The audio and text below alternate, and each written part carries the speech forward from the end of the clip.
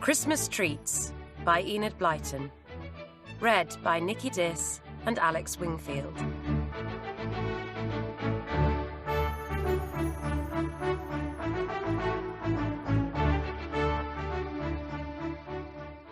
Santa's Workshop. In the nursery, all the toys were getting ready for Christmas.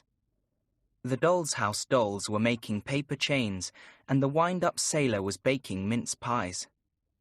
Even Panda was helping to make decorations, and he had only arrived in the nursery 3 weeks before, a present from the children's Aunt Jane. All the toys were helping, except for one. The big rocking horse that lived in the middle of the nursery floor. He was a fine fellow with a lovely spotted coat, a big mane, and a bushy black tail. He rocked back and forth and took the children for long rides around the nursery floor. They all loved him, but the toys were afraid of him. Sometimes he would begin to rock when they were playing around, and then how they ran out of the way. Sometimes he was so proud and so vain that he would not play with the other nursery toys. "I'm too important to do boring things like making paper chains," he boasted. "I'm the only toy in this nursery big enough for the children to ride on. I ought to be king of the nursery for Christmas." "Well, you don't deserve to be," said the curly-haired doll. "You squashed the monkey's tail yesterday, and that was unkind." "I didn't mean to," said the horse, offended. "He shouldn't have left it lying around under my rockers. Silly of him." "You should have looked down before you began to rock, and you would have seen it," said the doll. "Well, do you suppose I'm going to bother to look for tails and things before I begin to rock?" said the horse. "You just look out for yourselves. That's the best thing to do." But the toys were careless.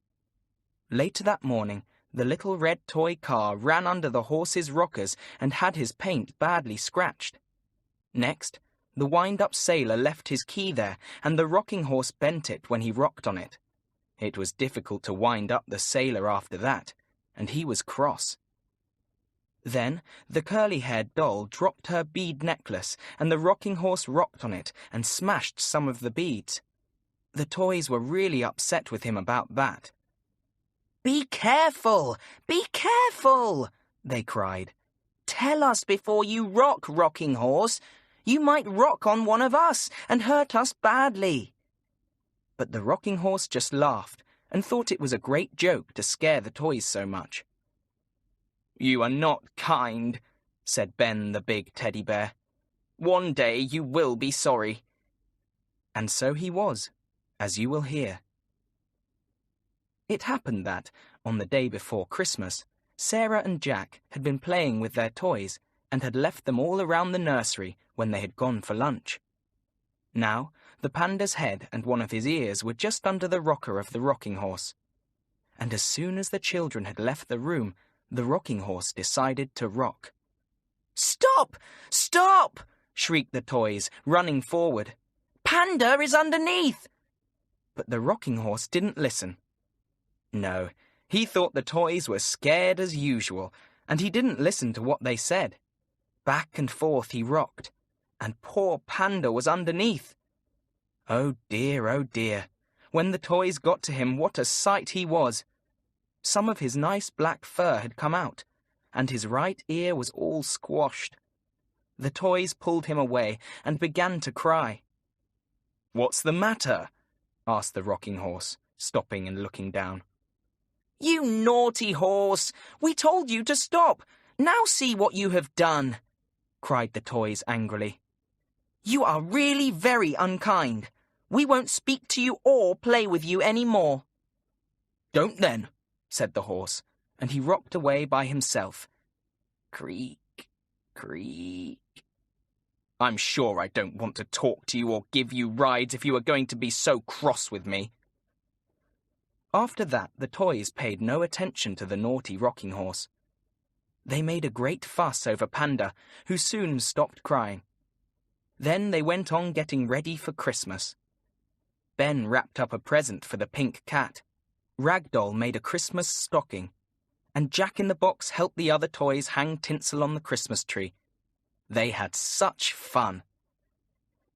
In the corner of the nursery, Rocking Horse felt sad.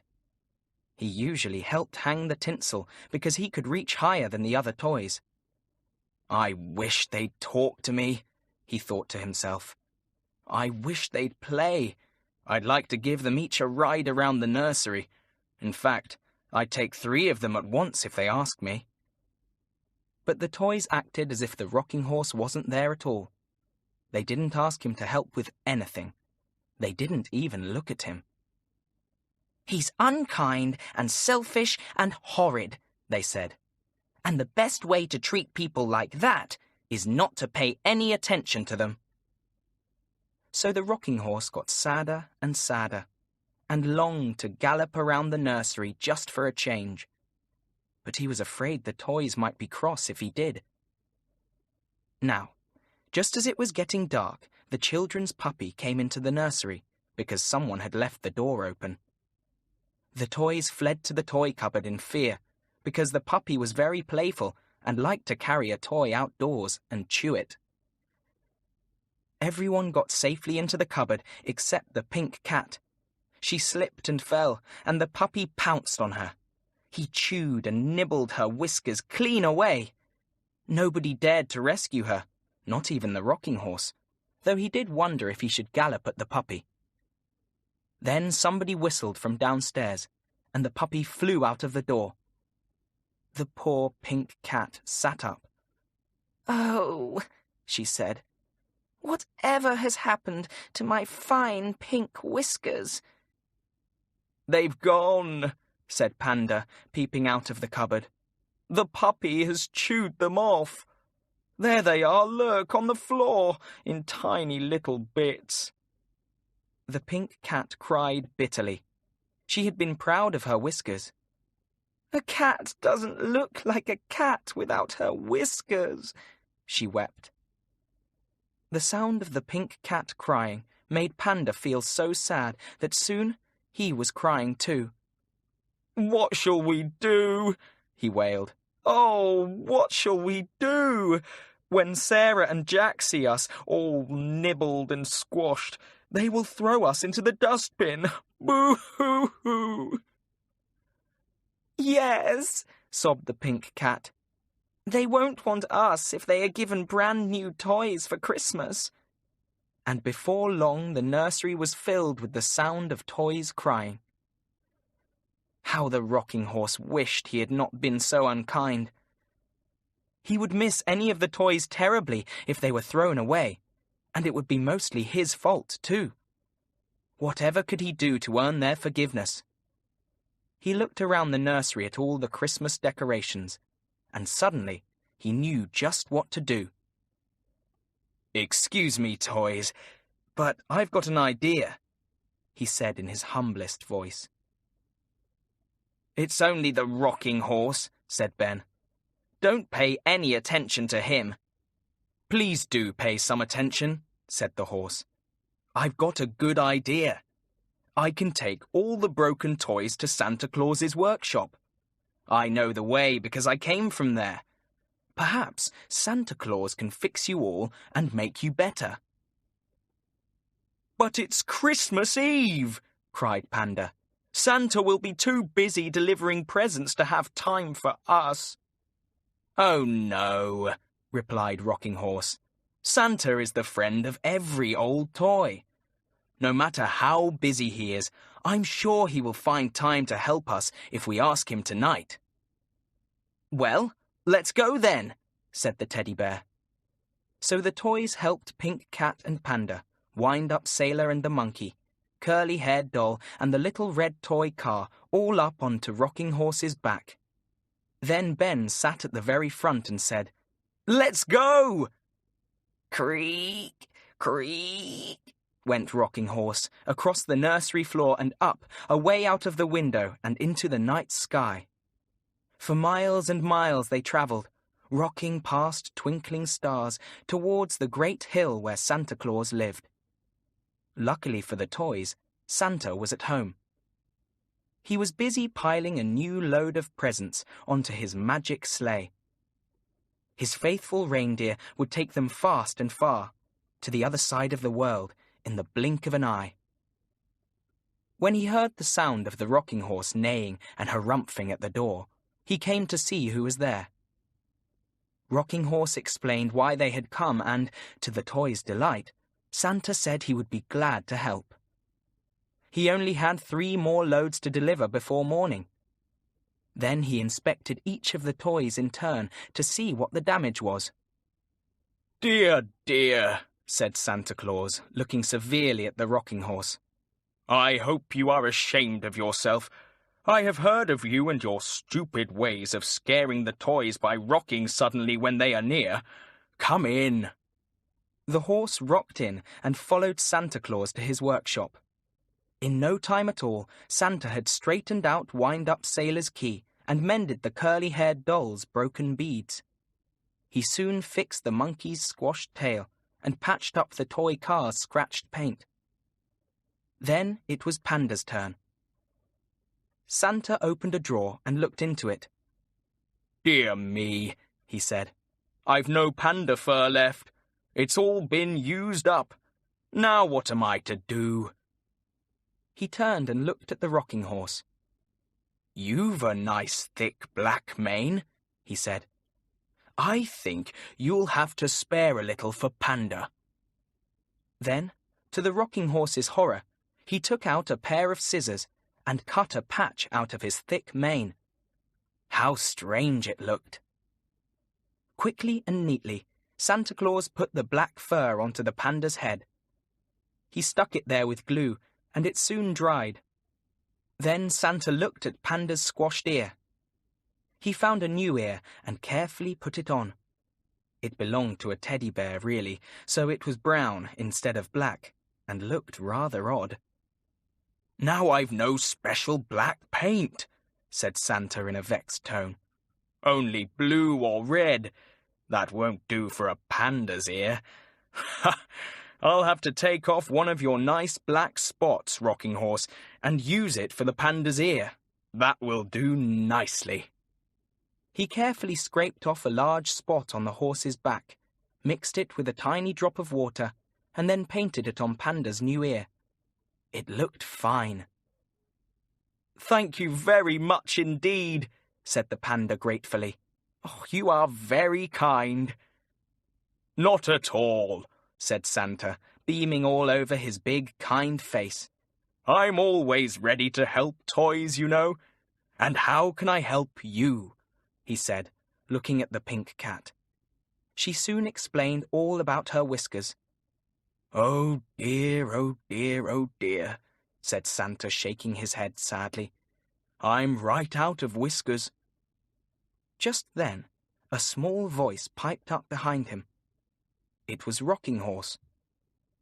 "I should be very pleased to give the toy cat some of the hairs out of my long black tail," he said.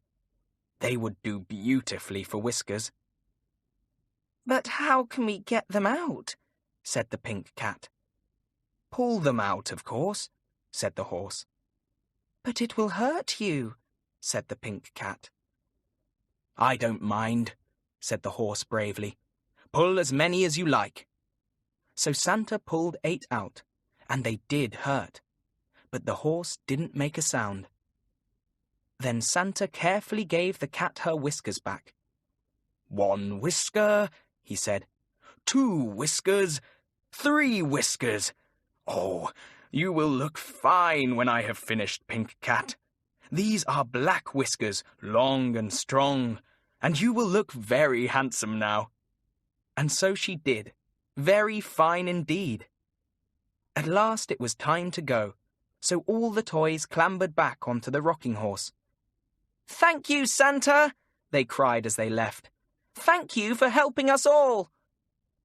Then off they went home again, rocking hard all the way in order to get home by morning, and glad to be good as new again. The toys cheered when they saw them. "What glorious fur you have! And look at your fine new ear!" they cried when they saw Panda. "And look at your lovely whiskers!" they said to Pink Cat. Rocking Horse said nothing. He stood in the middle of the nursery floor, quite still, not a rock left in him. Santa took some of Rocking Horse's hair for me, and one of his spots to paint my ear black, said Panda. You can see where he has a bare place on his mane, and one of his biggest spots is missing. Sure enough, it was just as Panda had said. I must say it was nice of the Rocking Horse to give you them, said Ben suddenly. And to give me my new whiskers, added Pink Cat. Especially as we haven't even spoken to him lately. Very nice of him.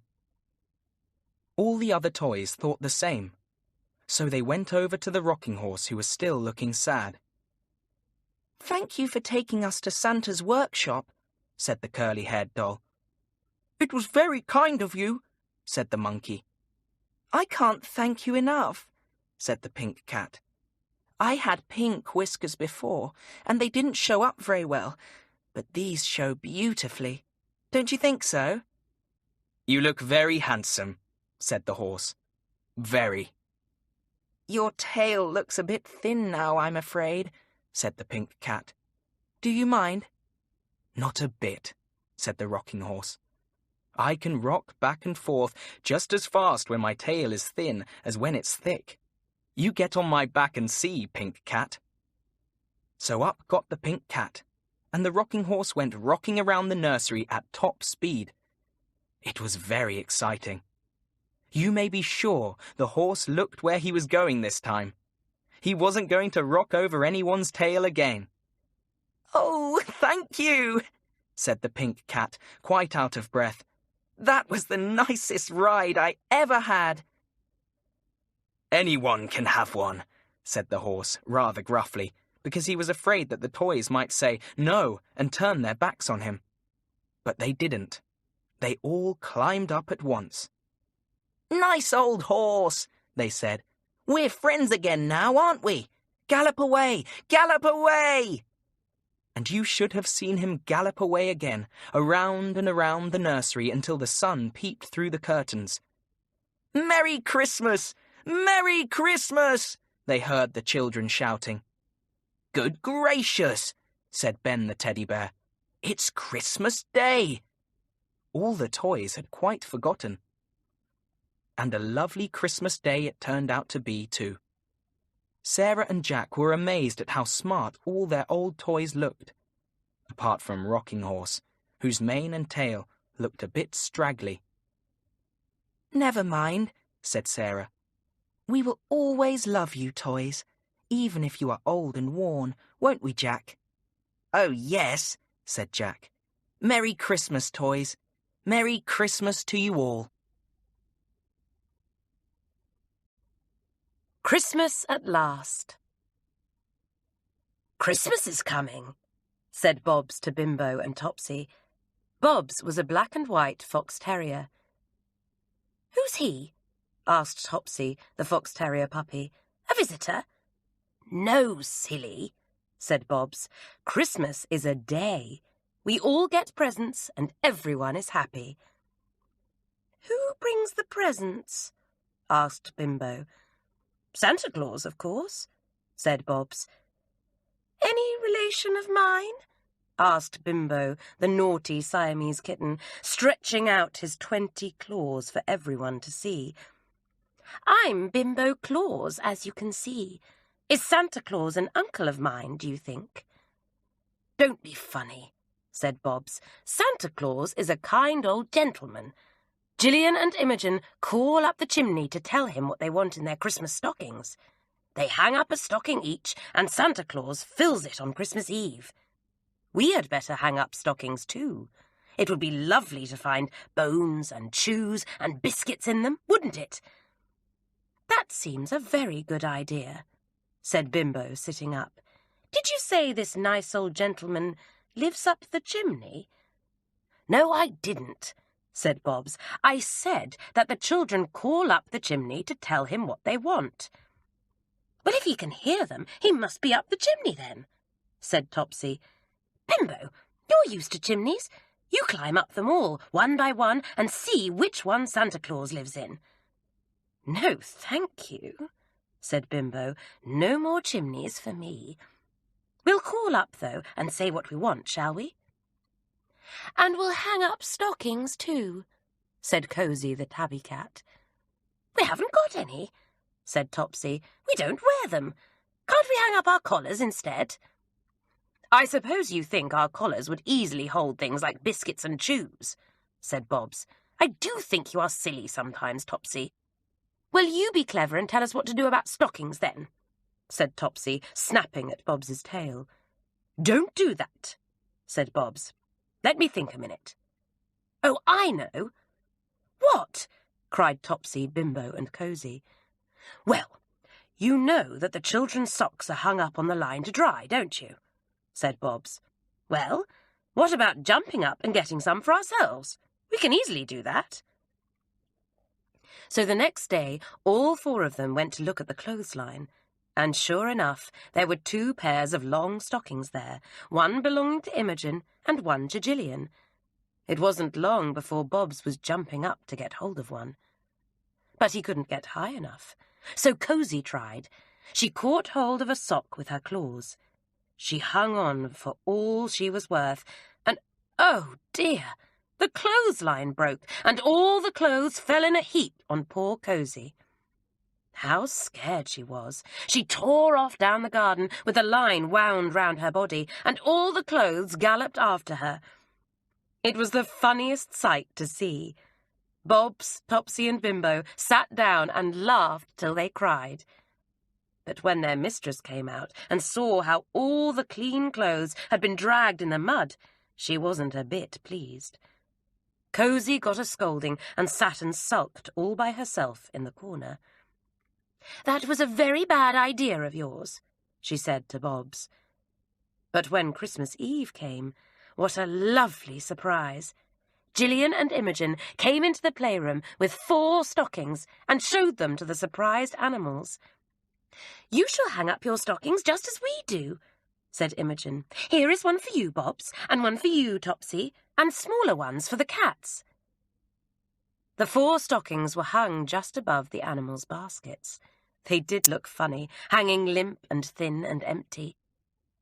"If you go to sleep and don't peep, perhaps Santa Claus will come down the chimney here in the night and fill these stockings for you," said Imogen. "Perhaps you will have a new collar, Bobs, and you a rubber bone, Topsy, and you a ball to roll about, Bimbo, and you a new rug for your basket, Cosy. And maybe you will have biscuits and sardines and bones and other nice things as well. So go to sleep and don't make a sound in case you frighten Santa Claus away." "Isn't this exciting?" said Topsy when the children had gone out of the room. "I'm going to settle down in my basket and go to sleep straight away." "So am I," said Bimbo. "Oh, I do hope I shall get a tin of sardines. I wonder if Santa Claus will have any in his sack." "I really would love a new collar," said Bobs. "Mine is so old. Well, good night to you all. I'm going to sleep too, and if we hear Old Father Christmas, we mustn't peep. Do you hear, Topsy? No peeping." "Well, don't you peep either," said Topsy, "and don't think he is a robber or something when he comes, and bark at him, or you'll frighten him away. Good night, everyone." And very soon all the animals were fast asleep. Bobs and Cosy were curled up together in one big basket, and Bimbo and Topsy were fast asleep in the small one. They dreamt that their stockings were full of all the things that animals love: bones and biscuits, sardines and kippers, balls and saucers of cream. In the morning, the 4 animals awoke. Topsy woke first and put her head out of the basket. She sniffed hard. She could smell a lovely smell. "Oh, it's Christmas morning," she whuffed in Bimbo's ear. Bimbo woke up with a jump. "What about our stockings?" he said. "Did Santa Claus come in the night and fill them? I didn't hear him." "Look!" cried Bobs, waking up too. "Our stockings are crammed full. I can smell bones." "And I can smell sardines," cried Cosy. All the animals got out of their baskets and sniffed round the exciting stockings. "A new collar for me," barked Bobs, dragging one out in delight. "Just look at it! Brass studs all the way round. My goodness, I shall look grand. I wish I had a tie to go with it, like men wear." "A rubber bone for me," whuffed Topsy, and she took the bone from her stocking and tried to chew it. But the more she chewed at the bone, the less she seemed to eat of it. Most peculiar. "That bone will last you for years," said Bobs with a grin. "It's all chew and no taste. Give me a real bone any day." "A fine new ball for me," mewed Bimbo, rolling a lovely red ball over the floor. "Come and play with me, Topsy. Throw it into the air and make it bounce." "What about my new rug?" said Cosy, dragging a knitted rug into her basket and lying down on it. "Now this is what I call a really nice present. I shall be able to lie on it and keep myself warm, and you, Bobs, will be able to hide all kinds of goodies under it to keep till you want them." "What? Hide them under your rug for you to nibble at when I'm not there?" cried Bobs. "No, thank you, Cosy." "Oh, tails and whiskers! There are other things in our stockings too. A real big bone for me, full of crunch and nibble." "And there's a tin of sardines for me and Bimbo," said Cosy. "Oh, I hope Gillian and Imogen come along quickly to open it. I just feel as if I could do with 3 or 4 sardines inside me." "There are biscuits at the bottom of my stocking," said Topsy, putting her head right down to the bottom of the stocking and nosing about in the toe. "Biscuits, big ones and little ones. I'll give you each one if you like." She got some in her mouth, but dear me, when she wanted to take out her head and give the biscuits to the others, she couldn't get rid of the stocking. It stuck fast over her head, and Topsy ran about the room in the stocking. The others did laugh. Then in came Gillian and Imogen. "Happy Christmas, Bobs, Topsy, Bimbo and Cosy," they cried. "Oh, Topsy, whatever are you doing? What are you wearing that stocking on your head for? Did you think it was a hat?" They pulled the stocking from Topsy's head, and the 4 animals crowded round the children. Topsy was glad to have her head out of the stocking. "Here's a bar of chocolate for you 2 girls," said Bobs, and he pulled one out from his basket. "I've sat on it for the last week, I'm afraid, so it's a bit squashy, but the taste is still there, because I've tried it each morning." "And here's one of my very best biscuits," said Topsy, fetching one from her basket. "It's the biggest one I have had in my dinner bowl for weeks. Try it. I've nibbled a pattern all round the edge to make it pretty for you." "And I've been into the hen run and collected you a few feathers," said Cosy. "I hope they'll be useful." "Good gracious, Bimbo, whatever have you got there?" "My collection of kipper heads from the rubbish heaps all round," said Bimbo proudly. "They're the best I could find. I hid them in the landing cupboard in a hat box there." "Gracious! That was what made that awful smell, I suppose," said Gillian. "And oh dear, Bimbo, Mummy keeps one of her best hats in that box. I can't imagine what she'll say if she goes out smelling of kippers."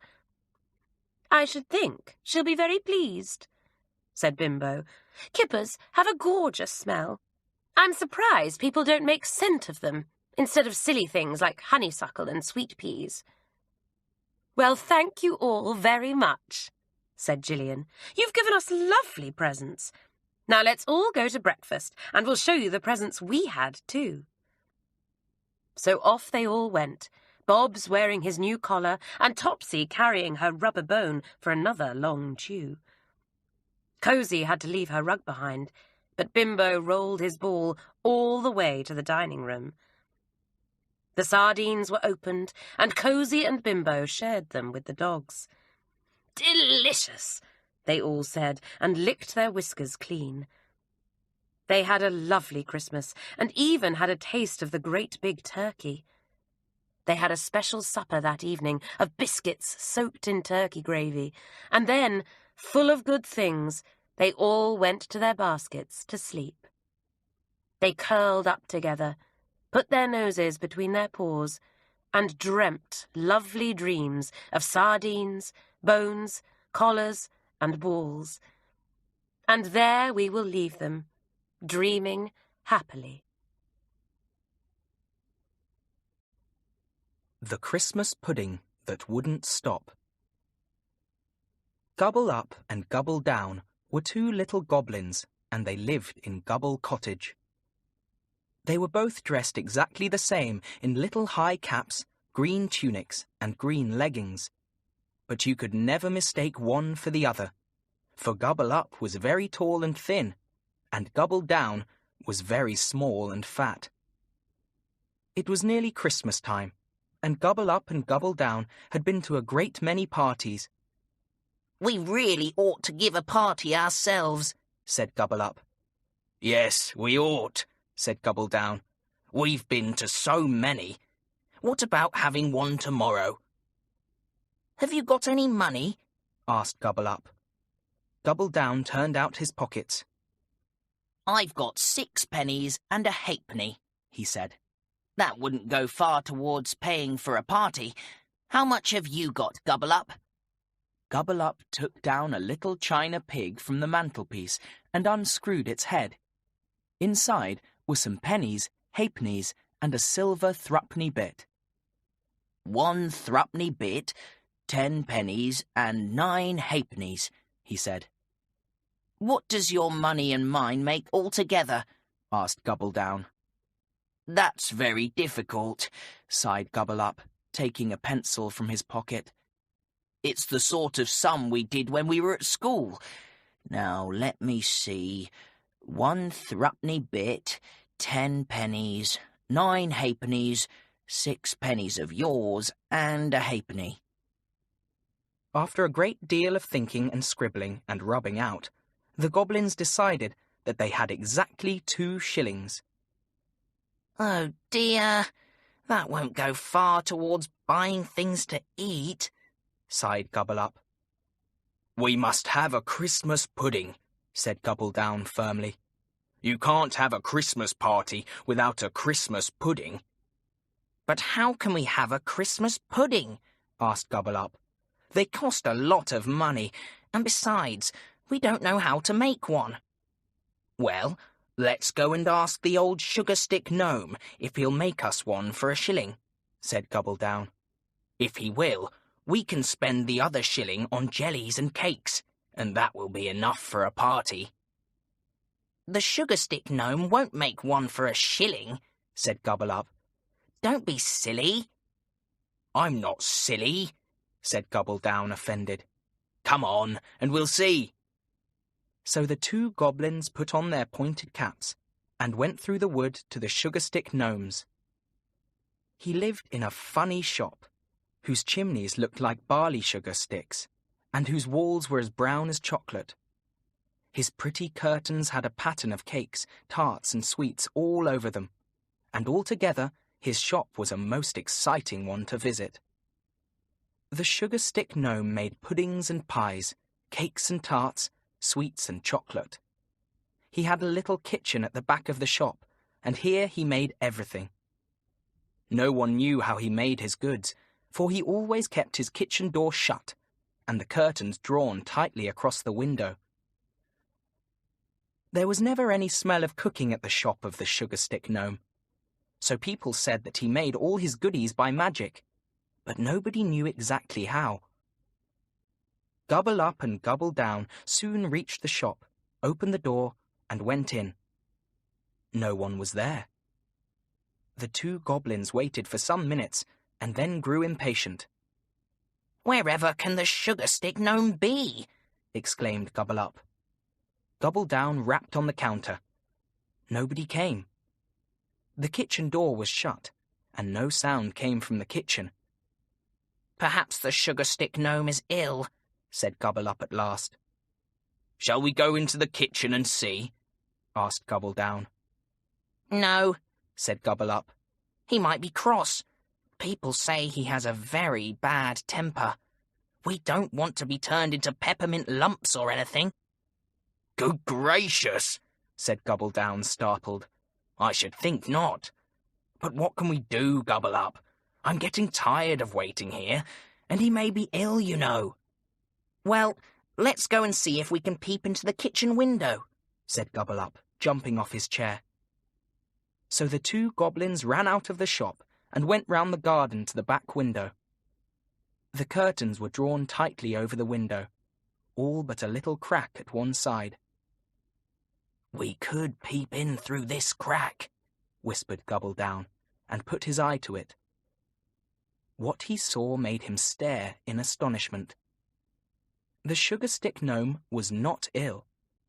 He was making Christmas puddings. There they were, spread out in delicious rows on the table. But dear me, he made them in a most extraordinary way. The goblins saw him take up a tiny black currant and put it on a plate. Then he danced solemnly around it and chanted an odd song.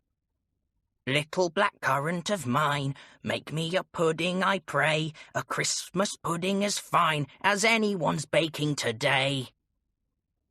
Then, right before Gubble-Up's and Gubble-Down's astonished eyes, the currant seemed to swell, and gradually a fine plum pudding grew up on the plate. It grew bigger and bigger and bigger, until it was as large as a pumpkin. The two goblins were so surprised that they sat down on the grass outside and stared at each other. "So that's how he makes all his things," whispered Gubble-Down. "What powerful magic must be in that currant?" "Let's peep again," said Gubble-Up. Once more the goblins put their eyes to the crack and looked. The sugar-stick gnome was just taking out the magic currant to use again for another pudding. Immediately, the first pudding stopped growing. The goblins watched him put the currant on an empty plate and heard him sing the magic song again. Once more, a pudding grew. Gubble-Up and Gubble-Down didn't wait for the end of that one. They marched back into the shop and stamped loudly on the floor. "If he's got so many, surely he can sell us one cheaply," said Gubble-Down, hoisting his fat little body up on a chair. The sugar-stick gnome came into the shop and shut his kitchen door behind him. "Good morning," said Gubble-Up. "Would you please sell us a big Christmas pudding for a shilling?" The sugar-stick gnome laughed. "No, I won't," he said. "Big puddings cost 4 shillings." "Oh dear," said the goblins in dismay. "Are you sure you couldn't?" "Quite," said the sugar-stick gnome. "Anything else you'd like?" Gubble-Up and Gubble-Down were most disappointed. "Oh well," said Gubble-Up, sighing. "I suppose we'd better make do with cakes and jelly. How many can you let us have for 2 shillings? 1 red jelly, 2 yellow jellies, 6 chocolate cakes, 6 cream buns, and 12 currant cakes," said the sugar-stick gnome. "Very cheap, too." "All right," said Gubble-Up. "We'll call for them tomorrow at 2 o'clock. We're going to have a party in the afternoon, so please have them ready." The goblins paid over their money and went out. They were so disappointed about the pudding that for a minute or two neither of them spoke a word. Gubble-Down heaved a sigh. "It won't be much of a Christmas party without a Christmas pudding," he sighed. "No," said Gubble-Up. "Still, we shall have 24 cakes and 3 jellies, and you know we've got a tin of chocolate biscuits." "And we'll make some lemonade," said Gubble-Down, cheering up, "and play lots of jolly games." "Let's call and ask everybody now," said Gubble-Up. So the goblins called on their friends and asked them all to come to their party the next day. Everyone was most delighted and accepted at once. Then the two goblins hurried home and cleaned up their living room. They put holly all round the pictures and made paper chains to go across the ceiling. That took them all the day, and they went to bed tired out. Next morning they were most excited. Gubble-Up made the lemonade, and Gubble-Down got out the tin of chocolate biscuits and arranged them in nice little patterns on blue plates. Then he got out all his best glasses and washed them ready for the party. By that time it was 1:45, and the goblins thought they had better fetch the jellies and cakes from the sugar-stick gnomes. "Everybody's coming at 3 o'clock, said Gubble-Up, putting on his cap. so we'd better hurry, Gobble Down. Off they went through the wood and reached the cake shop at just exactly 2 o'clock. The shop was empty, and Gobble Up knocked on the counter. Nobody came. Gobble Up knocked more loudly. Still nobody came. Then Gobble Down saw a note on the counter. On it was written, Dear Gobble Up and Gobble Down, I have to go out before 2 o'clock, but you will find your jellies and cakes in 2 big baskets under the counter. From the Sugar Stick Gnome. The goblins ran round the counter to look for the baskets underneath. Sure enough, there they were. Gobble Up stooped to get them, but he was so tall that he bumped against the kitchen door just behind him. It flew open. Gobble Down was just going to shut it when he caught sight of something that made him stop. He saw the magic currant all by itself in the middle of a plate on the kitchen table. Look, look, Gobble Up, he cried. There's the magic currant. They stared at it, and the same naughty idea crept into their minds. Shall we borrow it, just for today? Whispered Gobble Up. The Sugar Stick Gnome's out, so we can't ask him if we may. We'll ask him afterwards, giggled Gobble Down. We'll take it back tonight and tell him we borrowed it. He can't say no then. We'll make a fine Christmas pudding for our party. The 2 rascally goblins picked up the currant, slammed the kitchen door, caught up their baskets, and ran off. We'll give our guests such a surprise, grinned Gobble Up. We'll let them see a Christmas pudding made before their eyes. The goblins hurriedly turned out the jellies into pretty dishes and spread out the cakes on their blue plates. Right in the middle of the table, they put a great big plate, and in the centre, they placed the magic currant. Soon the guests began to come, and very soon the party was in full swing. They played games and laughed until they were all out of breath. Now we'll have something to eat, cried Gobble Down, leading the way into his bright little kitchen, where the meal was set out. Everyone took their places and looked hungrily at the jellies, cakes, and biscuits. Then someone saw the empty plate on the table, with the little currant set in the middle. Whatever's that? He cried. Everybody looked. Gobble Up and Gobble Down laughed. Aha! Said Gobble Up. That's a great surprise for you all when you've eaten up everything else. Well, everybody was most puzzled. They couldn't think what the surprise could be, though they tried their very hardest. They ate up all the biscuits and cakes, finished the jellies, and drank the lemonade. Then they waited to see what the surprise was. Watch, said Gobble Up. Then he and Gobble Down danced solemnly round the table and sang the magic song. Little black currant of mine, make me a pudding, I pray. A Christmas pudding is fine, as anyone's baking today. And as before, the currant seemed to swell, and a little pudding began to grow on the plate. How everyone stared! My! They cried. Good gracious! What a wonderful thing, to be sure! A Christmas pudding growing before our eyes. How do you stop it growing? Asked someone. That's easy, said Gobble Up. You just take out the magic currant, and the pudding stops at once. The pudding went on getting bigger and bigger. Soon it was the size of a cricket ball, then of a melon, then of a football. We'll let it grow just a little bigger, said Gobble Up. It does look such a nice one. They waited a minute longer. Then they decided it was big enough. Gobble Up bent over the pudding to take out the magic currant. But oh dear me! All the currants looked exactly alike, and Gobble Up didn't know at all which was the one he wanted. He picked out first one and then another, but he didn't get the right one, for still the pudding went on growing. He tried again, and Gobble Down helped him. Not a bit of good. The pudding went on growing. "Ha ha! Hoo-hoo!" laughed everyone. "We shall all be able to have a great big helping, Gobble Up."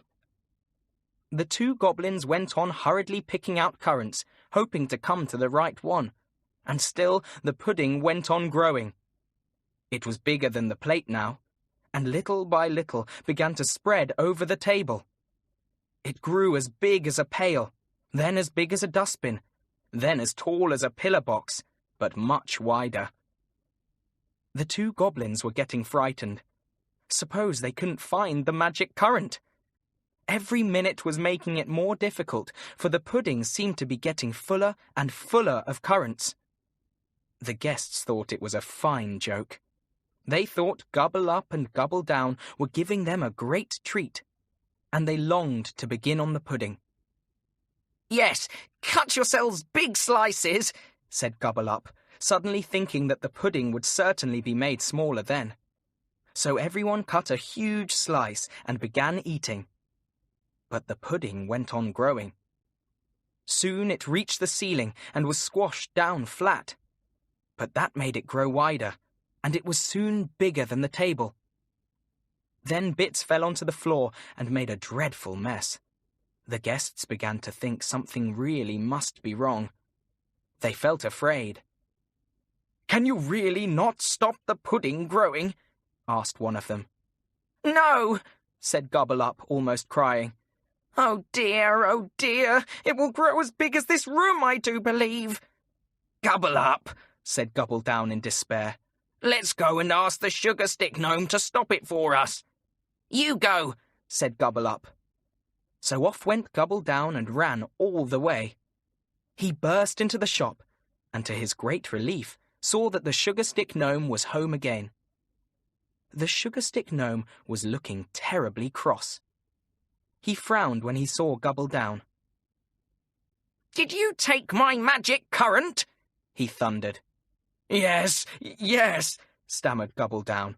We borrowed it, and now we can't stop the pudding growing. Would you come and take the currant away?" "No," said the sugar stick gnome. "You can keep it." "Oh, please, begged Gobble Down. "The pudding will force our roof off, I do believe." "What will you give me if I come?" asked the sugar stick gnome. "We haven't any money," said Gobble Down sadly.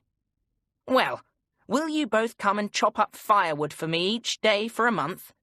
asked the sugar stick gnome. Yes, cried Gobble Down. "But please do come now."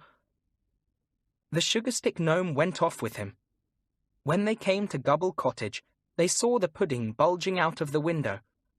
It was so big that everyone had to go out of the room.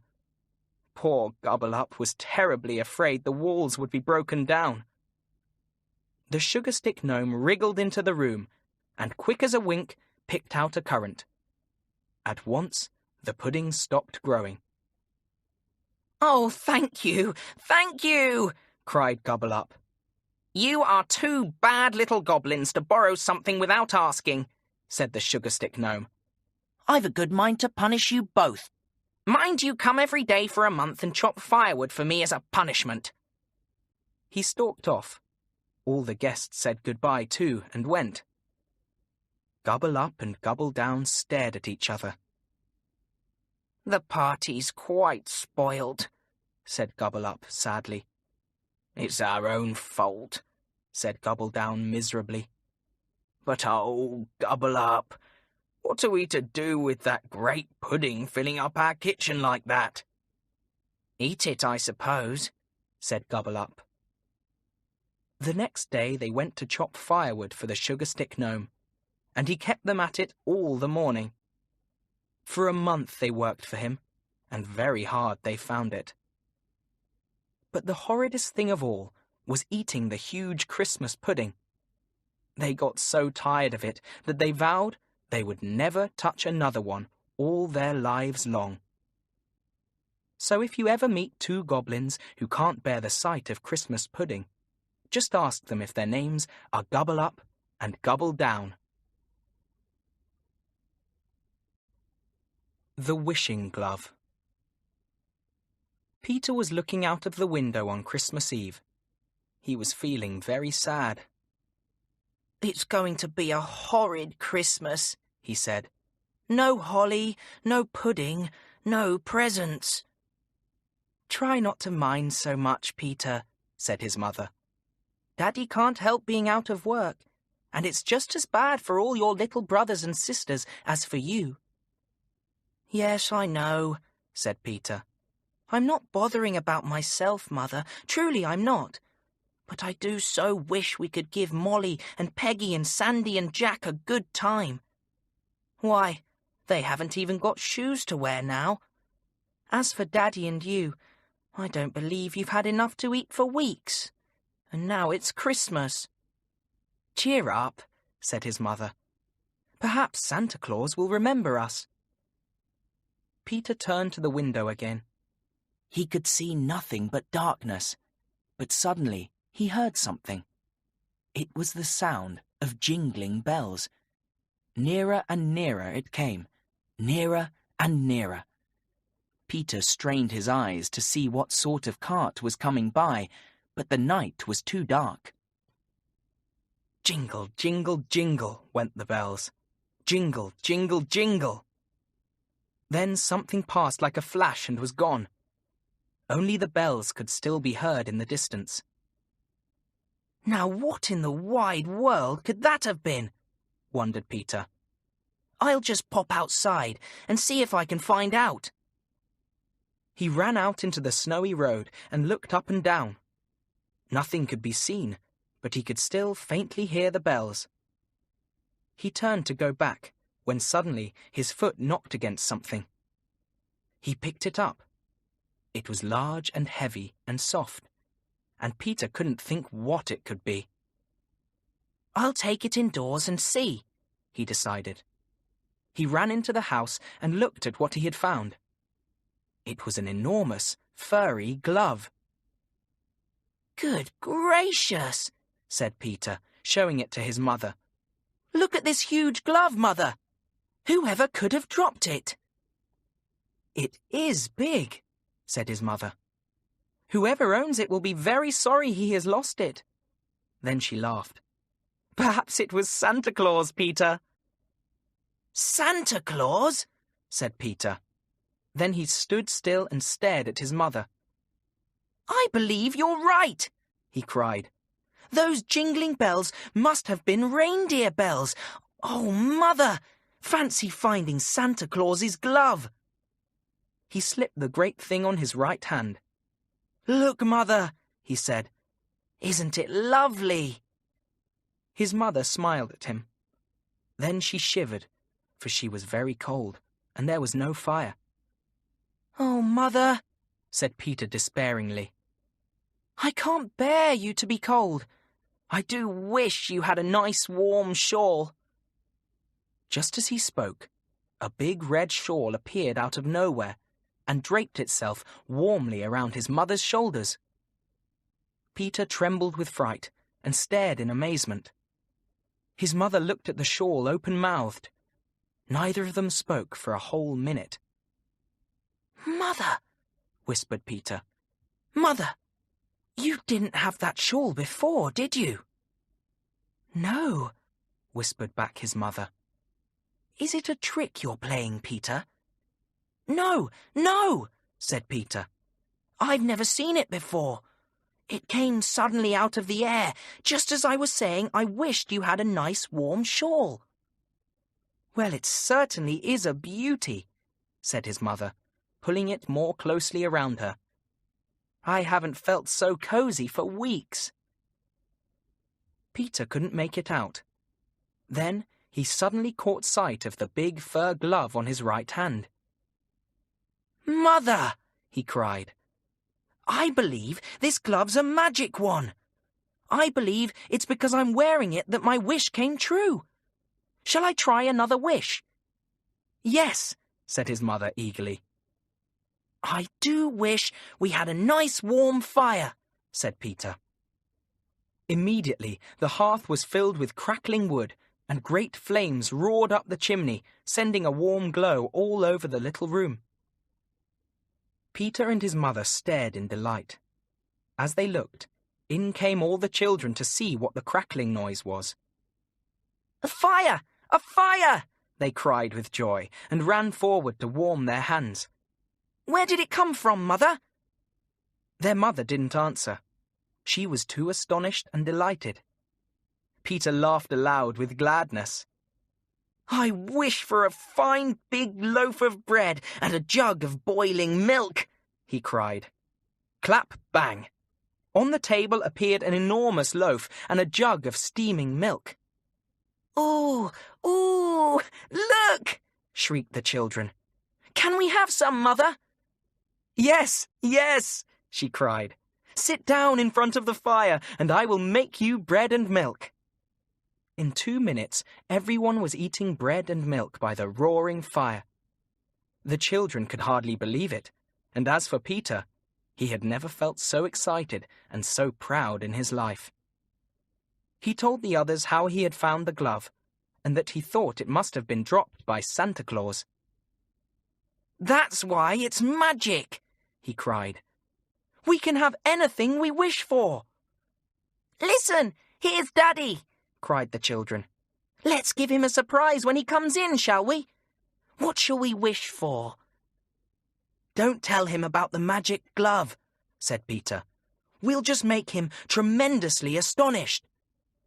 He thought for a moment. Then he wished.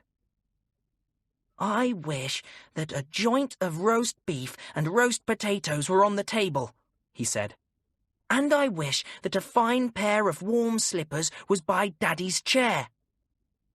Immediately, a joint of roast beef clapped itself on the table, surrounded by a crowd of delicious brown potatoes, all sitting in brown gravy. How glorious it smelt! All the children put their little noses in the air and sniffed hungrily. By their father's chair appeared a pair of red fleecy slippers, ready to be popped on. The children pointed to them in glee, and were hushed by Peter, who heard his daddy coming up the stairs. The footsteps were slow and heavy, and sounded tired. The door opened, and in came their father, sad because he had brought nothing for Christmas Day. Directly he saw the big red glow of the fire, he stopped in amazement. Then he smelt the roast beef, and turned his eyes to the table. He opened them wider than ever, and then rubbed them hard. "Roast beef and potatoes!" he cried wonderingly. "And warm slippers, Daddy!" shouted all the children, pointing under the chair. Their father walked to the table as if he were in a dream, and sat down. Peter pulled off his boots for him and put on the lovely warm slippers, while his mother cut off a great helping of beef and piled potatoes on a plate. "Where did they all come from?" asked the astonished man. Never mind, laughed Peter. "Just eat your supper, and then perhaps we'll tell you." His father began to eat hungrily, and soon his plate was empty. Once again it was filled, and he started on his second helping. "Where did you get it from?" he asked. "We'll tell you soon, Daddy. We'll tell you soon," laughed the children, thoroughly enjoying the secret. At last their father's hunger was satisfied, and he drew his chair up to the fire. "Now tell me," he cried, holding out his hands to the warm flames. "Well, first of all, look at this glove," said Peter, holding out his right hand.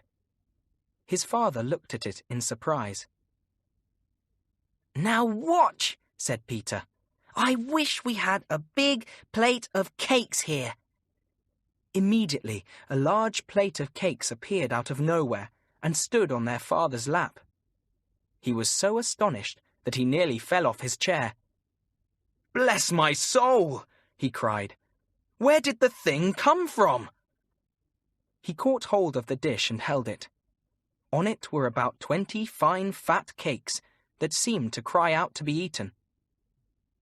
Everybody took one, and soon there was such a munching going on that nobody spoke a word for quite 5 minutes. Peter finished first. "I wish Daddy had a watch," he cried, and before the surprised man could say anything, a brand new watch clapped itself into his pocket. "I wish Mother had a pair of fine shoes on her feet," cried Peter. At once his mother's old cracked shoes flew off, and a beautiful new pair flew on. The children shouted in delight, and their parents smiled and stared. "Stop! Stop!" cried their father at last. "Tell me the secret of all this, Peter." Peter told him. "I found the glove out in the road," he said, "and it's a magic one. I'm sure I heard Santa Claus go by, so I think he must have dropped it. I brought it in, and we've been using it ever since. That's the secret, Daddy." His father looked as if he couldn't believe such a thing, but he knew it must be so. He thought for a few minutes, and then he spoke rather gravely. "There's just one thing I'm wondering about," he cried, "and that is, ought we to use someone else's glove like this? For all we know, we may be using up all its magic, and the person it belongs to may be very angry." "Oh, Daddy!" cried Peter, taking off the glove. "I never thought of that. Do you suppose it really matters?" "I don't know," said his father uncomfortably. "I think we ought to try and find the owner at once and tell him what we've done.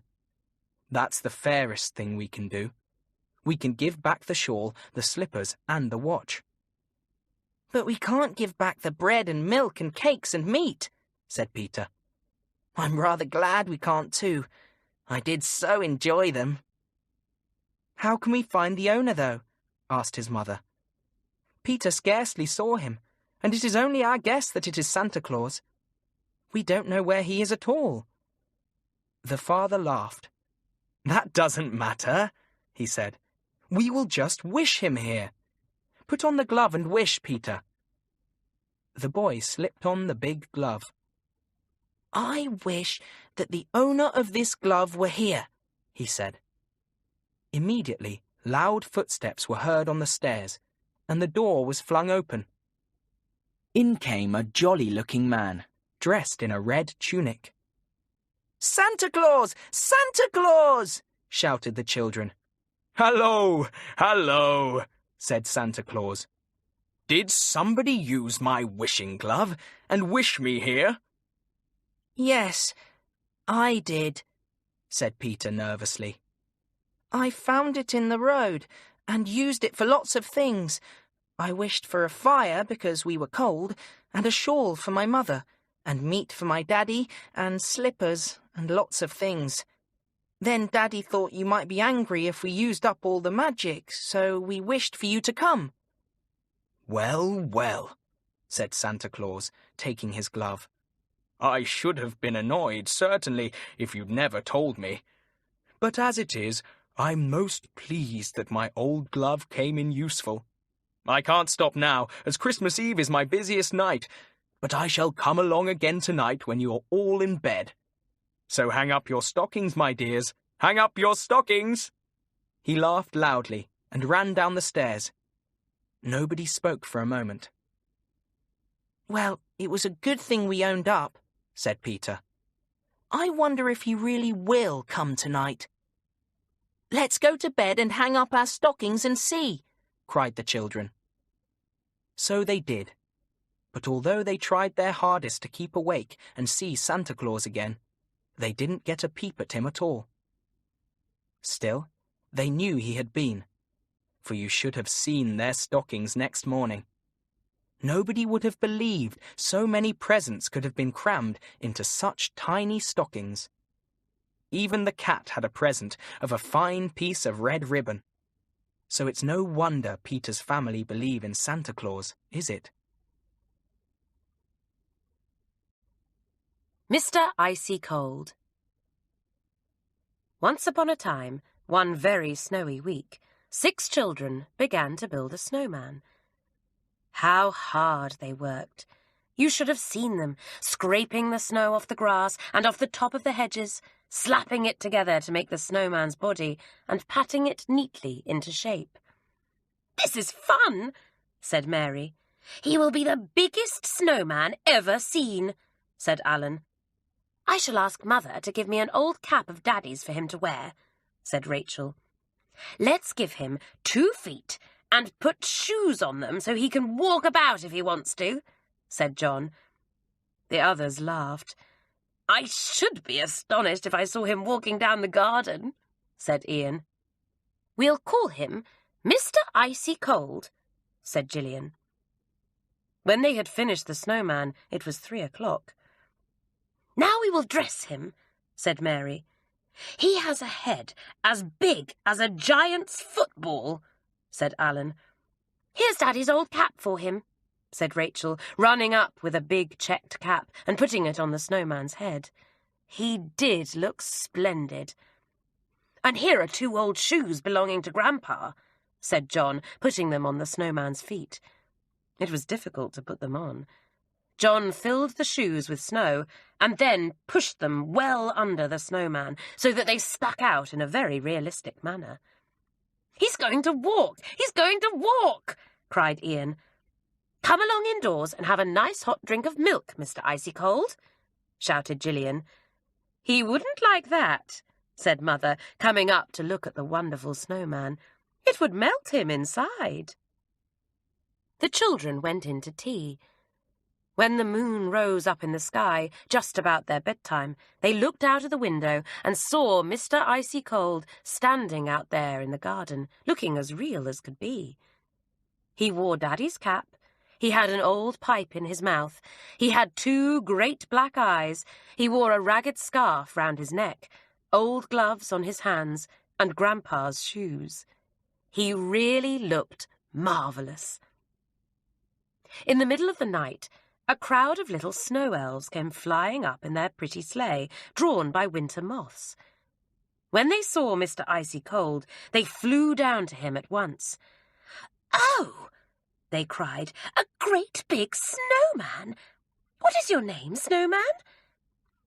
"I am Mr. Icy Cold," said the snowman in a soft, snowy sort of voice. "Come and talk to me."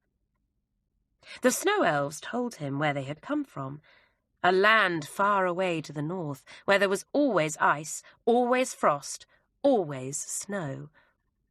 The elves were pretty little creatures, with frosty dresses and wings as soft and as white as snow.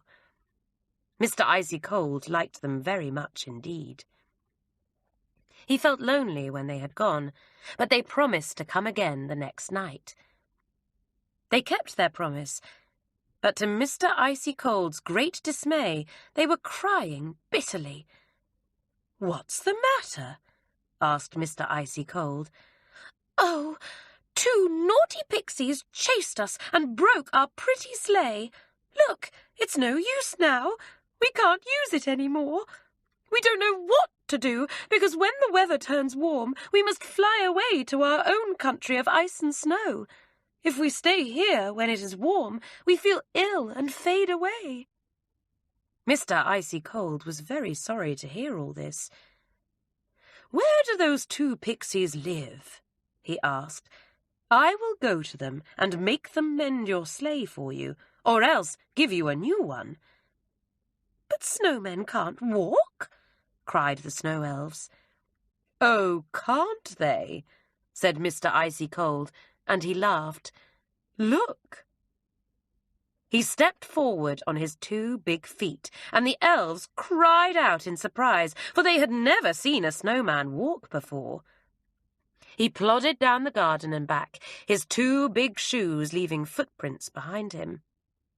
"There you are," he said. "What did I tell you? Now, where do those 2 naughty pixies live? I'll go and give them the fright of their lives." "Come with us, and we'll show you," said the elves, and dragging their broken sleigh behind them, they took the snowman down the garden, through a gate at the bottom, and into a field. The field sloped up into a hill, and in the middle of the hill was a little door. "This is where the pixies live," said the elves, half frightened. Mr. Icy Cold knocked at the door softly. As soon as it was opened by the two pixies, the snowman reached out his big gloved hand and caught hold of them. "Ow! Ow! Ooh!" yelled the pixies in a fright. "He's a big giant! Oh, let us go!" "You broke the sleigh belonging to the snow elves," said the snowman sternly. "What are you going to do about it?" "Oh, we'll mend it! Oh, do let us go! We promised to mend it!" squealed the pixies. Mr. Icy Cold put them down on the ground and looked at them sternly out of his big black stone eyes. "Do it at once, or I'll carry you off with me," he said. The pixies took the broken sleigh and looked at it. One of them fetched hammer and nails and screws. The other brought a few pieces of wood. Soon the night air was filled with the sound of hammering. Every now and again the two pixies stared round in fear at the big snowman, and he frowned as hard as he could. "Get on with your job," he said. So they hurried and hurried. The wind blew chill, and Jack Frost was out and about. The pixies were cold and wanted to get back into their warm little house. Soon the sleigh was mended, and the snow elves got into it with glad shouts and cries. "Don't you dare to interfere with the snow elves again," said Mr. Icy Cold, and off he shuffled back to his place in the garden.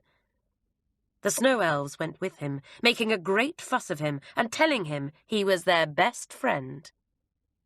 After that, the elves and the snowman talked together every night. But soon the weather changed and the air became warm. The snow elves began to think about going back to their own country of ice and snow. "But how lonely I shall be without you," said Mr. Icy Cold sadly. "I shall stand here, thinking of you all the spring and summer through, until the winter comes again and brings you with it." "No, Mr. Icy Cold, you won't stay here all the spring and the summer," said the elves. "You will melt. You will melt right away, and there will be nothing of you left when we come back next winter."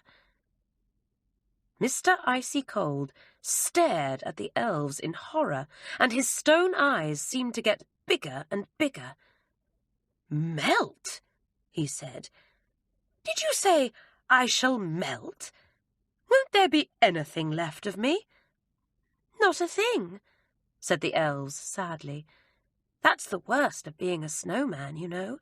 You only last whilst the snow and ice are here. Then you disappear forever." Nobody spoke for a minute. Mr. Icy Cold was too upset, and the elves too sad. Then a small elf gave a little squeal and made everybody jump. "I've got an idea! I've got an idea!" she cried. "Why shouldn't Mr. Icy Cold come back to our land with us? It's always cold and frosty there, and snow is always on the ground. He would never melt there. He would be able to live with us forever." "Of course," shouted the snow elves in delight. "You must start tonight, Mr. Icy Cold. We will make our winter moths fly very slowly, and you must follow us carefully. Come now, this very minute, for the weather is getting warmer, and if you begin to melt, you may not be able to walk." So Mr. Icy Cold followed the little sleigh, drawn by moths, and plodded on and on and on towards the north. He went over fields and hills, down lanes and high roads, and the elves always found a good place to hide him in the daytime. Once the weather got a bit too warm, and the snowman's nose melted a bit, but the next night was frosty again, so he was all right. And at last he got to the land of the snow elves. He was safe. "Welcome to our home," cried the snow elves, kissing him on his cold cheek. You shall build yourself a little snow house with windows and a door and do just whatever you like." The 6 children who had built the snowman were most surprised to find him gone. "Oh, he's just melted," said Mother.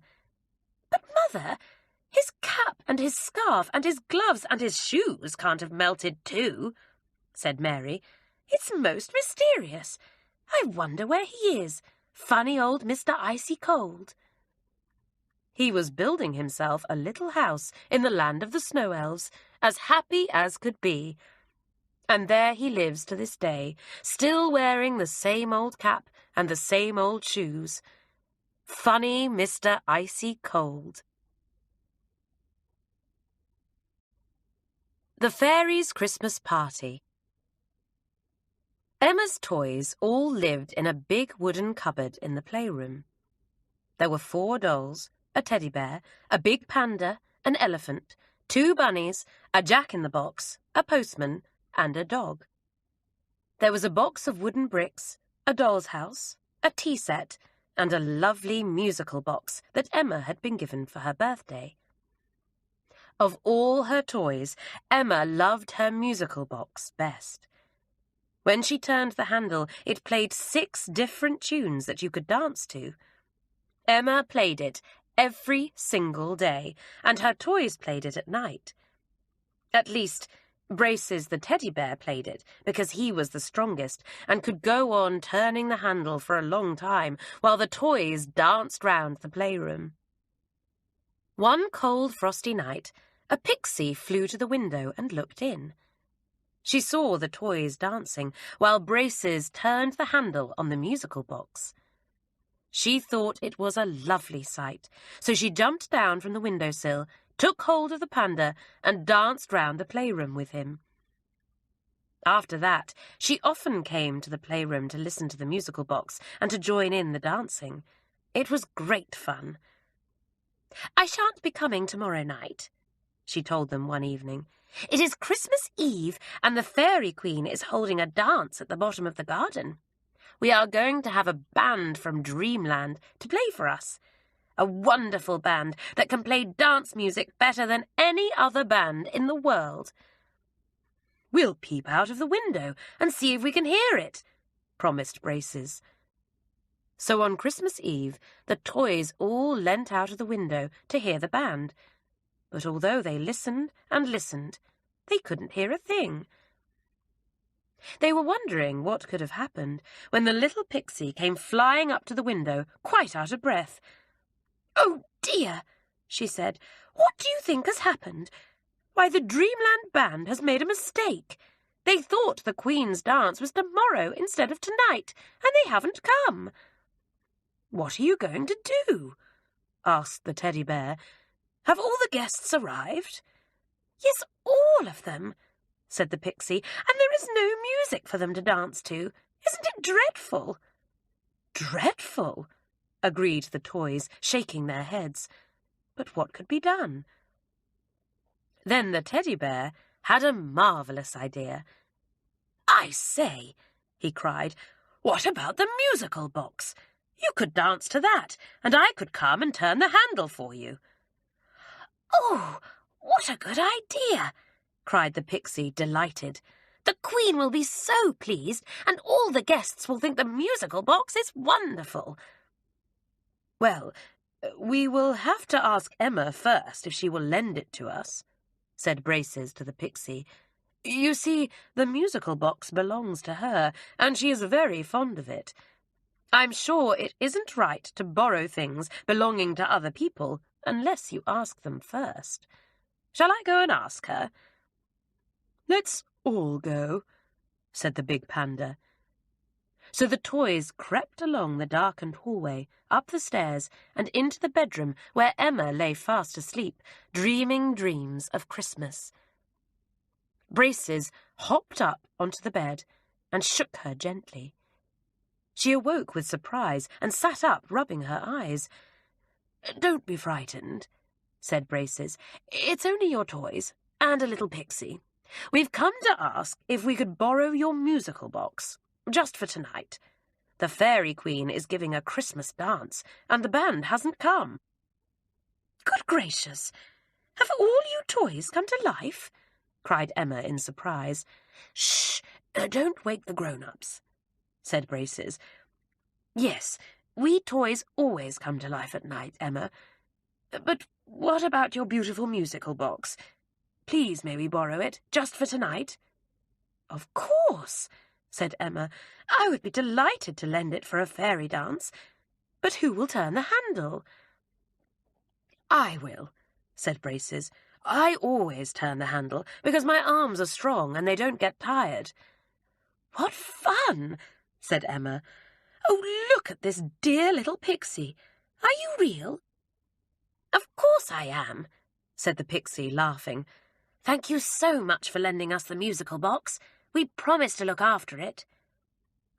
They ran out of the bedroom, leaving Emma to fall asleep again, this time dreaming of pixies and teddy bears that could walk and talk. "Who will carry the musical box?" asked the panda when they were all back in the playroom. "It is very heavy." The toys thought about it for a while, and then Braces asked the strong wooden horse if he could manage to carry it in his cart down to the end of the garden. He said he could, so off they all went, out through the playroom window. It was cold out in the garden, and a fluffy layer of snow covered the grass. The light from a silvery moon and 1,000 twinkling stars lit their way and made the garden look so beautiful that the toys thought they had reached fairyland.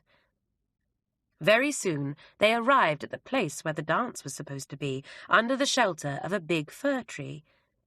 The Fairy Queen was there, looking very disappointed, and all the guests were wondering what to do.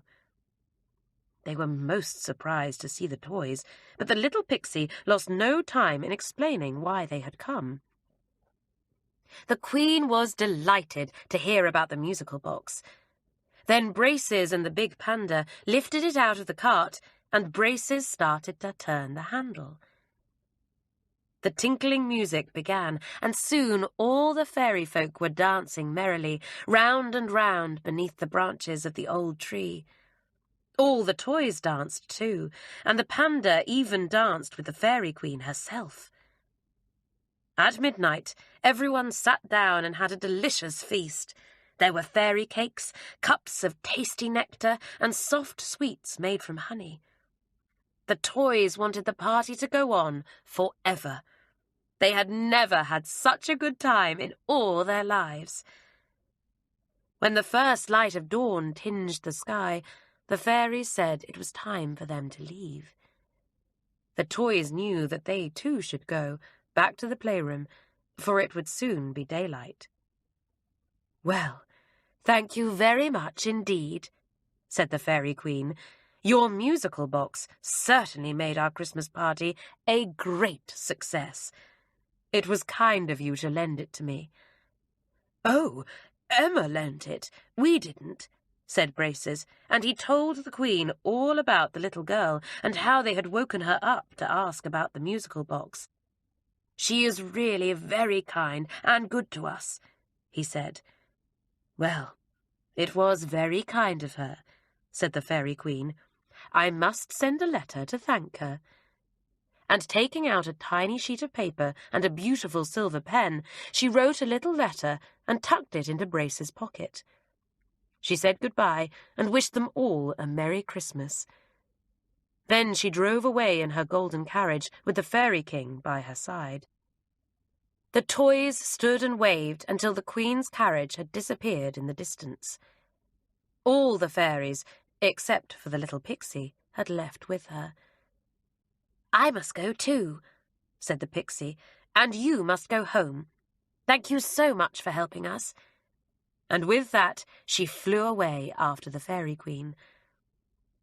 "Merry Christmas!" cried the toys after her. "Come and see us again soon." When Emma woke up, she quite forgot at first that it was Christmas Day.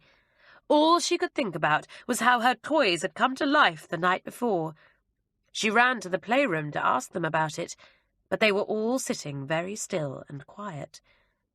They could not speak or move, because now it was daytime. Emma began to wonder if it had all been a dream. She went back to her bedroom and looked in her Christmas stocking. And what do you think she found? Right on top of all her presents was a tiny letter written in the most perfect handwriting. Emma pulled it out and opened it. It said, "Dear Emma, thank you very much for lending us your lovely musical box. Will you please come to our next dance when the moon is full and bring your musical box again? The Fairy King says he would love to dance with you. Have a very Merry Christmas. Love from the Fairy Queen." Well, Emma could hardly believe her eyes. Would she go? Of course she would, and the moon will soon be full again, so she won't have to wait too long, will she? The Christmas Party. Donald was a lonely boy, for he had no brothers or sisters, and instead of going to school, his mother taught him his lessons. So he had no friends and no one to play with. And will you believe it? He had never been asked to a party in his life. At Christmas time, he used to peep into other people's windows and see the children dancing round the Christmas tree and pulling crackers. He did so long to join them, but no one ever asked him. One day, just after Christmas, Donald dressed himself up in the Wild West clothes that his mother had given him for Christmas. He looked very fine in the leather tunic, fringed trousers, and enormous feathered headdress. Just as he had finished dressing, he looked out of the window and saw that there was a party next door. It was a fancy dress party, too. All the children that arrived were dressed up as fairies, clowns, milkmaids, or soldiers. "I'll go and watch them arriving," thought Donald. "That will be fun." So he slipped out of his front door and watched the children arrive. When they had all come, he saw them playing games in the front room. So he went over to their front gate and watched. Presently, the door opened, and a lady ran down to the gate. She took Donald's hand and pulled him to the door. "Here's a late little boy," she called. "He's too shy to come in. Look at his beautiful fancy dress." Donald tried to explain that he hadn't been asked to the party, but nobody listened to him. Soon he found himself playing musical chairs and passed the parcel, and then, dear me, he was sitting down to a most glorious tea. After that there was a conjurer who made a rabbit come out of Donald's tunic and 2 pennies out of his ears. Then there was a wonderful Christmas tree, and Donald was given a fine trumpet and a box of chocolates. All the other children liked Donald. He was full of fun. He didn't push or snatch, and he was just as ready to pass cakes at tea time as to take them. The grown-ups liked him too, for he had good manners. As for Donald, he had never been so happy in his entire life. But the loveliest thing of all was when the prizes were given. Who do you think won the first prize for the best fancy dress costume? Yes, Donald. "But I can't take it," he said. "I wasn't asked to this party, really. That lady over there pulled me in. I'm only the little boy from next door, and this is the first party I've ever been to." "Well, of all the funny things," cried the grown-ups. "We wondered who you were. But never mind, little boy. You deserve the first prize, so here it is. A railway train. And we hope you'll often come here and play with these children again." Donald ran straight home with his prize, and his mother was astonished. "I shan't be lonely any more," said Donald. And you may be sure he wasn't. Pins and Needles. Quickfingers, the pixie dressmaker, was chased one night by the Red Goblin. She ran through the fields, panting, and a small bush called to her, "Quickfingers, hide beneath me, I will shelter you." So Quickfingers crawled under the small bush and stayed there safely till the morning. She slept quite soundly, though it rained, but the bush held its leaves over her, and not one drop of rain wetted the pixie's frock. She awoke to hear a munching, crunching sound. "Oh dear," the little bush said. "Here's that great donkey again, eating me as fast as he can. I shall never grow. As soon as I clothe myself with fresh green leaves, along comes the donkey, or the horse, or the sheep. They munch and nibble at me all day long." The pixie was sorry for the little bush. She took out a needle and spoke to the donkey. "Donkey, stop eating this bush. If you don't, I'll prick you with my needle." The donkey didn't stop, so he got pricked. He brayed and ran away. The little bush was surprised that he had gone so quickly. "What did you use to prick him with? What have you got in that box there?" "Pins and needles," said Quickfingers. "Oh, little bush, if only you grew pins and needles round your leaves, nobody would ever come to eat you." "Do you know enough magic to grow me some?" asked the bush eagerly. "I think so," said Quickfingers. "I'll set pins and needles all round the edges of some of your leaves, and sing a magic spell over them. Then they will grow, and all your new leaves will grow pins and needles too." "Oh, thank you," said the bush. "Then no one will ever want to come and eat me." The pixie did as she had said, and then she sang a little spell. She said goodbye and went.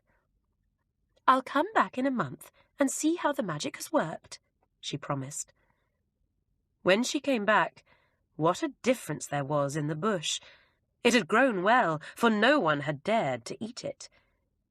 Every leaf was set with prickles as sharp as needles, as strong as pins. "The donkey doesn't come near me. The horse is afraid of me. The sheep keep as far away as they can," said the bush joyfully. "Now I can grow big. I can grow into a high tree." "Well, mind you don't waste your pins and needles if you grow tall," said the pixie. "No animal can eat your high-up leaves, so you needn't bother about pins and needles for them. Do you know what the tree is? Guess." Yes, it's the prickly holly tree, and you've all seen how well its leaves are set with pins and needles. And do you know, the tree took Quickfinger's advice and didn't grow prickles on its top leaves. That's strange, isn't it? But if you'll look and see, you'll find it's true. Mr. Loudvoice makes a mistake. Tick and Tock lived in a little cottage down Lonely Lane, and although they worked very hard, they hardly ever had much money. "It's Christmas soon," said Tick. "Do let's try and save some money, Tock. We didn't have a plum pudding last year, or the Christmas before that either." "Well, if people would pay us what they owe us, we should have quite enough money to have a plum pudding, and a nice fat goose, and to buy a present for one another," said Tock. "I wish Mr. Loudvoice would pay us what he owes," said Tick. "He owes us more than anyone else. Now take little Mrs. Gentle. She's paid us, and so has Mr. Kindly." "Perhaps people with loud voices don't pay their bills," said Tock. "Listen, Mr. Loudvoice walks down our lane each evening. Let's watch out for him today and ask him politely to pay our bill." So they watched for Mr. Loudvoice to come along with his yappy little dog, and when they saw him, they ran out to him. "Good evening, Mr. Loudvoice," they said. "We wish you a Merry Christmas when it comes, and please will you pay our bill? We do want a plum pudding for Christmas." "I'll pay your bill when I think I will," said Mr. Loudvoice, booming at them angrily. "How dare you rush at me like this and demand money? I never heard of such a thing. I'll set my dog on you if you dare to say another word." But, began Tick, upset. But he got no further, because Mr. Loudvoice boomed at his dog. Go for them, Yap! Go for them! Poor Tick and Tock had to run into their cottage at top speed, or they would have been bitten. They slammed the door and stamped their feet. "Hateful fellow," said Tick. "He might pay us a little of the money. He knows Christmas is coming. After all, we did work well for him." "Well, we shall have to make up our minds to go without goose and pudding," said Tock gloomily. "What a horrid fellow Mr. Loudvoice is." Now next day it snowed. It snowed, and it snowed, and it snowed. Tick and Tock liked the snow, and they thought it would be fun to build a snowman to amuse the passers-by. "Come on, we'll build a beauty," said Tick. "The snow is just right to make a snowman." Well, they did build a fine one. Big, tall, and very solid. They were very pleased with him indeed. When Mrs. Gentle came by, she laughed to see it. "If you call at my cottage, I'll give you my husband's old hat," she said. "And I think he's got a pair of old boots he won't wear again. Your snowman will like them." "Oh, thank you," said Tock, pleased. "I'll go and fetch them at once, Mrs. Gentle." On the way back with the old hat and shoes, he met Mr. Kindly and told him about the snowman. "Ah, he needs to wear more than a hat and shoes," said Mr. Kindly. "He needs a coat and a scarf. You come in with me, and I'll give you my old mackintosh and a red scarf, and maybe a stick." So, when Tock arrived back at his cottage, he had a hat, scarf, coat, stick, and boots for the snowman. Tick was very pleased. "Mr. Very Cold will be glad of these," he said. "Won't you, Snowman? Help me to dress him, Tock." The snowman looked very, very real indeed when Tick and Tock had finished with him. "He looks as if he is just about to walk away," said Tick. "Well, it's getting dark now, Mr. Very Cold, so we'll leave you and go and warm ourselves by our fire. Good night." "And don't you let Mr. Loudvoice be rude to you when he comes along," said Tock. Well, of course, Mr. Loudvoice came along as usual, and didn't see the snowman till he was almost on top of him.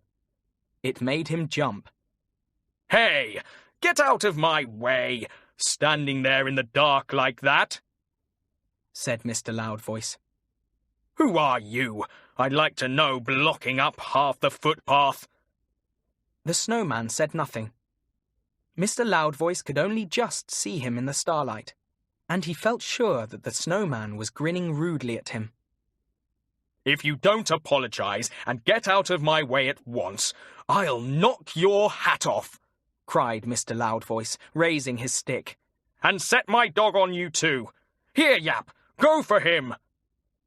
Tick and Tock heard all the noise and came out to see what was happening. Shouting and barking.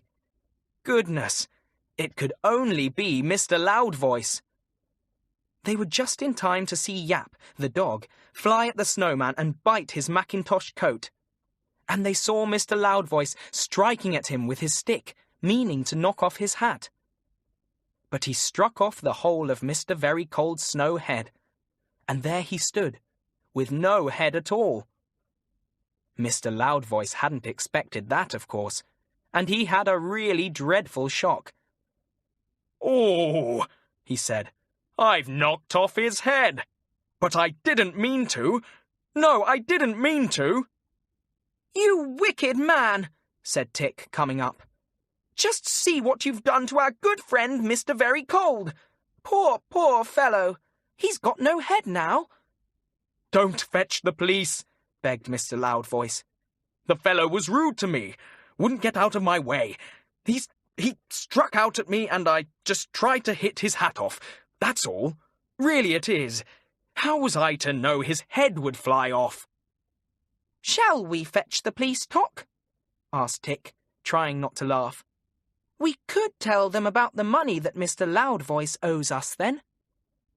"No, no! Don't get the police, I tell you," shouted Mr. Loudvoice.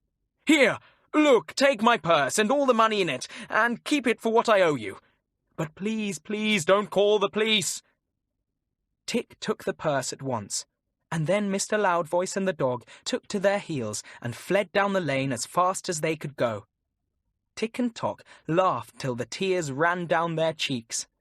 Oh dear, to think that Mr. Loudvoice hadn't guessed that Mr. Very Cold was only a snowman.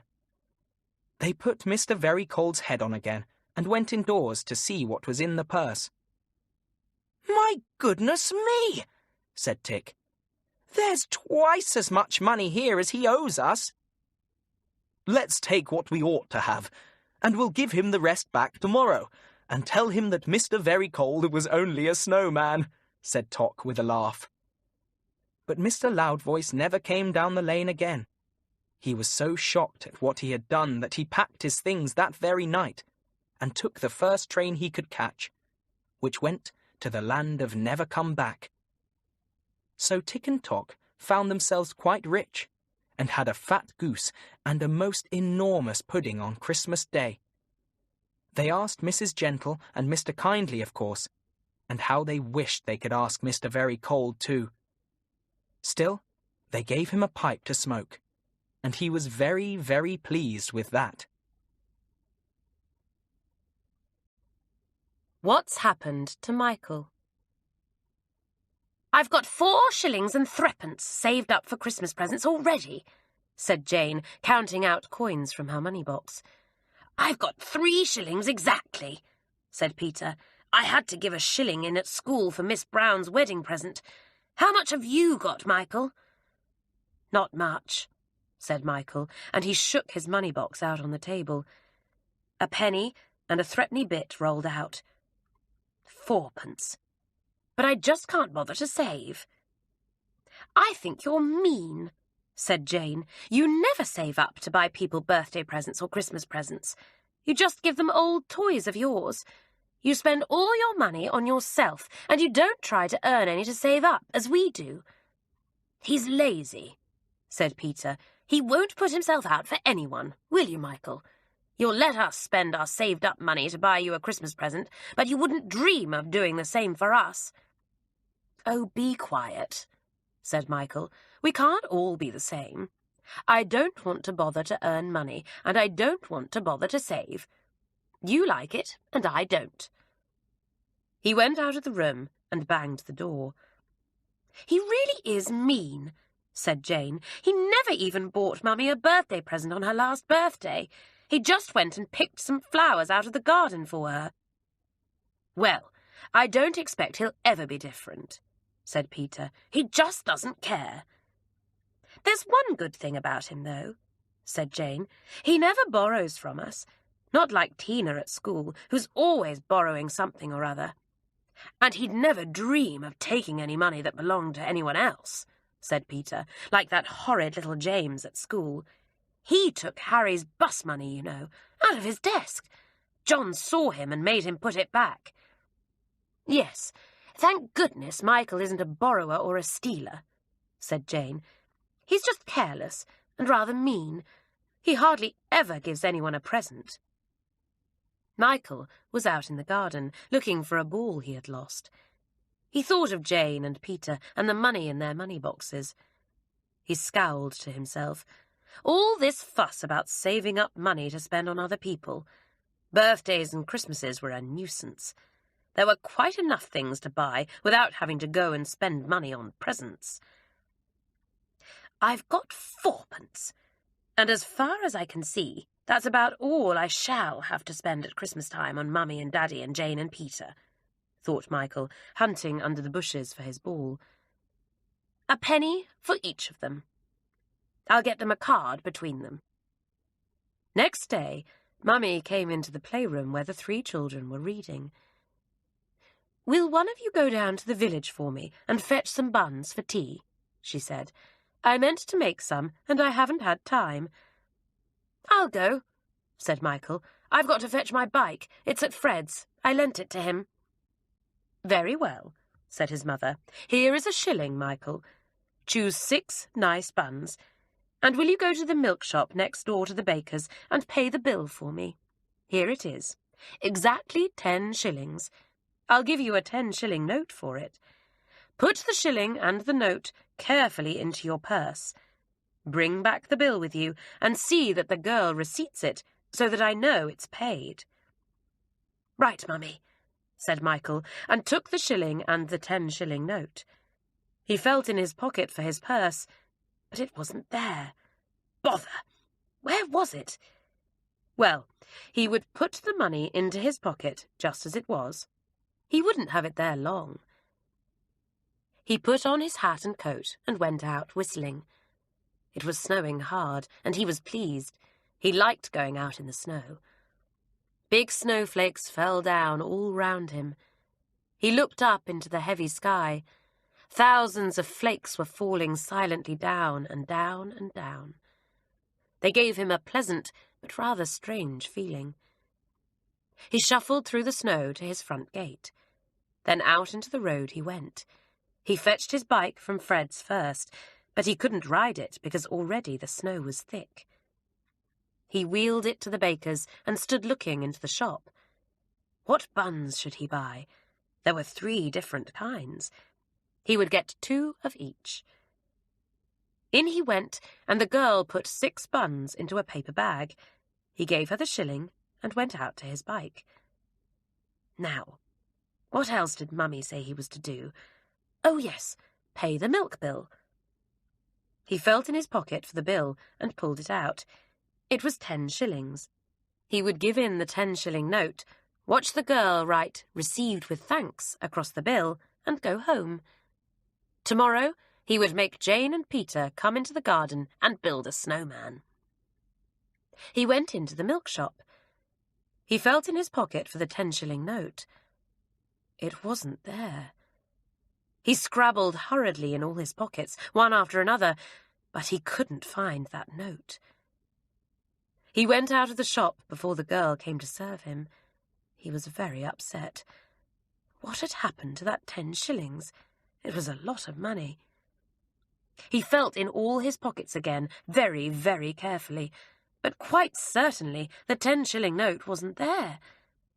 Michael emptied out his pockets, laying everything on the top of the snow-covered wall nearby. String, 2 toffees, a small ball, a pencil, a rubber, a big marble. But no 10-shilling note.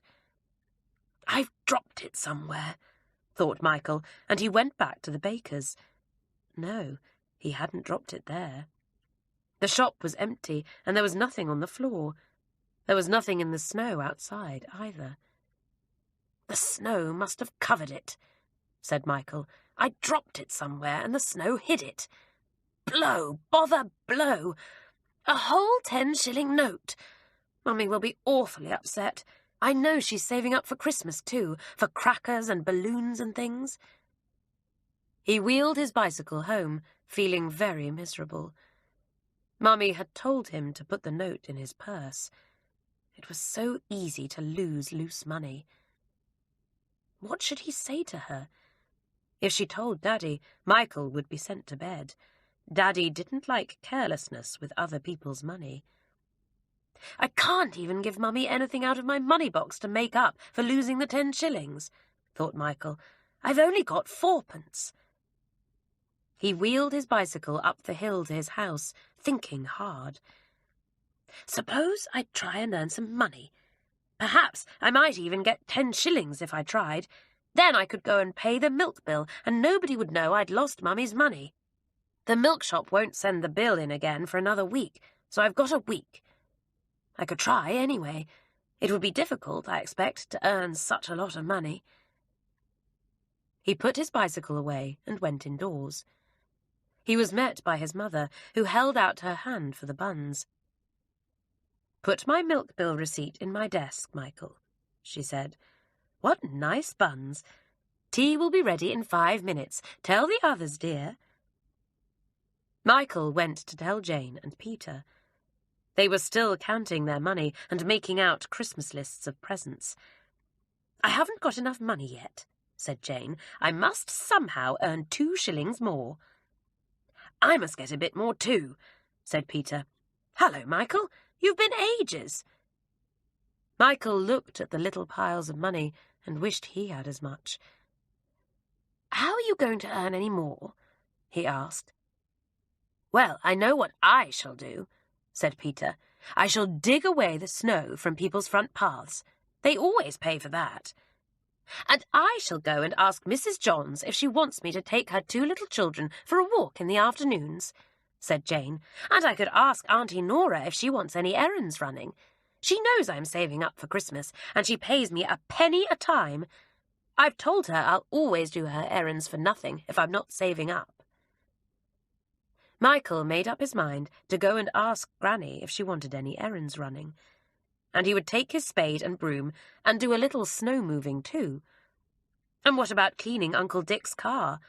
Uncle Dick had once said jokingly that he would give the children half a crown if any of them would like to clean his car, but it was such a big job that no one had taken it on. Nobody could make out what had happened to Michael over the next few days. He shovelled snow away from this house and from that house. He ran all Granny's errands quickly and well.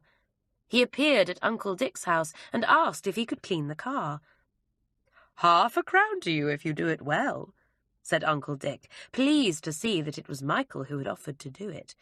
He had always thought that Michael was the lazy one of the 3. Mummy was astonished to hear what Michael was doing. Granny praised him and said how good and quick he was. Uncle Dick said he had never had his car cleaned so well, and he gave Michael 3 shillings instead of half a crown. Mrs. Brown and Miss Toms told Mummy how well Michael had shovelled the snow from their front doors. "What's happened to Michael?" she said in wonder. The 2 children said the same, 2 or 3 times a day. "What's happened to Michael? He must be saving up for Christmas after all. He's earning a lot of money. We'll get presents from him if we're lucky." Michael didn't say he was saving up for Christmas, because he wasn't. He was trying to earn money to pay for the milk bill, to make up for the 10 shillings he had lost. He emptied his money box one night and counted out what he had got. Half a crown, 2 separate shillings, 5 sixpences, 3 threepenny bits, counting the one I had before, a 2-shilling bit, and 7 pennies, counting in the one I had before. Now, let's add them all up. Have you added them up? You have. Well then, you know what they come to. 10 shillings and 4pence. What a lot of money! "Now I can pay that milk bill," said Michael, pleased. And just at that very minute, in came his mother. She held something in her hand. "Look, Michael," she said. "I was sending your old blazer to the cleaners, and I went through the pockets. There was a hole in one pocket, and this had slipped through it and was down in the lining. A 10-shilling note! Where did you get it?" Michael stood and stared at the note. Good gracious! So he hadn't lost it after all. It had slipped down into the lining. There it was. "Oh, Mummy," he said, "I'll tell you what happened. I should have told you before, I know. You gave me that note to pay the milk bill, and I thought I had lost it. I didn't know it had slipped down into the lining. So I couldn't pay the bill, and I've been hard at work earning money all this week to pay the milk bill myself. And now look at what I've earned. I've got 10 shillings and 4pence in my money box." "Oh, Mike," said his mother, astonished. "You should have told me at once, and I would have looked in the lining and found the note. But as it is, you've now got this note to pay the bill, and all that money besides." "To spend on Christmas presents," said Michael. "Yes, that's what I shall do. I've saved up like the others, and I'll make a fine Christmas list." Well, he did. He put down all the names of the people he wanted to give presents to, and beside the names he put the things he meant to buy. What a wonderful day of shopping he would have, and how pleased everyone would be with their presents. They were, of course, and it was very nice for Michael to hear their thanks. It was the happiest Christmas he had ever had. But wasn't it funny that a 10-shilling note should cause all that? Mr. Whittle's Christmas Stocking. Mr. Whittle was always excited when Christmas came near. He did love putting up the holly. He did love stirring the Christmas pudding. He did love hanging up his great big stocking on Christmas Eve. "Oh, it is exciting," said Mr. Whittle, rubbing his hands together in glee, whenever he thought of all these things. Now the postman kept coming to Mr. Whittle's house and bringing most exciting parcels. At least, they looked exciting from the outside.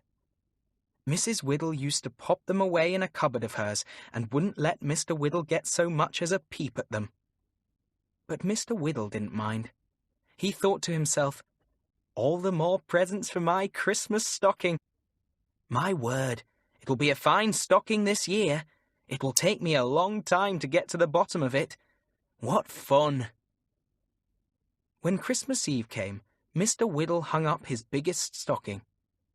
My goodness, it was a big one too. For Mr. Whittle had very fat legs, and his stockings were very wide indeed. It kept slipping off the bed knob, so Mr. Whittle scratched his head and wondered what to do.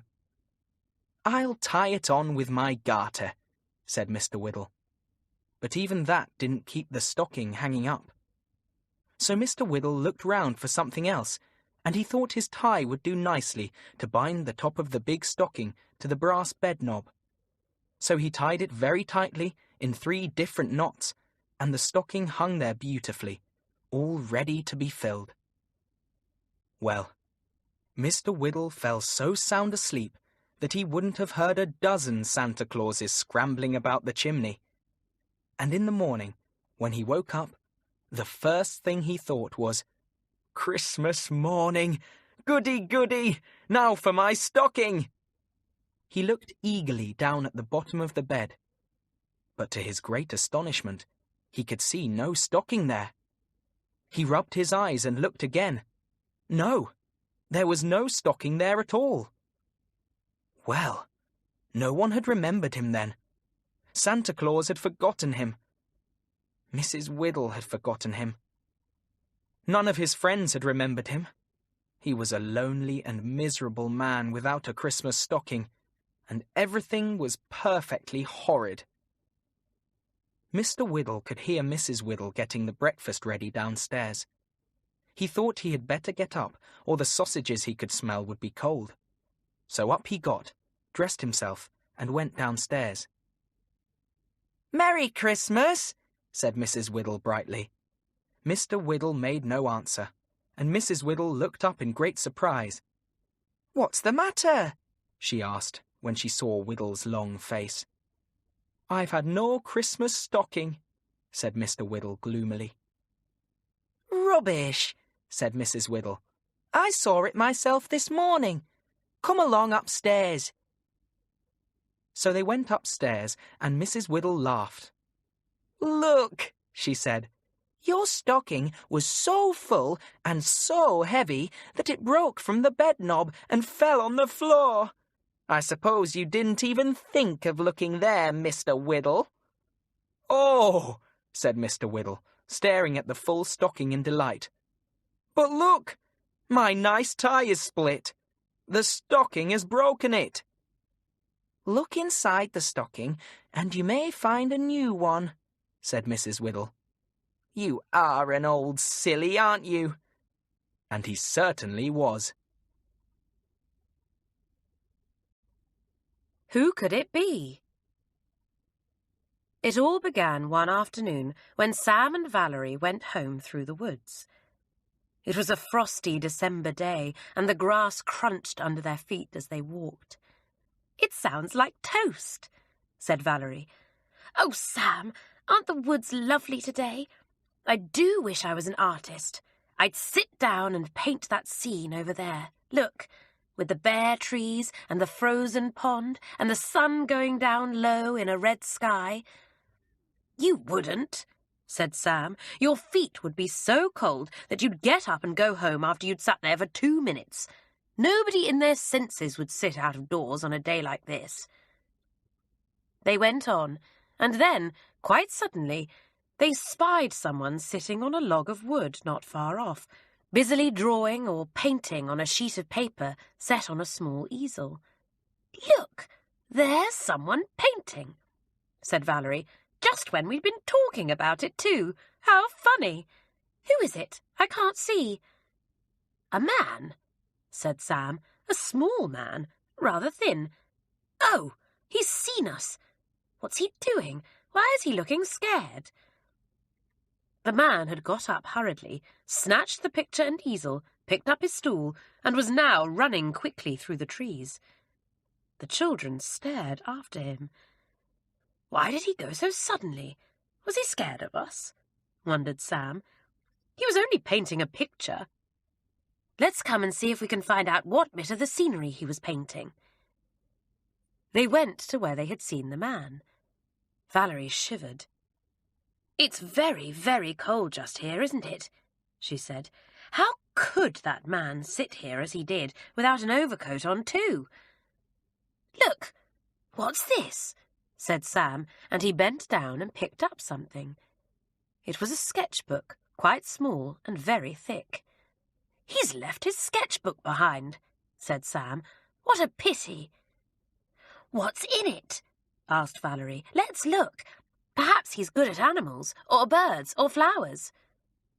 They opened the book, but to their disappointment, only the same things were drawn again and again. Beautiful pictures of ferns were on every page, their fronds showing even the smallest detail. How lovely, but how very much the same.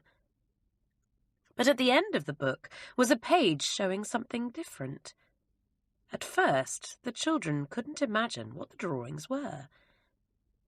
They're like little patterns, all 6-sided and all small and very beautiful, said Valerie. Now let me see. Where did we hear something about 6-sided patterns, Sam? Oh, I know. Snow crystals, said Sam. Don't you remember? Our teacher caught some flakes of snow on a piece of black velvet for us and gave us a magnifying glass, and when we looked through it, we saw that the snow was made of tiny crystals, all different, but every single one had 6 sides. Yes, they were lovely, and these must be drawings of snow crystals, said Valerie. The artist must be very clever. I wonder who he is. Is his name in the book? No, but the pictures are signed with 2 initial letters, said Sam. Look, just J.F. J.F.? Now what would they stand for? Wondered Valerie. John something, I expect. How can we get his book back to him? We can't, said Sam. We'll just have to keep it carefully and hope we'll see him again. Then we can give it to him. Now that night it was very, very frosty, and the 2 children pulled their blankets up close round their necks before they went to sleep. In the morning they awoke and looked out of the window as usual to see what kind of a day it was. But they couldn't see through the window pane. It was all frosted over. What's the matter with it? Said Sam, rubbing the pane hard. And then he stopped very suddenly. Valerie, he called excitedly, come and look here. Tell me where you have seen something like this before. Valerie came to the frosted window. It was patterned and drawn with beautiful fern fronds, just like the drawings in the sketchbook they had found the day before. Oh, quick! Let's compare these lovely designs with the ones in the book, she said, and then she fetched the book. Yes, the drawings were exactly the same as the ones on the window pane. It's the same artist, said Valerie. It must be. And now I know who he is. I know what those letters J.F. stand for. What? asked Sam. Jack Frost, of course, said Valerie.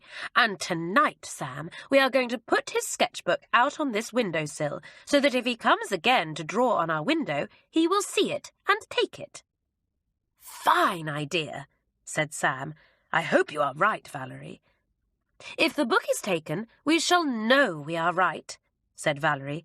Do let's watch for him, Sam. So that night they put the sketchbook on the windowsill and then lay awake to watch for Jack Frost to come. But before long they were asleep and didn't awake till morning. When they looked for the book, it was gone, and once again the window pane was beautiful with all-over patterns of ferns. But this time something had been added in one corner. 2 letters had been drawn there, J.F.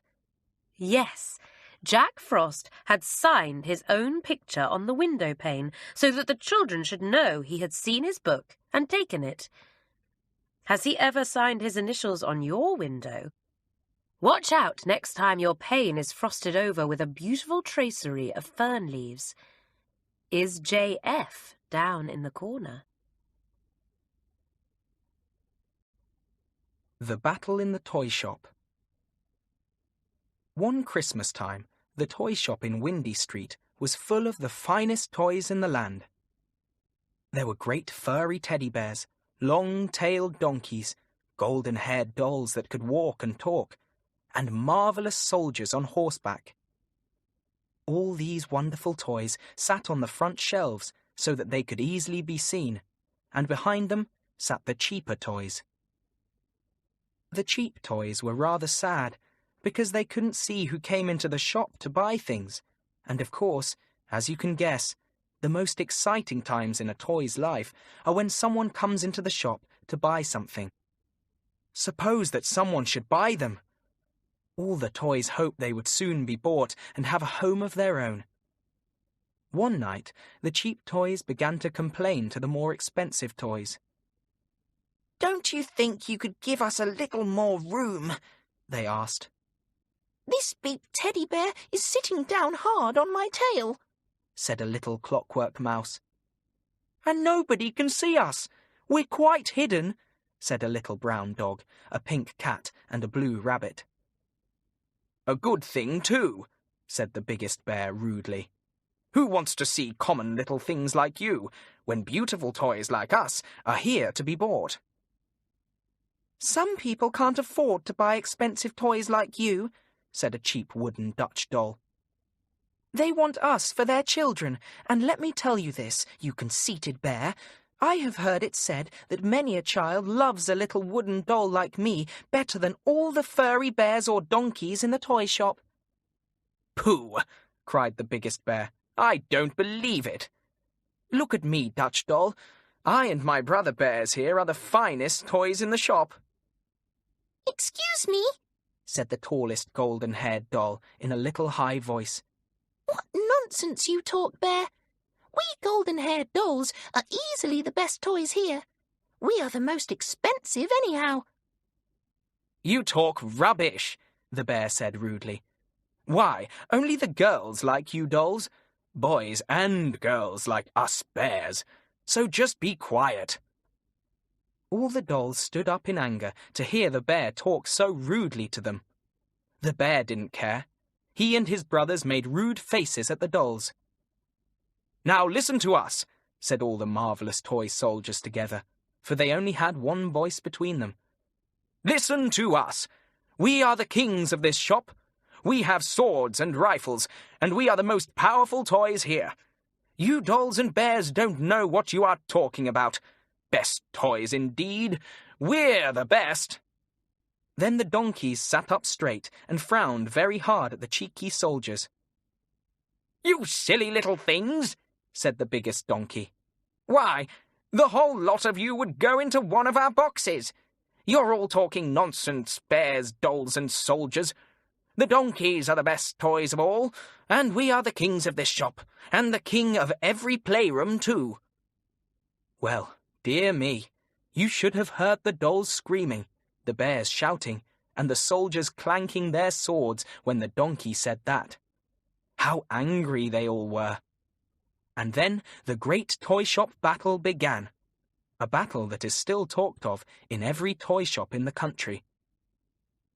The dolls rushed at the bears and began to smack them, and the bears doubled up their furry paws and began to punch the angry dolls.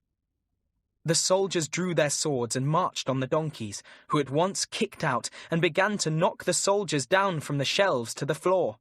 Smack, smack went the dolls. Punch, punch went the bears.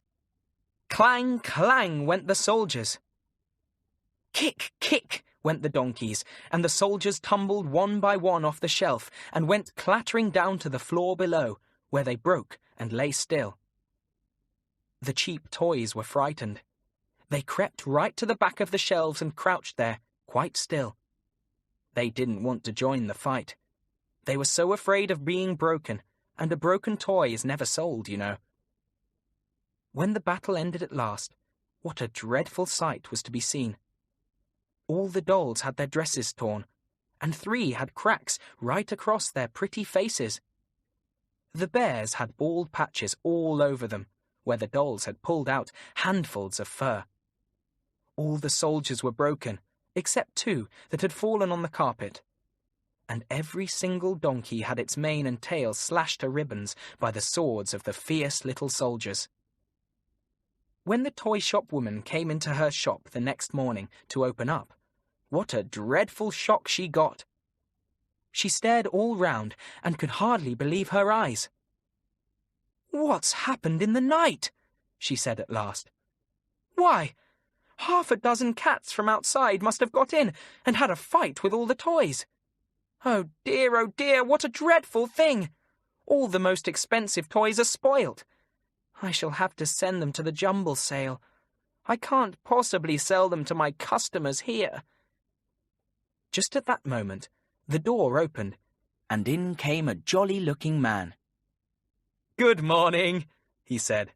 "I'm holding a Christmas party today for 20 children, and I want lots of toys. Have you dolls, teddy bears, soldiers, and donkeys?" "I had," said the toy shop woman, sadly. "But look, something has happened in the night and they're all spoilt." "What a strange thing," said the jolly man in surprise. "But never mind. I see you have lots of nice little toys, quite unspoilt. I will take some of those." Then, to their great delight, the clockwork mouse, the pink cat, the blue rabbit, the brown dog, the wooden doll, the jack-in-the-box, and many other cheap toys were taken down from the shelves and put on the counter for the man to see. Very nice indeed," said the jolly man, picking up the pink cat and making it squeak by squeezing it in the middle.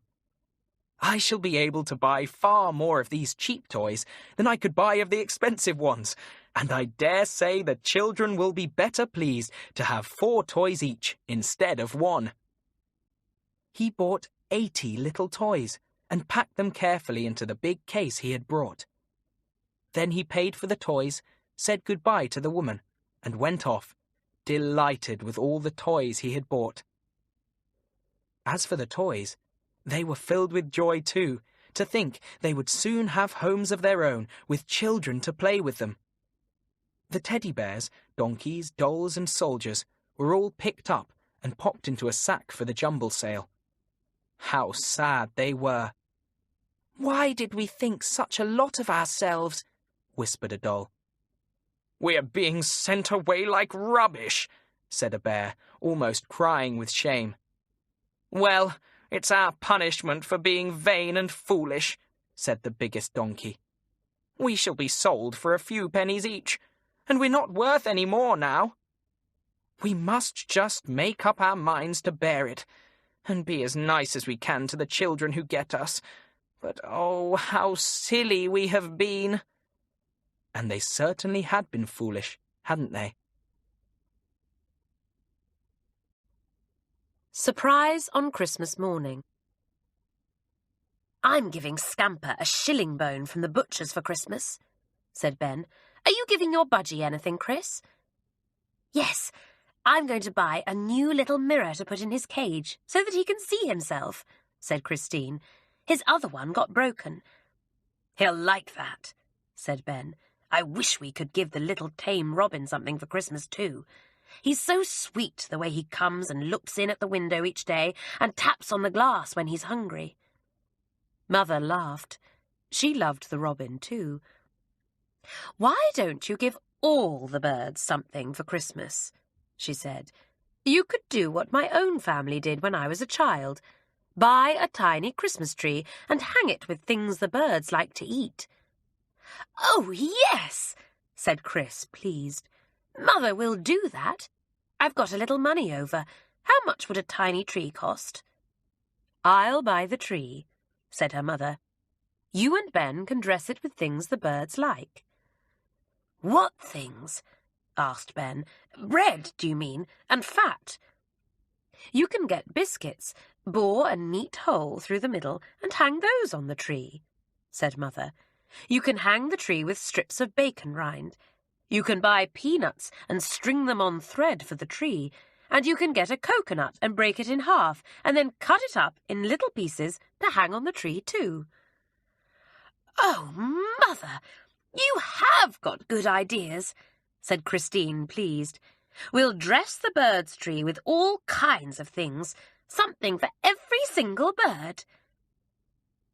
Mother bought the little tree and the coconut, and the children bought a bag of peanuts and some sprays of millet full of tiny seeds the birds loved. It was fun to dress the little tree with so many things. Just as they were dressing it, Auntie Ruth came in to see Mother. "How is your budgie, Christine?" she asked. "Oh, there he is. Can he talk yet?" "Oh, yes. He says his name, Billy Budgie," said Christine, "and he says, 'Tom, Tom, the piper's son,' and 'Hey, diddle, diddle.' Does yours talk yet?" Auntie Ruth looked sad. "A dreadful thing happened yesterday," she said. "He escaped out of his cage when the window was open, and before we could shut it, he was gone. I really came round to ask you to keep a lookout for him." "Oh, we will," said Christine. "I am sorry, Auntie. He was so sweet and so lovely in his green and blue. Oh, dear. This isn't at all the right kind of weather for budgies to be out of doors. How will he find anything to eat?" "I know. I keep thinking of that," said Auntie Ruth. "Goodness me, why are you putting such strange things on that tree? Bits of bacon rind, and what's this? A lump of suet." Ben laughed. "It's a Christmas tree for the birds, Auntie," he said, "especially for our dear little robin, who's as tame as can be. Look, there he is, peeping in at the window to see how the tree is getting on. I expect he has told all the birds about it already." Auntie thought it was a very good idea, and she helped them to tie on the biscuits and the millet sprays. The children had already threaded the peanuts on a long string and had draped it over the tree from top to bottom. What a feast for the tits! Auntie went off at last, having left some exciting-looking parcels for the two children. "See you on Christmas Day," she said. "Granny and I will come in good time for midday dinner, and I hope you've got a nice big turkey." "We have," called Ben. "And don't forget to look out for my little lost budgie," said Auntie. "I'm afraid he's going to have a very miserable Christmas." When the children had finished the tree, they looked at it in delight. It really was splendid, and they had dressed it very generously with all kinds of things that the birds loved. Mother thought it was lovely. "We'll put it out in the garden on Christmas Eve," said Ben. "That's tomorrow night. Then, when the birds wake up on Christmas morning, they'll see it in the garden and be so pleased." So when it was dark on Christmas Eve, they carried out the little tree and put it carefully on their bird table, where the birds could easily see it. What a surprise for them! Ben and Christine had such an exciting time opening their parcels on Christmas morning that they didn't even think of looking out of the window to see if the birds had found their own Christmas tree. It was only when Mother caught sight of a great many fluttering wings in the garden that she looked out and saw it in surprise. "Ben, "Christine, look at the tree you have given to the birds," she said. "Did you ever see such a crowd of birds round it? Do look, it's wonderful." So it was. There were robins, sparrows, tits, chaffinches, starlings, thrushes, blackbirds. Goodness me, the list was endless. How excited they were, and what a noise they made.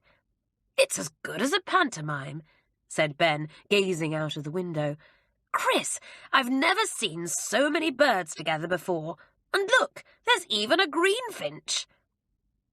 Ben, what's that bird just behind the tree?" said Chris. "I can't quite make out. It's a brilliant colour. I do wish it would come round to the front. Oh, here it comes, all blue and green and—" "It's a budgie!" shouted Ben, so excited that he made everyone jump. "Ben, it's Auntie Ruth's budgie!" cried Christine, even more excited. It is! Dear, dear little thing. It must have been hungry and seen all the other birds flocking to our tree, so it came too. Oh, can we possibly catch it?" Mother was very excited too now. She had a good idea. "Christine, take Billy Budgie outside in his cage and put it down near the bird table. You know how he loves to chatter when he hears the other birds. He'll begin to talk, and maybe Auntie's budgie will fly down to the cage, and you may be able to catch him." "Oh, splendid idea, Mother!" cried Ben, and Christine went at once to get her budgie's cage. To his surprise, he was taken out into the garden, and his cage was set down near the bird table. Then Christine went behind a bush and waited. Billy Budgie was excited to see so many birds nearby and to hear them. He began to chatter and make all kinds of budgie noises, and he climbed up and down the cage wires. The other little budgie heard him at once and flew in delight to the cage. How the two budgies chattered to one another, and the second little bird tried its hardest to get into Billy Budgie's cage. Christine stepped cautiously out from the bush. The birds on the Christmas tree flew away, all except the robin, who stopped to watch. The budgie stayed where it was, so interested in Billy Budgie that he didn't even notice Christine. She came nearer and nearer, and then a gentle hand came carefully down over the surprised little budgie clinging to the cage, and there he was, safely captured. In a trice, Christine opened the cage door and popped him in with Billy Budgie. Then, in triumph, she carried the cage indoors, and at once all the wild birds flew back gladly to their little Christmas tree. Before anyone could talk about the exciting capture, Auntie Ruth arrived with Granny, and everyone welcomed them joyfully. "Happy Christmas! Happy Christmas!" Presents and parcels were given out, and for a time Ben and Christine forgot about the budgies. Then Auntie Ruth came up to thank the children for their presents. She kissed and hugged them. "Auntie, we've got another present for you," said Ben, suddenly remembering the budgies. "Come and look." And he and Christine took her to the budgie's cage. Auntie Ruth gave one look and then cried out in surprise, "Oh, it's my budgie, my dear little lost budgie. Oh, Ben, oh, Christine, where did you find it? What a wonderful Christmas surprise. Budgie, hello, hello." "Hello," said her budgie, and screeched excitedly. "Budgie, say Happy Christmas," said Auntie Ruth. "Say Happy Christmas, everybody, just as I taught you to." "Happy Christmas, everybody," said the little blue and green budgie, and then he flew down beside Christine's budgie. "Happy Christmas," he said to him, and that made everybody laugh. "Hey, diddle diddle," said Billy politely. "Hey, diddle diddle." Wasn't it a good thing that Ben and Christine put out a Christmas tree for the birds? If they hadn't, the little lost budgie would have starved and died. You simply never know what's going to happen, do you? Rescuing Santa Claus. Have you ever heard the story of how Pit-a-Pat the gnome, Waffles the bunny, and Muddle the monkey went to look for Santa Claus one Christmas time? If you haven't, I really must tell it to you. Waffles and Muddle lived with Pit-a-Pat the gnome in one chimney cottage. Waffles was a perfect pet of a bunny, with a nose that waffled up and down when he ate, so that was why they called him Waffles. The gnome was called Pit-a-Pat because he had very small feet that made a pit-a-pat noise wherever he went. And Muddle the monkey was such a silly chap, and made so many muddles that you can quite easily guess how he got his name. Now, it all began one morning in December. The three friends had just finished breakfast, and were sitting warming their toes at the fire. Just by Muddle the monkey was a calendar hanging on the wall. It was a tear-off calendar. You know the kind, don't you? Some calendars you have to tear off every day, some every week, and some every month. Well, this one was the sort you tear off every week, and Pit-a-Pat used to tear off a page every Monday. But he was too lazy to get up this Monday, so he called across the fire to Muddle.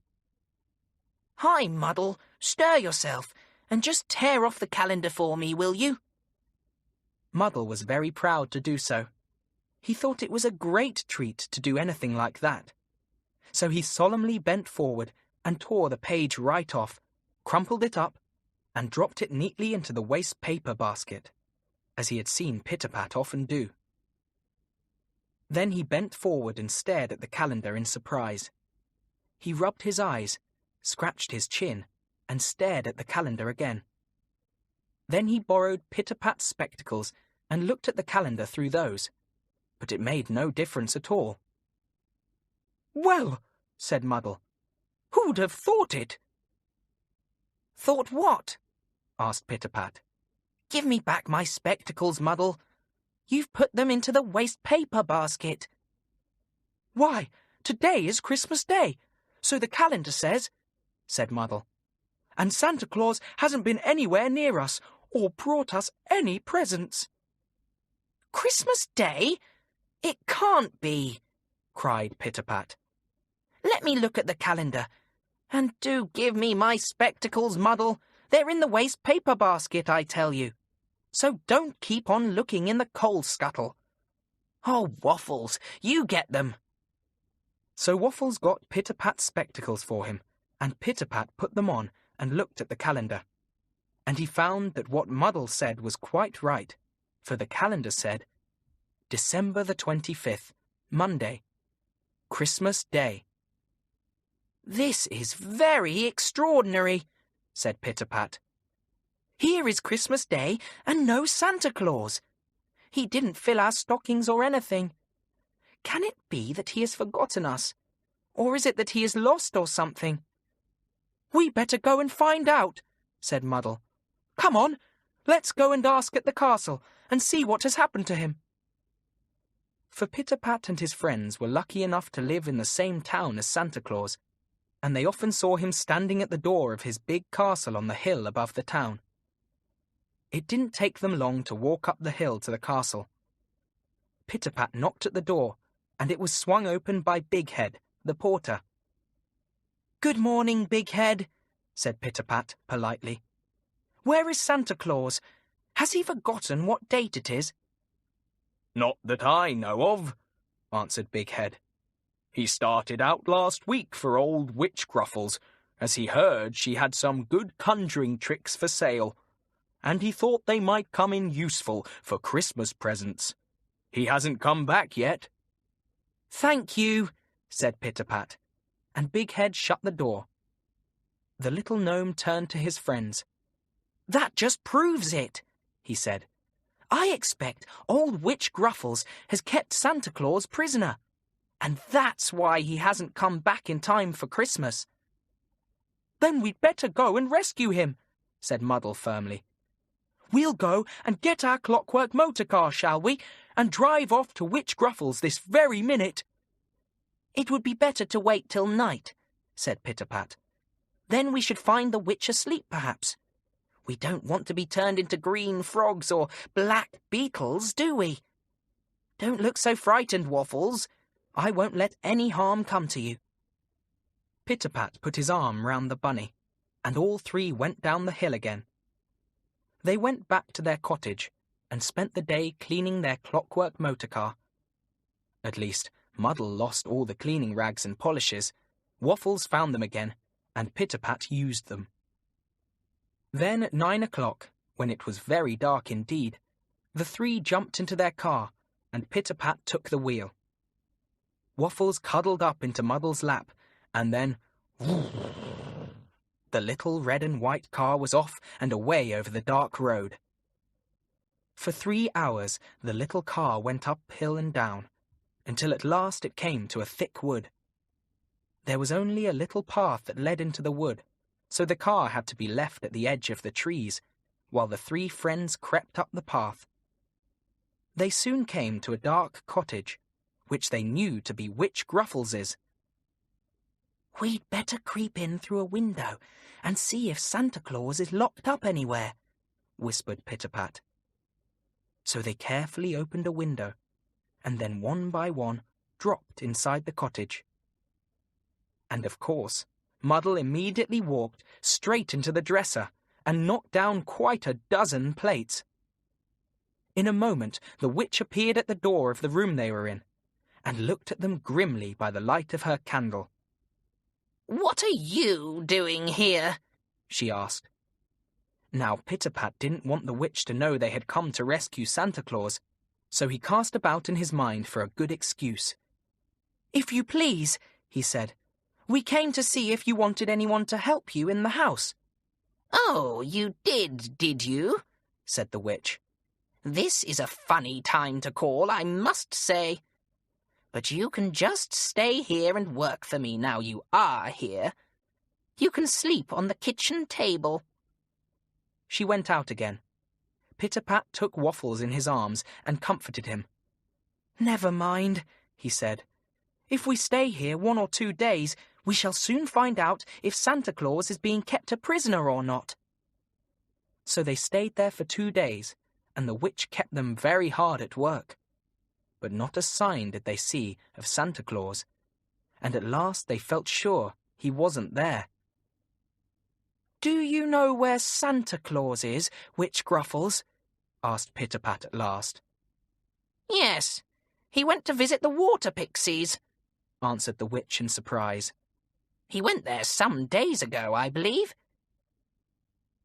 Without a single word more, the three friends rushed out of the door and ran down the path to where they had left their car late on Monday night. Muddle wound it up, and then it started off again. "If only we'd asked the witch at first," groaned Pit-a-Pat. "We shouldn't have lost so much time. It's Wednesday now, and I expect the water pixies have been keeping poor old Santa a prisoner for ages."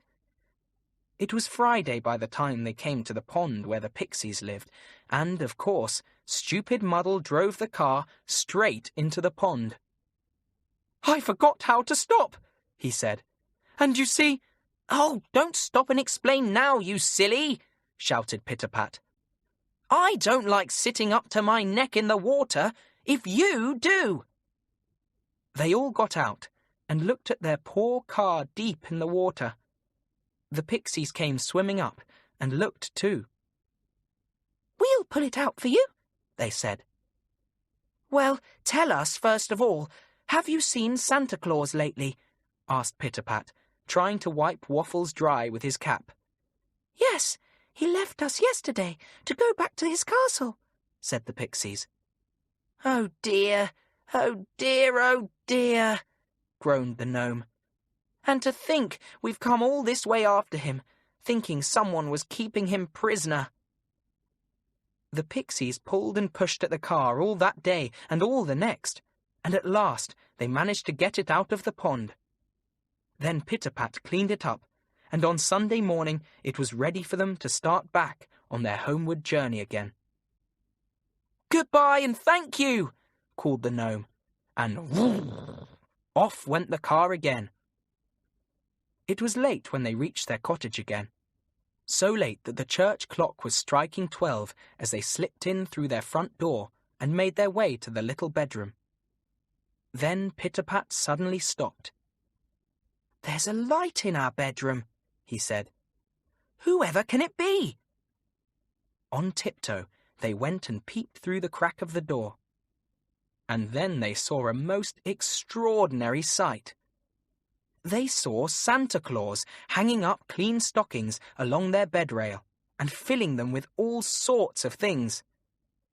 At once, the three friends rushed into the room and flung themselves on the jolly old man. "Where have you been?" they cried. "We thought you were a prisoner." "A Merry Christmas," said Santa Claus, hugging them all. "Why, Christmas was a week ago," said Pit-a-Pat. "Stuff and nonsense," said Santa Claus. "This is Christmas Eve." "But our calendar said last Monday was Christmas Day," said Pit-a-Pat. "You go and look again," laughed Santa Claus, and, kissing Waffles on his nose, he shouldered his sack, jumped clean up the chimney, and disappeared. "Come down and look at the calendar again," said Pit-a-Pat, puzzled. So they all went downstairs and looked at it. Sure enough, it said exactly what they thought it would say. And then Pit-a-Pat suddenly had an idea. He looked in the waste paper basket and took out the crumpled piece of paper that Muddle had torn off the calendar. And directly he looked, he knew what had happened. And of course, you've guessed. Muddle had torn off 2 weeks instead of 1. So the next day was Christmas after all, and they hadn't missed it, and Santa Claus hadn't forgotten it. The Astonishing Christmas Tree. The children who lived at Apple Cottage, Little Street, had a tiny garden at the back of their house. It was so tiny that you couldn't really play any games in it at all, and so sunless that hardly any flowers grew there, even in the summer. But they had a tree in it, such a dear little tree. It was a fir tree, and the year before it had been the Christmas tree that the children up at the big house had had for their party. After the party, the tree had been thrown away on the rubbish heap in the field outside the garden of the big house. The children of Apple Cottage had found it there, forlorn and miserable, when they went to build a snowman in the field. "I do believe it's the Christmas tree the big house children had at their party," said James, the eldest. "I saw it through the window when it was all dressed up with presents and pretties and candles," said Jessie, the youngest. "It had a lovely fairy doll at the top." "And now it's out here on the rubbish heap," said Mary, one of the twins, "all alone, with all its pretties taken off." "Couldn't we take it home and plant it?" asked Martha, the other twin. "It's thrown away, so nobody would mind, would they?" "Yes, let's," said James. "We can easily carry it between us. Then, if it grows all right, perhaps we might have it for a Christmas tree ourselves next year." "Look, there's one of the gardeners of the big house," said Jessie. "Let's ask if we can have the tree." The gardener laughed and said of course they could. So the children carried it home between them and planted it exactly in the middle of their tiny garden. Their mother smiled when she saw it and made up her mind to save some money to buy presents to put on the tree the next Christmas time. Now, as the children were planting the tree, something fell from the top branch. Jessie picked it up. "Oh, look!" she cried. "It's the wand that the fairy doll had. They must have taken her off the tree and left the wand by mistake." "Let's tie it to the topmost branch," said Mary. "There might be magic in it, and we might have good luck all the year."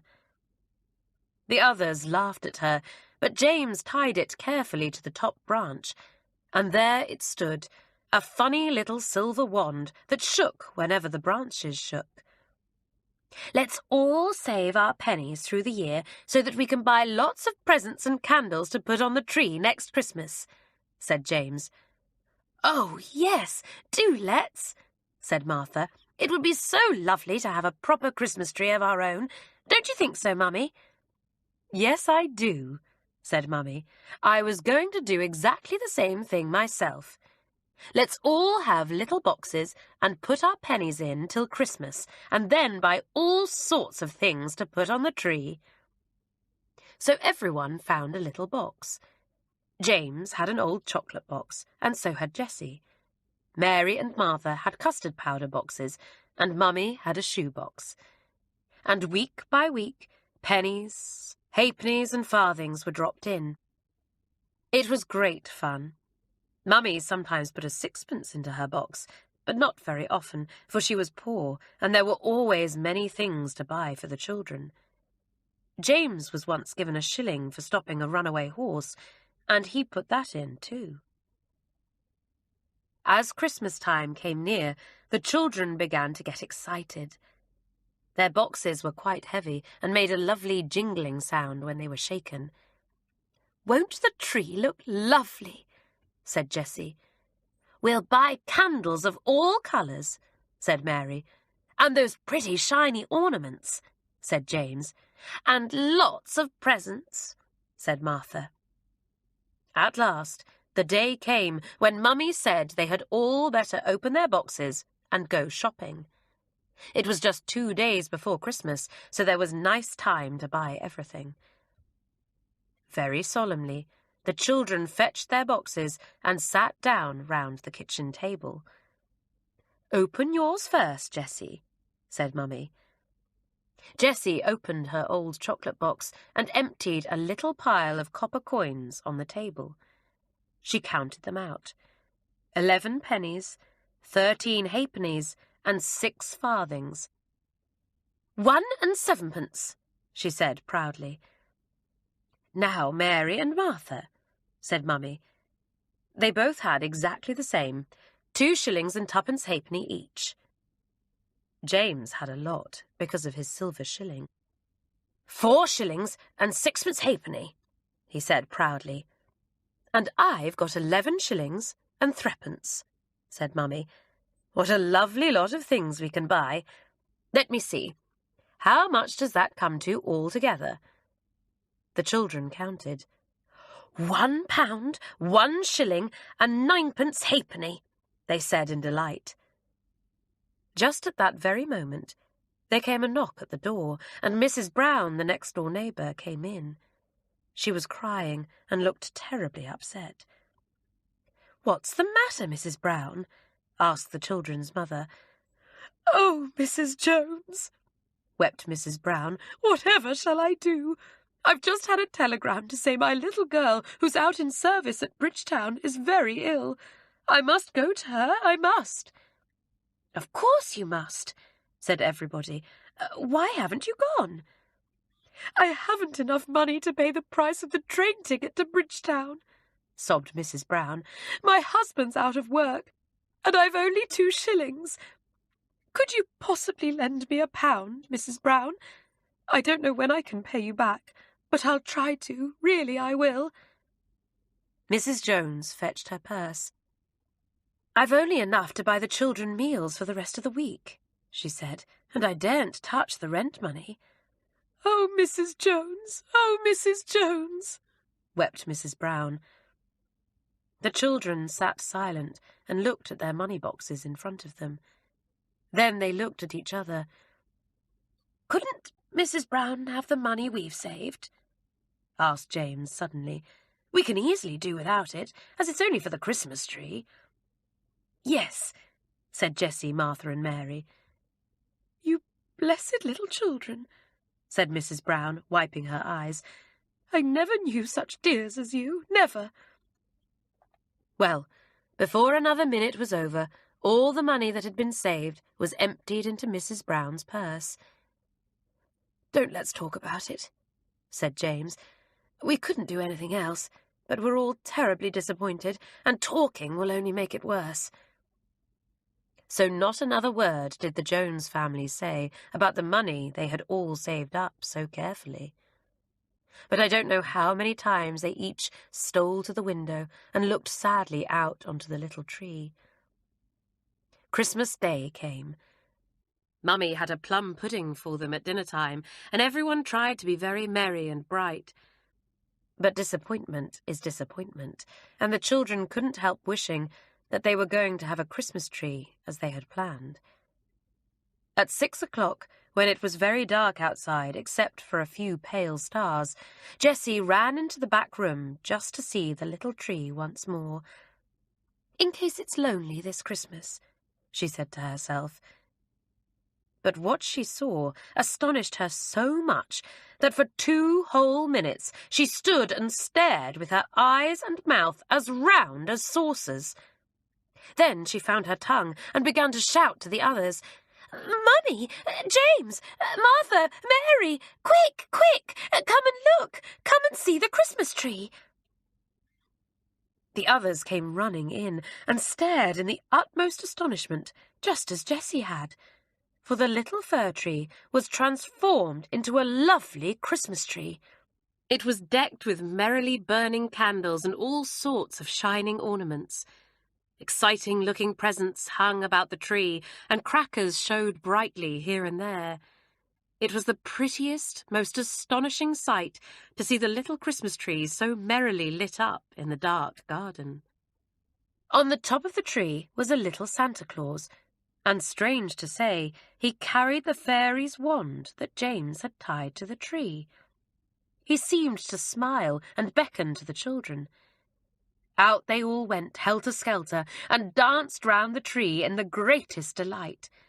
It was far, far nicer than anything they could have done themselves, and the surprise was the best part of it all.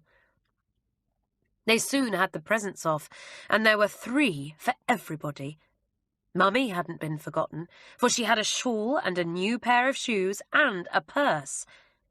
As for the children, there were dolls and books, bricks and soldiers, sweets and chocolates. But the most curious thing of all was what Mummy found in her new purse. She found exactly £1, 1 shilling and 9 halfpenny, just what they all had saved. Don't you think that was funny? And nobody to this day knows how it came about that the fir tree turned into a Christmas tree again. James says Santa Claus must have looked over the wall and seen them giving their money to Mrs. Brown. And Jessie says she thinks the fairy's wand they tied to the tree had something to do with it. A Christmas Story. Santa Claus set out on Christmas Eve with his sack over his back. But do you know, it had a hole in it, which he didn't notice. He hadn't gone very far before a fine clockwork motor car fell out into the road, and after that, a lovely fairy doll. A clown was driving the motor car, and he was very much surprised to find himself in the road. The doll fell just by him, but except for making one of her wings the tiniest bit muddy, she wasn't damaged at all. "Hoy!" cried the clown. "Jump into my car, and we'll soon catch up Santa Claus." The doll opened the door and climbed in. Then the clown wound up his car, and off he started, bumping over the frosty road. When he had gone a little way, he saw 2 nuts and an orange fallen out of the sack. The doll jumped out, picked them up, and stowed them in the back of the car. Then on they went again. Soon they found an apple and a chocolate, and these went into the car too. "Hoy, hoy!" cried the clown, putting the brake on so suddenly that the fairy doll shot from the back seat into the front. "Hoy, hoy! There's a bright new penny and a banana, fairy doll. Put them in the car too." Well, very soon the car was packed with things that had fallen out of the hole in Santa's sack, and had been picked up by the fairy doll. It was quite easy to follow the way the old man went, because of all the dropped presents. But suddenly he discovered the hole, and pinned it up with a big safety pin. After that, the clown didn't find any more presents on the road, and soon he was left far behind, quite lost. "Hoi, hoi," he said to the fairy doll. "We're lost. Now what shall we do?" "Ooh," said the doll. "I don't like being lost, and I'm very cold." "Look, there's a little new house over there behind those trees," said the clown. "What about driving up and seeing if there are any children there? We were meant to be given to children, you know." So off he drove. He got the house cat to open the door for him, and then drove cleverly up the stairs to a room where 2 children were fast asleep. And would you believe it? Santa Claus had passed them by, and both their stockings were empty. Their house was a new one, and old Santa had somehow forgotten to add it to his list. "Hoi, hoi," said the clown. "This is where we come in useful. Unpack all that fruit and chocolate from the back of the car, fairy doll, and help me to stuff it into the stockings." In half an hour, those stockings were full to bursting. Then, with the help of the fairy doll, the clown hoisted his car on the very top and climbed into the driving seat. The doll sat herself on the other stocking, and there was peace. The 2 children were pleased on Christmas morning. "3 cheers for Santa Claus!" they cried. But they didn't hear a tired voice say, "Hoi, hoi, 3 cheers for the clown and the fairy doll, you mean?" Do as you're told. There was once a little boy called Jimmy, who was really a little pickle. He simply would not do as he was told. If he was told to walk on the pavement, not in the road, he would walk a few steps and then slip off into the gutter again. And his mother would say, "Do as you're told, Jimmy." If his father said to him, "Jimmy, sit up straight, don't loll like that," he would sit up for half a minute and then loll forward again. And his father would say, "Will you do as you're told?" So all day long, Jimmy heard the same thing, "Do as you're told." But he never did. His friends called him "Do as you're told" because that is what they always heard when they were with Jimmy. "Hello, here comes old Do as you're told," they would say. "Come on, Do as you're told. What shall we play today?" And you may be sure that Do as you're told would choose something he had been told not to do. Well, you can't go on like that forever, and the day came when Jimmy got a shock. It was a beautiful winter's day, but very, very cold. All the puddles in the road were thick ice. The duck pond was frozen too, and so was the village pond. The boys slid on the puddles, but they were not quite sure about the ponds. They ran to school, shouting and laughing that morning, sliding on the puddles and gathering the white frost from the top of the posts. When it was time to go home from morning school, their teacher spoke to them. "No sliding on the duck pond or the village pond yet," he said. "They are not safe. They may be safe tomorrow. Now you hear me, all of you, don't you?" "Yes, sir," said the boys, and they trooped out into the frosty, sunny street, shouting and running. "I say," said Jimmy as they came to the big village pond. "Look at that shining ice. It's as safe as can be. Mr. Brown is wrong."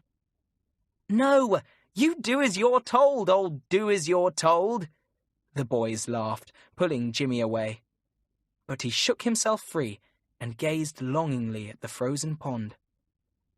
"Wouldn't I love a good slide over the ice?" he said. "It feels so good. Whiz! And away we go, just as if we had wings on our feet. I think I'll try it and see if it's safe. I'm pretty sure it is." "Don't, Jimmy," said the biggest boy. "You know what Mr. Brown said." "Well, it's too bad," said Jimmy. "I've been looking forward to sliding on this pond all the morning. And now he says we're not to. That means no sliding today, and tomorrow the weather might be warmer and the ice will melt. We shall have missed our sliding." "Oh, come home," said the boys. "It's dinner time." But Jimmy wouldn't move. He simply longed to go sliding. Silly old Mr. Brown to say the pond wasn't safe. Why, the ice was as thick as could be. Jimmy put his foot on it to try it. It didn't crack at all. He put his other foot on it and stood with all his weight there. No cracks. "It's safe, I tell you," said Jimmy in delight. "Watch me slide." He set off over the frozen pond. He slid a lovely long way, and then, alas, he came to a thin piece. The ice cracked under his weight. It made a noise like the sound of a whip being cracked in the air. "Oh! Oh!" cried Jimmy in fright. He tried to stop himself sliding, but he couldn't. He slid on and fell right into the water that came pouring through the cracks in the ice. He went down into the pond. It was icy cold. Oh, so icy, icy cold. Poor Jimmy. He tried to catch hold of the sides of the ice, but it was dreadfully slippery. He yelled for help. He was wet through, and the water was the coldest he had ever felt. Even his teeth began to shiver. The watching boys were scared. The biggest one ran to the carpenter's shop nearby, shouting for a ladder. The carpenter picked one up and ran to the pond. He placed the ladder flat down on the ice and pushed it carefully towards Jimmy, who was still trying to catch hold of the edges of the ice. Nearer and nearer slid the ladder, and at last it reached Jimmy. He caught hold of the nearest rung, and then the carpenter pulled hard at the ladder. Jimmy was drawn right out of the water. He began to clamber over the flat ladder, shivering and weeping. The carpenter took him into his house, stripped off his wet clothes, and dried him in front of a big fire. Jimmy was very frightened indeed. He couldn't stop shivering. "Well, do as you're told. See what's happened to you," said the carpenter as he rubbed Jimmy dry. "I suppose you thought you knew better than Mr. Brown. Now you run home in this old suit of mine and tell your mother what's happened." Off ran Jimmy, looking very strange in the kind carpenter's big suit. When his mother heard what had happened, she put him straight to bed, for she was afraid he would get a bad cold. 2 of the boys came to see Jimmy that afternoon after school. "What lessons did you do?" asked Jimmy, sitting up in bed. "We didn't do any," said Harry. "Mr. Brown took us up into the hills, where that old sheep pond is. It's much colder there than here, and the sheep pond is frozen fast. We've been sliding all the afternoon. My goodness, Jimmy, we did have fun. You ought to have been there. The ice was as thick as could be." "We're going again tomorrow afternoon," said George, the other boy. "Perhaps you can come too if you're all right, Jimmy." But Jimmy wasn't all right. He had caught a very bad cold, and his mother kept him in bed for a week. And by the time he got up, the ice had gone. The weather had turned warm, and not a single pond was frozen. Jimmy was very unhappy. He had had a dreadful shock and caught a horrible cold, and missed all the fun of sliding up in the hills. He turned his face into his pillow and cried, for he felt rather small and miserable. "I shan't disobey again," he thought. "Nobody punished me for it, but I punished myself, and it was a dreadful punishment." Now nobody calls him do as you're told. He is just as much to be trusted as the other boys. I don't expect he'll be silly again. Do you? Something in his stocking. "Wake up, Sue!" called Willie on Christmas morning. "Do wake up! Let's look inside our stockings." "It's still dark," said Sue, waking up suddenly. She switched on her light. "Oh, look at our stockings, full from top to toe. Quick, let's see what's in them. We'll take it turn and turn about to look. You first." I've got a ship at the top of my stocking, said Willie. I've got a baby doll, said Sue. Look! It really was fun to empty their stockings right down to the toe, and even then there were more presents to see, presents that Daddy and Mummy had put at the ends of their beds. Willie had the last turn because he could still feel something at the very bottom of his long, long stocking. What's this? He wondered, scrabbling about. He pulled something out of his stocking and stared in great surprise. Why, it's a glove. One big warm fur glove. Not a new one either. How did it get there? Said Sue, surprised. I can't imagine, said Willie, puzzled. And then his eyes suddenly shone. Sue! Sue, you don't think it could belong to Father Christmas, do you? It's quite an old glove, and he could easily have stuffed it in with the toys if he didn't notice what he was doing. He might have been in a hurry. Yes, I'm sure you're right, said Sue. She felt suddenly excited. Oh, Willie, to think Father Christmas stood just over there last night and stuffed his glove into your stocking in the dark. What are we going to do with it? Said Willie. Shall we tell Mummy? Not yet. Let's keep it a Christmas secret all to ourselves, said Sue, who loved a secret almost more than anything. And Willie, when we go for our Christmas morning walk, let's take turns at wearing the glove. Fancy wearing a glove that belongs to Father Christmas. Do you suppose it's magic at all? We can see, said Willie. We'll wish a few wishes and things like that, just to see if they come true.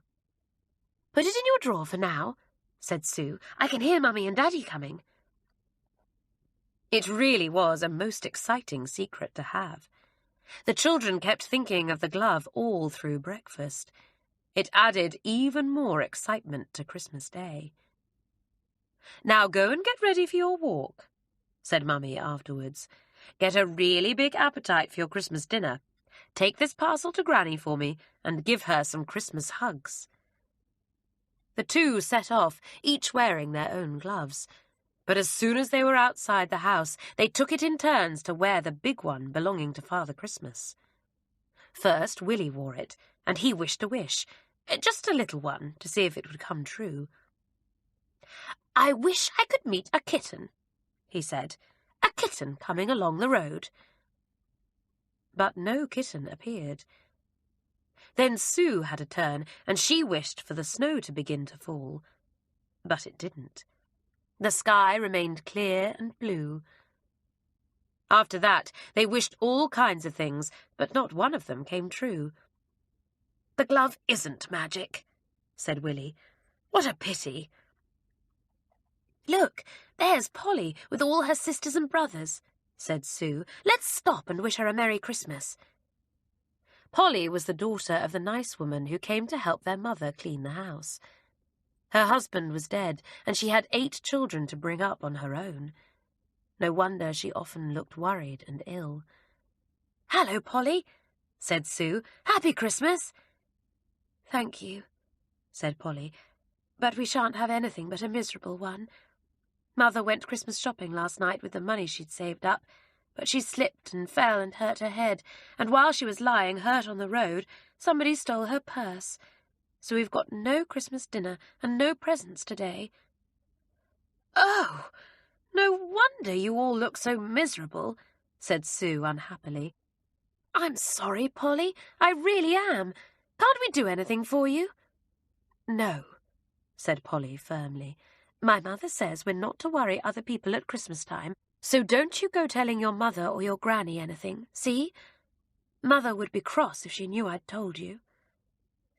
But just let me tell Mummy a bit, begged Sue. Polly shook her head. No, it's bad enough having our own Christmas spoilt without upsetting other people's. We'll do all right. Don't you worry. We've got each other, and Mother feels better today. Polly said no more, but went on her way, the other children, all smaller than she was, crowding after her. They hadn't said a single word all the time. They must have been too sad to say anything, said Sue unhappily. Willie, I'm going back home. I'm going to get some toys out of our cupboard and the flowers off the playroom table and my box of chocolates and my oranges and nuts. I want Polly's family to have them. We needn't say anything to Mummy, if Polly doesn't want us to. Not till after Christmas, anyhow. But I simply must do something today. So must I, said Willie, and they hurried back. They put everything in a big paper bag and ran down to Polly's cottage. They put the bag on the doorstep, ready to be found when the family returned home. They both felt better after that. Next day, when they sat writing their thank you letters, which Mummy always said was a Boxing Day job, Willie looked at Sue. Sue, we ought to pack up Father Christmas's glove and send it to him with a letter, he said. I'll write the letter, and I'm going to tell him about Polly and the others. Why didn't Father Christmas bring them things in their stockings? Well, they haven't been in that cottage very long, said Sue. I don't expect he even knew that any children were there. Old Mr. and Mrs. Harris lived there before. Willie wrote his letter. It was quite short, and he wrote it as nicely as he could. Dear Father Christmas, you left your glove in my stocking by mistake, so here it is. Thank you for all our lovely presents. But do you know that you forgot Polly Jones and all her 7 brothers and sisters? They haven't a father, and their mother is ill, and her purse was stolen on Christmas Eve, so they didn't have anything for Christmas. I do hope you will put them down on your list for next Christmas. Their address is Derry Cottage, Marks Crossley, Hants. Love from Sue, my sister, and Willie. They put the letter and glove into a big envelope and went to post it. It only just slid into the mouth of the pillar box. They forgot all about it after that, because treats and parties came along. But 3 days later, Polly came running into the garden, her face crimson with happiness. She saw the children at the window and waved to them. They came out at once. Listen, said Polly, something wonderful's happened. What? Asked Sue and Willie together. Well, last night we heard the sound of bells, and then a knock came at the door, said Polly. I went, and a funny little fellow was there, like an imp, and he had an enormous sack over his shoulder, simply enormous. Go on, said Willie, excited. He put it down inside the door and said, With apologies from Father Christmas for overlooking you, it won't happen again. And then off he went at a run, and in another minute we heard the sound of bells again, and what do you think? When I looked up into the sky, I could see somebody riding on a reindeer. Just one reindeer, no sleigh. The little creature must have ridden on it all the way from Father Christmas's castle, carrying the sack. Oh, said Sue and Willie, so delighted that they went as red in the face as Polly was. And in the sack, well, we couldn't believe our eyes, said Polly. A big turkey, sausages, a plum pudding, sweets and fruit, and goodness me, the toys. How lovely, said Sue. Enough for all of you. More than enough, said Polly, and a beautiful warm coat for Mother. Yes, he even remembered our mother. It's just too good to be true. But how in the world did Father Christmas know he'd forgotten us? Who could have told him? We did, said Willie, and told Polly about the glove and how they had sent it back with a letter about Polly and her family. She listened in astonishment. But don't tell anyone about the glove, Polly, said Willie. Please don't. Nobody would believe it, I'm sure. Oh, I do hope that Father Christmas will remember you all next year. I'm sure he will, and I hope he'll remember you too. You'll know exactly what to do, won't you, if you find his glove left behind in your stocking. Mr. Pinkwhistle and Santa Claus. One night, when Mr. Pinkwhistle was snoozing in front of his fire, with a big cup of cocoa at his side, he thought he heard a strange little sound. He sat up straight and listened. Then he called Sooty his cat. Sooty, Can you hear something? Rather like a tinkling noise far away. Sooty popped his head round the door. Yes, Master. I've heard it for some time. It comes from the sky. Nonsense, Sooty, said Pink Whistle, taking a sip of his cocoa. Surely you don't think the stars are suddenly tinkling as well as twinkling? Sooty laughed. No, I don't, he said. But it's true, Master. The sound is coming down from the sky.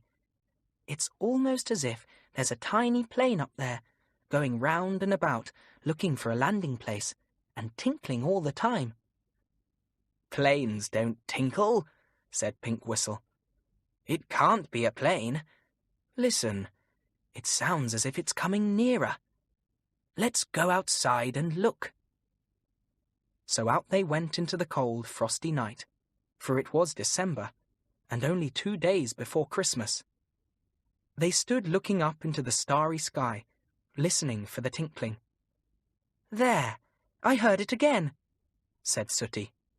And look, Master, what's that circling round up there? It's not a plane. Whatever can it be? The two stared hard into the sky. They saw a small object very high up, circling round and round. It came lower and lower, and suddenly Sooty gave a loud mew of excitement. Master! It's a tiny sleigh, very tiny, with one small reindeer pulling it. Then it must be Santa Claus coming to pay me a visit, Pink Whistle said in excitement. No, it's not Santa Claus. It's someone small, said Sooty, who had wonderful eyesight. Santa Claus is big and round and jolly. Look, the little sleigh is coming lower and lower. Get the lamp from my room and put it out here in the garden, said Pink Whistle, excited. Quick, Sooty! Soon the lamp was shining brightly in the middle of the lawn. Sooty and Pink Whistle were glad to see that the reindeer seemed to be coming straight down to it, pulling the tiny sleigh behind him. Here he is! Careful, reindeer! Don't knock the lamp over! Shouted Sooty. That's right! Stand still now! You're safe! The sleigh was indeed small, and in it sat a perky little fellow in a red tunic, cloak, and feathered hat. He leapt out of the sleigh and bowed to Pink Whistle. I hope I am speaking to the famous and good-hearted Mr. Pink Whistle, he said. I have had quite a time trying to find your house. I come with a message from Santa Claus. Well, well, well, said Pink Whistle, most amazed. How extraordinary. Please come in and have some hot cocoa. Sooty led the way, and the three of them went indoors, leaving the reindeer on the lawn trying to munch the frosty grass. Sooty fetched an old coat and threw it over him to keep him warm. Pink Whistle made the messenger sit down in front of the fire. He was a merry-looking fellow, and Pink Whistle liked him. Now, he said, what's your message? If I can do anything for that good fellow Santa Claus, I will. Does he want a list of children's names? Children who really do deserve a lot of presents? Well, no, he doesn't, said the little fellow, drinking his cocoa. I say, isn't this good? We never have cocoa like this in Santa Claus's castle. That cat of yours certainly knows how to make it. Meow-ee-yow, I do know how, said Sooty proudly. Gracious! He can speak in rhyme, too, said the little fellow. By the way, my name is Joll, short for jolly, you know. It suits you, said Pink Whistle. But do tell me why you've come. Well, it's like this, said Joll. Santa Claus is in bed with a shocking cold and cough. Good gracious, when he coughs, the whole castle shakes. Goodness me! I hope he has a clever doctor, Pink Whistle said in alarm. Yes, he has. So good that he won't let Santa Claus get up till next week," said Joel. "Ah, that's very sensible," said Pink Whistle. "He'll soon get better if he's kept in bed." "Yes, but it's very, very awkward," said Joel. "Have you forgotten that Christmas is in 2 days' time, and that tomorrow night Santa Claus has to drive his sleigh and take a sack of toys to put in children's stockings? Well, how can he do that if he's in bed?" "Oh dear. No, he can't, of course," said Pink Whistle. "My word! Whatever's to be done?" "Aha! That's where you come in," said Joel. "Mr. Pink Whistle, Santa Claus wants to know if you'll take his place in his sleigh on Christmas Eve. It has to be someone the children love, you see, someone they won't be scared of if they happen to see him, someone who really loves children. Well now, what about it?" "What? Me? Me in Santa Claus's sleigh? Me climbing down chimneys?" said Pink Whistle in amazement. "I couldn't. I don't know how to. I'd get stuck." "No, you wouldn't," said Joel. "Didn't you know that Santa Claus always sprays himself with some special magic oil so that he can slip down any chimney, no matter how small?" No, I certainly didn't know that," said Pink Whistle, really astonished. "But still, no, I really don't think I could drive a sleigh through the sky. I might fall out." "I could strap you in and come with you," said Joel. "Please do this for Santa Claus. The only other person whom we could ask would be Big Ears, little Noddy's friend. But we really think that you would be better, because you know the children better than Big Ears does. He lives in Toyland and knows toys better than children." "All right, I'll do it," said Pink Whistle, beginning to feel excited. "Yes, I'll do it." "Right," said Joel, pleased. "I'll get straight back and tell Santa Claus. He'll be delighted. I'll come here on Christmas Eve and show you how to drive the reindeer. There will be 4 of them, and I'll help you with the toys too, and bring the list of children." "My word, whoever would have thought I'd take Santa Claus's place one Christmas Eve?" said Pink Whistle, wondering if he was in a dream. "It's a great honor, Joel, a very great honor. Please tell Santa Claus I hope he'll soon be better, and that I'll do my best." "Can I come too?" asked Sooty, who had been listening in great excitement.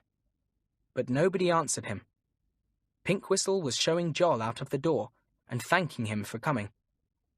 He watched Joel jump into the sleigh and shake the reins, and then up into the sky they went, the bells jingling merrily.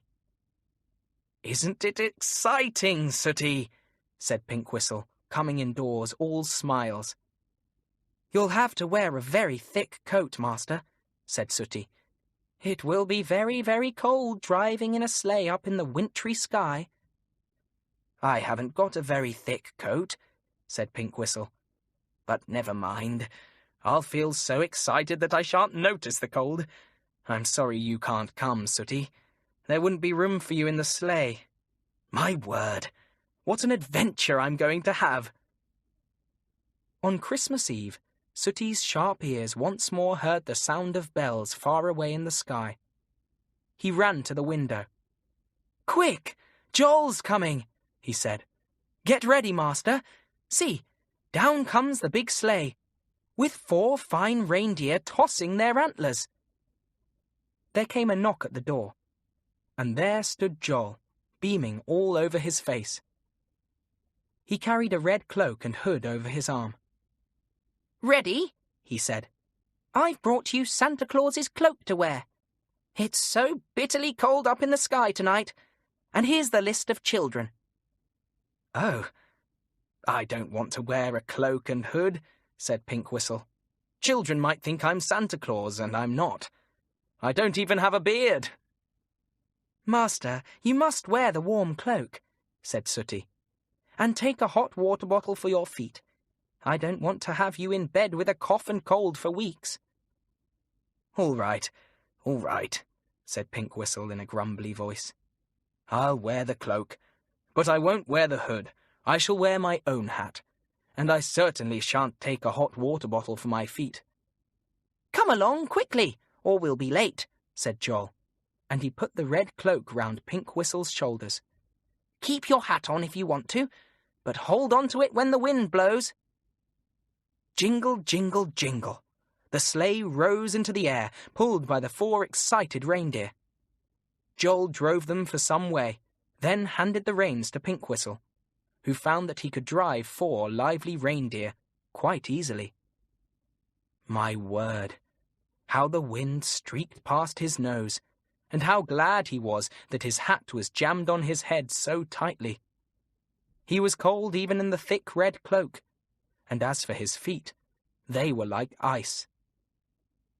"I wish I had brought a hot water bottle for them after all," he said. And even as he said that, he felt a slow, cosy warmth settling on his feet. Magic, he thought. I wished for a hot water bottle, and it came. Well, I am enjoying this. It was most exciting to land gently on rooftops, beside tall chimneys, and even more exciting to find how easy it was to slip down them once Joel had sprayed him with the magic oil. Pink Whistle slid down each chimney as easily as a snake, and landed in bedroom after bedroom, where sleeping children lay dreaming of the presents they would find next morning. It's nice to fill stockings, thought Pink Whistle. I'll put an engine into this stocking, and a doll into that. And where's that little car? Here it is, and there's a book as well. Dear me, how excited these sleeping children will be tomorrow morning. I can't tell you how many stockings Pink Whistle filled that Christmas Eve, nor how many sleeping children he saw.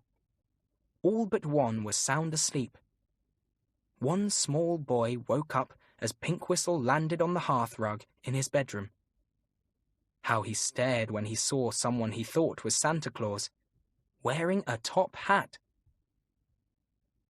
"You're not Santa Claus," he said. "Where's your beard? And why haven't you a hood instead of a hat? I'll shout and call my mother." Well, Pink Whistle disappeared up that chimney at lightning speed. Good gracious! He didn't want to face an angry mother. When he sat panting on the roof, he remembered that he hadn't had time to fill the boy's stocking. So he carefully dropped a few toys down the chimney, hoping they would land safely on the hearthrug. Then he scrambled into the sleigh beside Joel, and away he went. Well, I did enjoy that, he said, when it was all over, and he was safely driving home in the sleigh, his feet being warmed again by what felt like a nice warm and furry hot water bottle. Please thank Santa Claus for giving me the chance of visiting the children on Christmas Eve, Joel. It was wonderful. Oh, here we are on my lawn again. Like a nice hot drink? "No, thanks," said Joel. "I must go and report to Santa Claus. He'll be longing to know if everything went off all right." Well, I'll go and report to Sooty, my cat, too, said Pink Whistle, getting out of the sleigh and going to pat the reindeer and give them a lump of sugar each. "Oh, Sooty knows all about your exciting evening," said Joel with a chuckle. "He stowed himself away under the rug. Didn't you know? He was your hot water bottle, Mr. Pink Whistle, and curled himself up on your feet to keep them warm. Come out, Sooty, you rascal!" And out leapt Sooty, and rubbed himself against Pink Whistle. I enjoyed it all too, he said. Now let's go in and have a hot drink, Master, and talk about our wonderful evening. They stood and waved goodbye to Joel and the fine reindeer. The bells sounded more and more faintly, and then died away. You're a naughty cat, Sooty, said Pink Whistle, when they were sitting drinking hot lemon by the warm fire. But I must say you were a very good hot water bottle. Listen, one little boy was awake and saw me. I'm afraid he'll never believe in Santa Claus again because he saw my top hat." "Well, he'll believe in you, all right," said Sooty.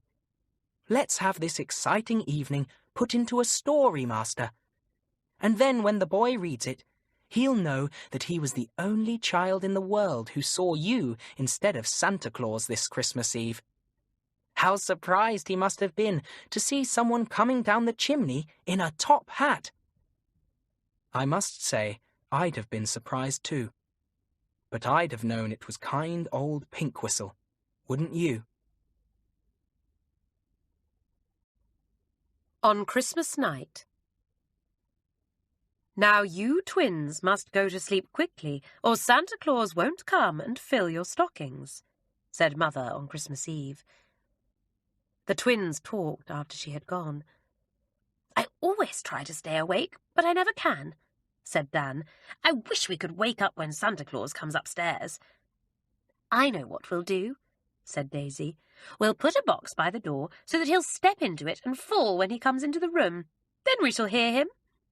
"Yes, and we'll pile a whole heap of books nearby too, so that he'll knock those down and make an awful noise," said Dan. "And we'll wind string all about the place so that he'll get caught," said Daisy. "Then we really shall hear him and see him." So they put out an empty box by the door and built up an enormous pile of books nearby. Then Dan wound string here, there, and everywhere. What a trap for poor Santa Claus. The twins fell asleep. In the middle of the night, they awoke with a jump. Crash! The pile of books had fallen over. Someone had trodden in the box and tripped into the books. And by the visitor's angry grunts, it sounded as if he had been well caught by the string. Neither of the twins dared to get out of bed and put on the light. They lay trembling in the darkness. Would Santa Claus be very cross with them? Then they heard their father's voice speaking in a low tone to their mother, who had come to see what had caused all the noise. "These tiresome twins! They've put a box by the door, and I trod in it and upset a pile of books or something, and now I'm all caught up with string. I tell you, these children won't have a single thing in their stockings if this is the way they behave."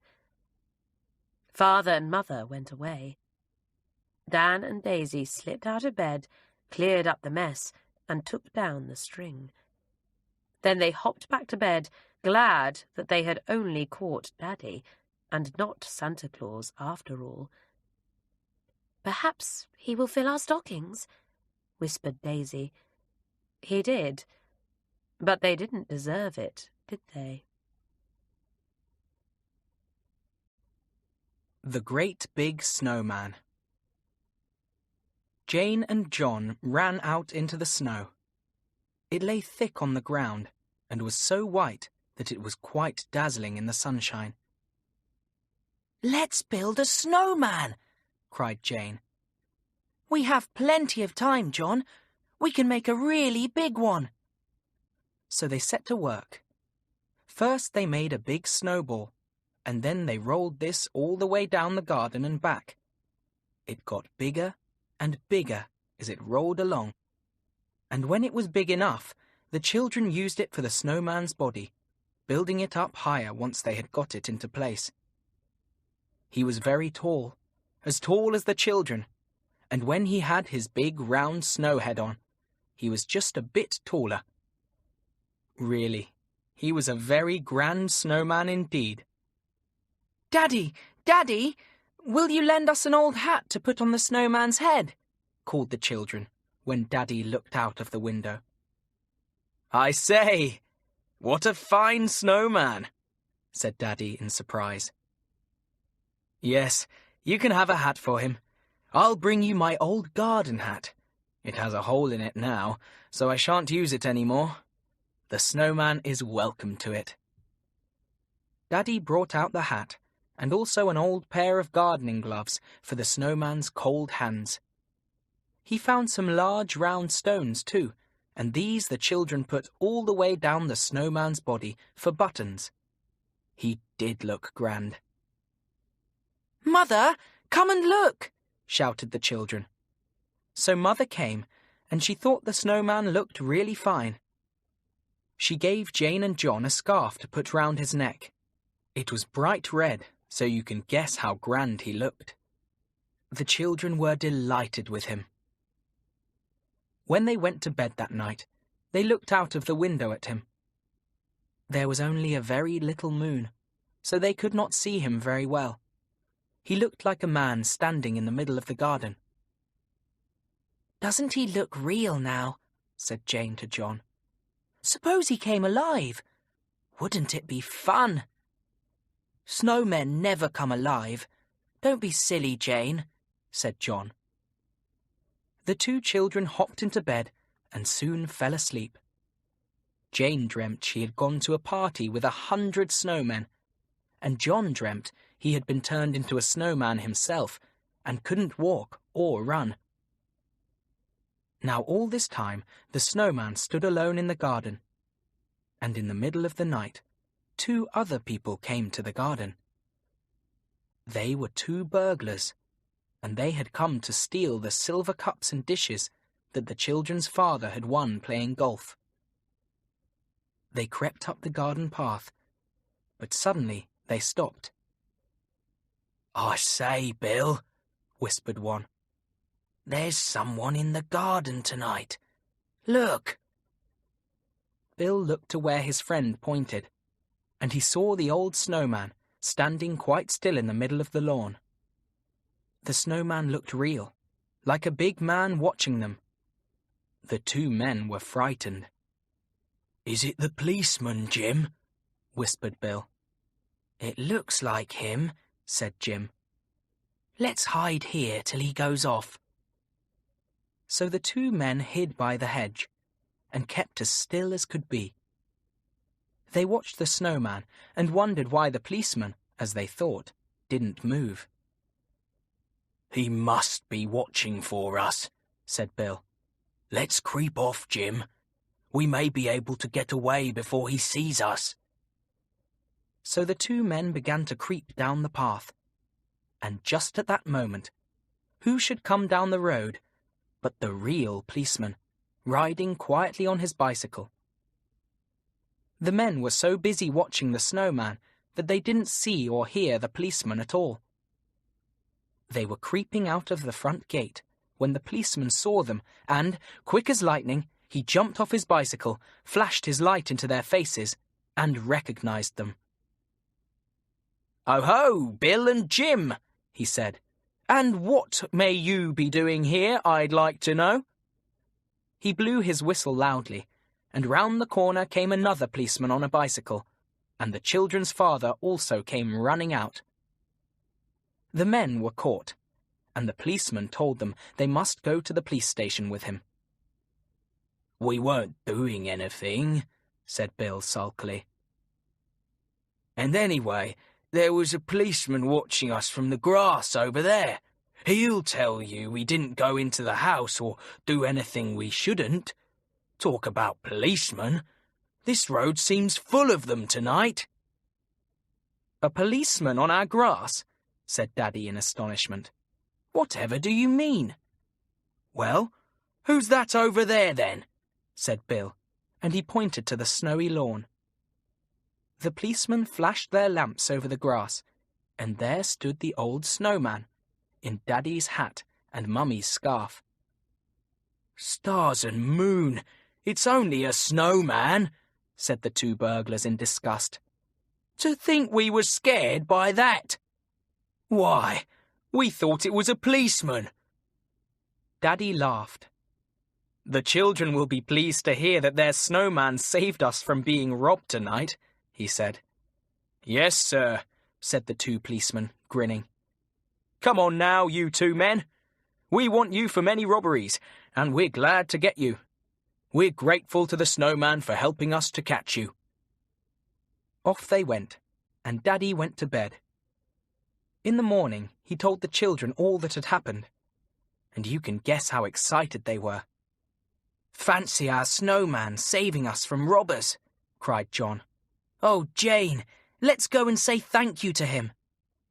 So out they went, but, it was a warm morning, and the sun had been out for some time, so there was nothing much left of the snowman except a little heap of snow, Daddy's hat and gloves, and Mummy's scarf. "Well, you were a fine snowman while you lasted," said John. "Thanks so much for all you did." The snowman didn't answer a word, but I expect he was pleased all the same. Peter's Christmas Surprise. Peter was the most unhappy boy you could possibly imagine. And I don't wonder, because he had got measles just at Christmas time. Did you ever know such bad luck? "No parties, no pantomimes, no Christmas tree," he groaned. "Nothing can make up for such bad luck." "Don't be so miserable," said his mother. "If you face trouble in the right way, something always turns up to make things better." Peter was just going to say that he couldn't possibly be more miserable when he saw that his mother was just as upset as he was. She loved him, and she couldn't bear to think he would be missing everything. So Peter pretended he didn't care after all, and made himself smile at his mother. But he knew inside himself that nothing could make him feel happy that Christmas time. On Christmas Eve, his mother made him comfortable in his bed and said good night to him. It was a bitterly cold night, and he had a cheerful fire blazing. Peter lay watching the flames for a little while, and then he fell asleep. He woke up just as the clock downstairs was striking 1 on Christmas morning, and he heard a very curious sound. Just like someone snoring. Peter sat up and looked about. Whatever could it be? There was still a nice little fire on the hearth, and Peter could see dimly round his room. And goodness gracious me, there was someone sitting in the armchair by the fire, fast asleep. Peter thought it must be his daddy, so he got out of bed to wake him. But it wasn't. It was someone big. Someone with a long white beard. Someone in a red cloak and hood. Yes, you've guessed right. It was Santa Claus. Peter gave a cry of astonishment, and Santa Claus woke up. He rubbed his eyes and looked all round. "Bless us all," he said, jumping to his feet. "I've been asleep. Whatever is the time?" "Just past 1 o'clock," said Peter, feeling most excited. "I say, sir, how did you get here?" "Down the spare room chimney," said the jolly old man. "I crept in here to fill your stocking, and when I saw your nice fire I sat down to warm my hands. It's bitter outside, and I get frozen holding my reindeer reins. I suppose I must have fallen asleep. If you hadn't wakened me, I should have been here till morning, and then what would all the children have done? Aren't you lucky to have a fire like this?" "It's only because I've got measles," said Peter. "I hope you won't catch it from me." "Of course I shan't," said Santa Claus. "Well, look here, I must be off. You'll have to see me filling your stocking, but don't say anything about it, will you?" He filled Peter's stocking from toe to top, then shook hands and slipped out of the room. Peter fell asleep again, thinking that he must be the only child who had ever seen Santa Claus filling his stocking. And the last thing he thought was, "Well, what a good thing I had measles. If I hadn't, I shouldn't have had a fire in my bedroom, and Santa Claus wouldn't have warmed his hands, and... But by that time, he was fast asleep. Bunny's First Christmas. "It's Christmas time," said the big rocking horse in the toy shop one night when the shop was shut, and only the light of the street lamp outside lit up the toys sitting on the shelves and counters. "What's Christmas?" asked a small bear who had only just arrived. "Oh, it's a lovely time for children," said the horse, rocking gently to and fro. "They have presents, you know, and Father Christmas comes on Christmas night and fills their stockings with all kinds of toys." "You'll never go into a stocking, Rocking Horse," said a cheeky monkey. "No, I shall stand in somebody's playroom and give them rides," said the horse. "I shall look forward to that. I've been here a long time, too long, but I'm very expensive, you know, and people often haven't enough money to buy me." "I should like to live with children who would love me and play with me," said a fat teddy bear. "I shall growl for them. Listen. "Don't," said the little furry rabbit. "That frightens me. I think you're going to bite me." "You know he wouldn't," said the Clockwork Sailor, leaning down from the shelf above. "Come on, Bunny, let's have a game." The rabbit jumped down to the floor at once, and the Clockwork Sailor landed near him. He loved the sailor, who wouldn't let any of the bigger toys tease him or frighten him. Sometimes the pink cat chased him, and the little rabbit couldn't bear that. "Sailor," said the rabbit when all the toys were playing together. "Sailor, we're friends, aren't we? Sailor, you won't leave me if you're sold and go to live with some children, will you?" "Well, I shan't be able to help it," said Sailor. "You're my very best friend, and I'm yours, and I hope we'll be sold together. But you never know." The rabbit worried about that, and next day, when customers came in and out of the shop, buying this toy and that, the little rabbit hoped that he and the Clockwork Sailor would be bought by the same person. But they weren't. An old woman came in and asked for a sailor doll for her granddaughter, whose father was a sailor, and the shop lady at once took down the Clockwork Sailor from his shelf. "He's fine," said the little old woman. "Yes, I'll have him. My granddaughter Katie will love him. Will you wrap him up for me, please?" "Goodbye, Sailor," whispered the little rabbit sadly. "Oh, I shall miss you so. Goodbye, and be happy." Sailor only had time to wave quickly while no one was looking. Then he was wrapped up in brown paper and carried out of the shop, leaving Bunny all by himself. Poor Bunny. He felt lonely and unhappy without his friend by his side. He hoped that the bear wouldn't growl at him or the pink cat chase him. But that very day he was sold too. A big, smiling woman came in and bought a great many toys at once. "They're for a Christmas tree," she said. "I am giving a party on Boxing Day for my little girl and her friends, and we've got a perfectly lovely tree to decorate." "You'll want a pretty fairy doll for the top, then," said the shop lady, pleased. "And what about a little teddy bear and a doll or two?"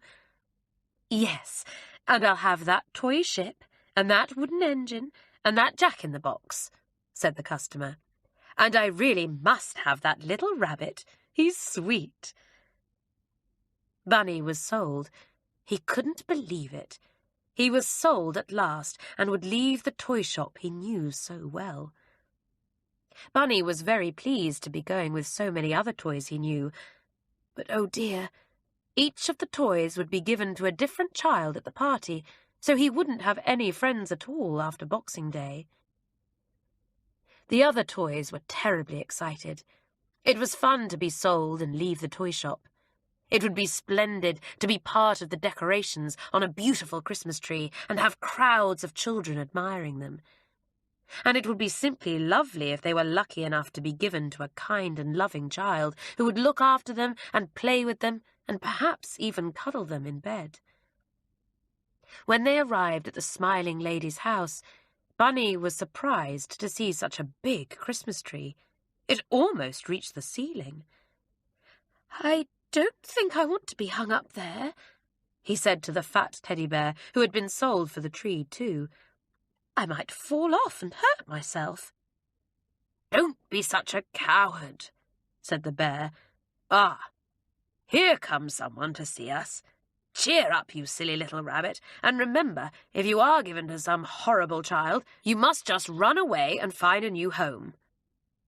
"Run away? How?" asked the rabbit anxiously.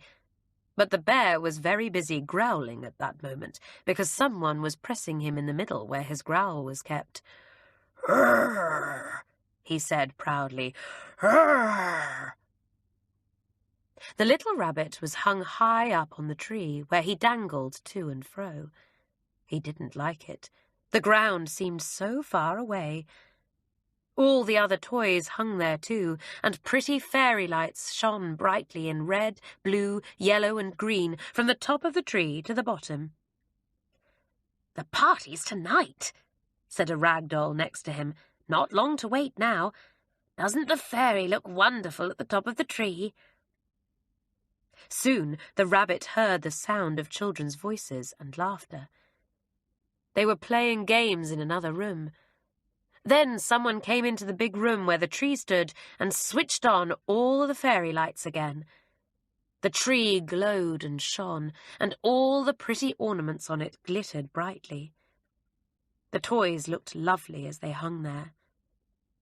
How the children cheered and clapped when they came running in and saw the lovely tree. "It's beautiful," they shouted. "Oh, look at the toys! Can you see the fairy doll? Wave your wand, fairy doll, and do some magic." "Now, there is a toy for everyone," said the smiling lady who was giving the party. "Harry, here is a ship for you." And she gave him the toy ship. "Lucy, here is a lovely rag doll. I know you want one. Molly, I have just the toy for you, a bear with a growl in his tummy."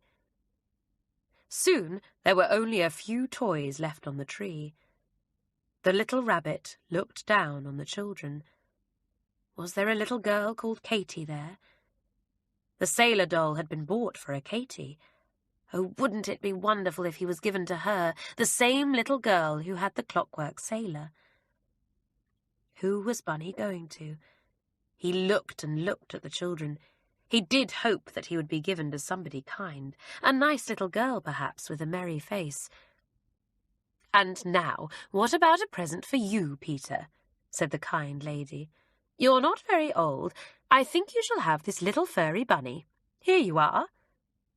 So Bunny went to Peter, who held him very tight indeed and squeezed him to see if he had a squeak inside. But he hadn't.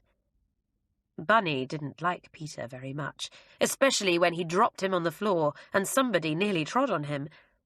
"Be careful of your little rabbit, Peter," said a big girl. "I don't like him," said Peter. "I wanted that wooden engine." Poor little rabbit. He wondered if he could run away, just as the teddy had suggested. He didn't want to go home with Peter.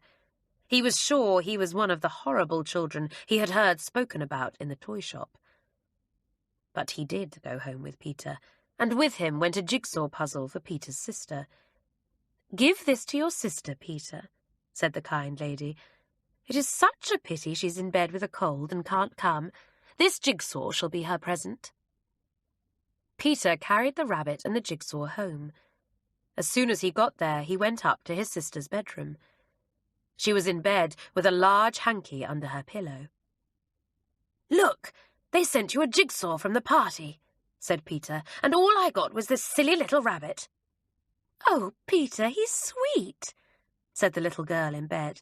"I've got so many jigsaws. Why don't you take this one, and I'll have the bunny instead? He shall come into bed with me. He looks rather lonely, and, after all, he's only a baby." "All right, I'd much rather have the jigsaw," said Peter, and he threw the rabbit to his sister and went out with the jigsaw underneath his arm. Bunny landed with a thud on the bed, feeling very sorry for himself. Nothing seemed to be turning out as he had hoped. The little girl picked him up gently and looked at him. "Yes, I like you," she said, giving him a hug. "You shall sleep with me at night, so long as you don't mind sharing my bed with another toy. Look, here he is, my very best new toy." She pulled back the sheet, and Bunny stared in amazement. He couldn't believe his eyes. Who do you suppose was cuddled down in the bed, looking very happy? Why, it was Sailor. Yes, it was the Clockwork Sailor doll, the one from the toy shop, Bunny's own special friend. Sailor almost sat up in surprise, but just in time he remembered not to. He smiled, though. He smiled, and so did Bunny. "I think you like each other," said Katy, because that was her name, of course. "Yes, I'm sure you do. I hope so, anyway, because you've just got to be friends." And she gave both of them a happy hug. "You see, you will sit together on my bed each day and cuddle down with me at night," she explained, tucking Bunny in beside Sailor. Katy kissed them both good night. Then she lay down, closed her eyes, and was soon fast asleep. And then what a whispering there was beside her. "You!" said Sailor in delight. "What a bit of luck!" "You!" said Bunny. "Oh, I can't believe it. What's Katy like?" "Fine," said Sailor. "You'll love her. Oh, Bunny, what lovely times we're going to have. You'll like the other toys here, too, all except a rude monkey, but I won't let him tease you. Fancy, we shall be able to be friends all our lives now." That was 3 years ago, and they are still with Katy, though they don't sleep with her at night now, because she thinks she's too big for that. "It is nice to have a friend," Bunny keeps saying. Well, it is, isn't it? The Best Christmas Tree of All. One day, a little red squirrel went hunting for seeds in fir cones. He found plenty, and he ate them all. "I'll have just one more feast," he said, "and then I'll have had enough." He found one more fir cone with seeds in it, but before he could eat them, somebody fired a gun. Bang! The gun was fired by a farmer at a flock of rooks, but the little squirrel didn't know that. "Someone's shooting at me," he chattered, and away he went. He dropped down from the big spruce tree he was in and ran through the wood and scampered into a garden. He bounded across the front lawn, leapt up on a wall and into a tree. He disappeared into a big hole there, his little heart beating loudly. But on the way across the lawn, he had dropped his fir cone, and a little dry-winged seed fell out of it. It went down a wormhole and was lost. When the earth was warm and moist, the little seed grew. It put out roots and shoots, and soon a very tiny fir tree peeped above the grass. The house was owned by a cross old lady. She didn't like dogs. She didn't like cats.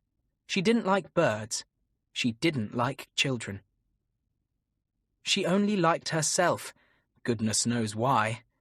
She didn't notice the tiny tree growing in the middle of the front lawn. She didn't even notice that the gardener carefully mowed all round it, but left the tiny tree to grow. Well, it grew into a dear little Christmas tree, a small spruce fir, just like the ones we have in the house at Christmas time. It grew 1 foot high, 2 feet high, 3 feet, 4 feet. It really was a very nice little tree. And then one December, the cross old lady noticed it. "What's that tree doing, growing right in the middle of my front lawn?" she said. "Soon it will be so tall that it will spoil my view of the road. Cut it down." But the gardener liked the little tree. He didn't want to cut it down. He went to see the old lady. "Instead of cutting it down, may I take it up by the roots and set it in a pot and make it into a Christmas tree for children?" he asked. "Certainly not. I won't have you digging up my trees and selling them to children," said the old lady. The gardener hadn't meant to sell the tree, of course. but she wouldn't believe him. "Very well, madam," said the gardener. "I will cut it down after Christmas. I shan't have time before. It's a pity you won't let it be a Christmas tree. It's a perfect shape to dress up with candles and presents." "Nonsense," said the old lady. "Cut it down." But on the day before Christmas, her cook had an idea. She slipped out and bought coloured candles and ornaments, and some pretty little toys. After tea, when it was dark, she dressed up the little tree with all the toys and shining ornaments. She hung it with sparkling tinfoil and frost, and she set candles on the branches from top to bottom. She put a small fairy doll on the top, and then she lit all the candles. There was no wind, so they burned beautifully. And there stood that little tree in the garden, an enchanted, magical little tree, bright with candles, shining in the darkness. Soon the children saw it, and one by one they came to lean over the fence and watch. And then the old lady saw it. She stood at her window and stared. What was this lovely thing shining in her garden? It took her right back to her own childhood. She remembered the big trees she had seen decorated. She remembered the toys on them. Why, long, long ago, she had danced round a Christmas tree and laughed for joy. Then she heard the children outside laughing for joy too. She saw their faces in the candlelight. She saw their pointing fingers showing one another the toys on the tree. "What's this?" she said. "How has that tree blossomed into something so lovely? Who did it?" She put on a big coat and went out to see it. The children called to her at once. "Thank you, Miss Hannah. It's a lovely idea. It's like a magic tree, really, truly growing. Thank you for such a lovely treat." And then Miss Hannah was ashamed.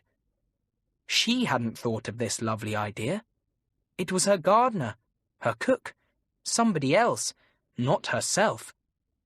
Why hadn't she thought of it?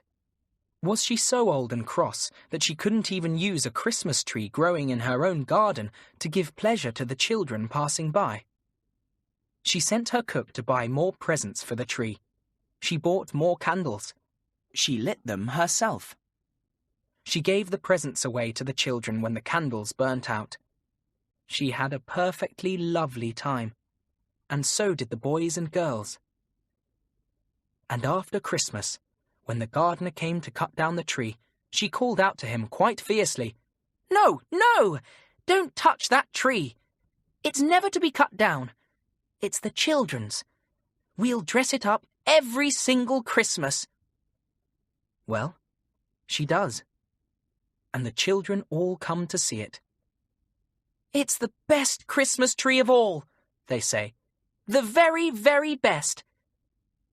I think it is too. I do wish you could see it. Wanted, a royal snow digger. Once upon a time, the Fairy Queen wanted a royal snow digger who would dig away the snow from her palace gates after a snowstorm. So she sent out Domino, the magical brownie, and told him to find somebody. Off he went, the feather in his cap waving merrily.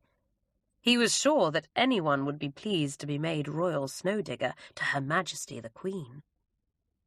First, he went to Slicker, the grass snake, who lay basking in the sunshine of the pretty autumn day. "Slicker," he said, "will you be royal snow digger to the Queen and dig away the snow from her palace gates after a snowstorm?" "What is snow?" asked Slicker in wonder.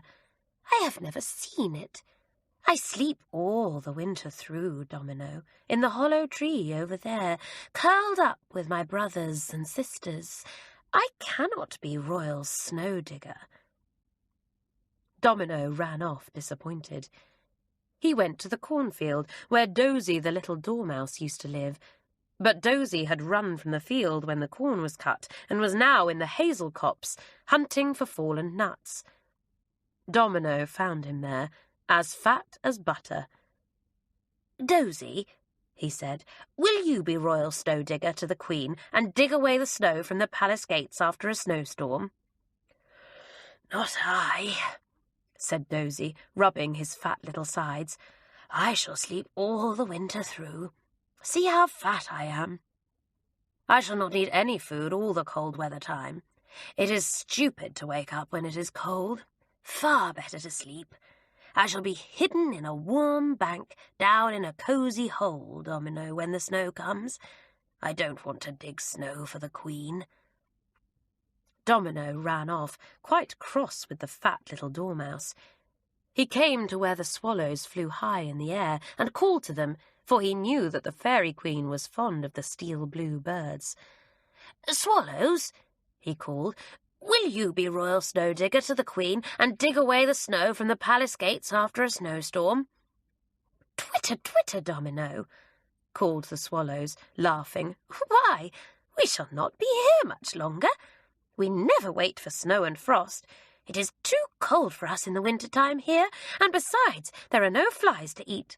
No, no, we are going to fly away south, far away to the warm countries where nobody has ever seen such a strange thing as snow." Domino sighed. He would never find a snow digger for the Queen. It was strange. He wondered who to ask next. "I'll ask the big badger," he thought. "He would make a fine snow digger, for he has great paws, strong and sturdy." So he went to where the badger was walking on the hillside and called to him. "Hey, Brock the badger!" he cried. "Will you be royal snow digger to the Queen and dig away the snow from the palace gates after a snowstorm?" "I should like to very much," said Brock. "But you know, Domino, I cannot keep awake in the winter-time. I simply have to go to sleep. I am lining a nice big hole in the hillside now, with all sorts of warm things, dead leaves and bracken and big cushions of moss, to make me and my family a warm bed for the winter. We always sleep through the cold weather." "Dear, dear, what lazy creatures you must be," said Domino crossly. "Well, I'll go and find someone else. They can't all be as lazy as you, Brock." Soon Domino met the hedgehog, Spiny, and he waved his hand to him brightly. "Hey, Spiny," he called, "wait a minute.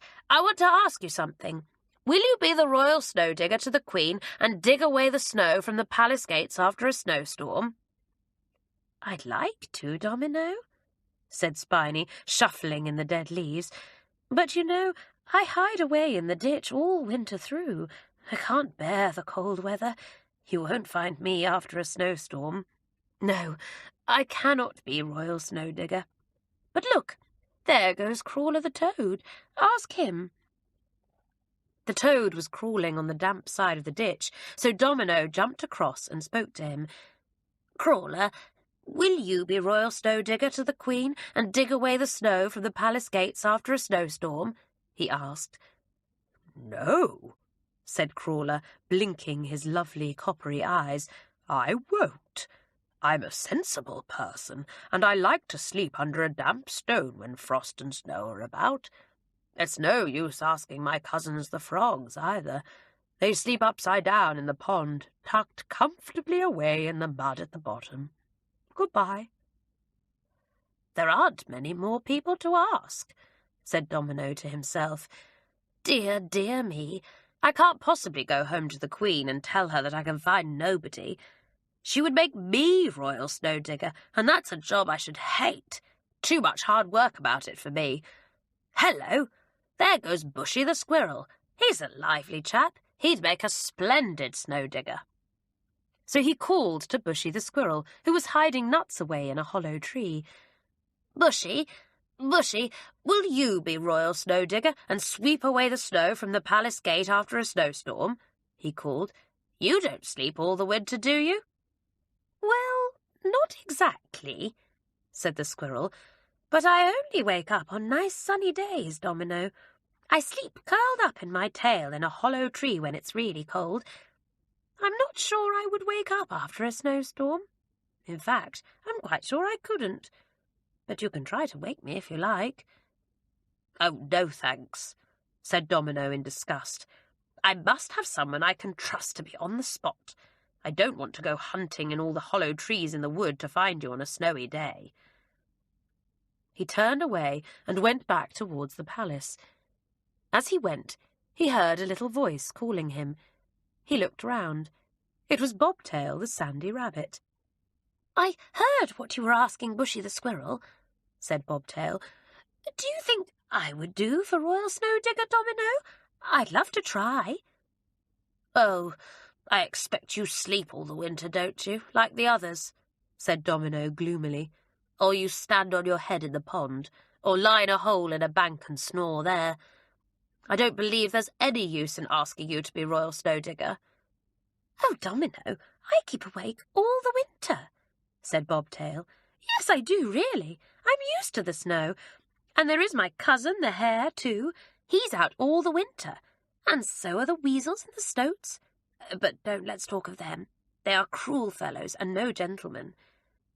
"Well, you could be Royal Snowdigger, then," said Domino. "Come along to the Queen, and she will give you your Snowdigger badge.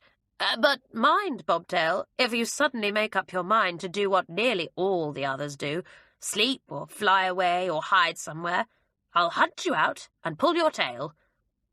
"I shan't do any of those things," said Bobtail happily. He walked to the palace with Domino the brownie, and the Queen hung a little golden badge round his neck. On it was printed Royal Snowdigger. And now, every winter, the rabbits are the Queen's snowdiggers. They sweep away the snow from the palace gates after a snowstorm, and never dream of going to sleep like the toads and hedgehogs, the badgers and the squirrels. If you see a rabbit out in the snow, look at him carefully. If he has a golden badge hung round his neck, you'll know what he is. A Royal Snowdigger. The Pantomime Cat. "Molly! John!" called Mummy. "Where are you? I want you a minute." The two children were playing out in the garden.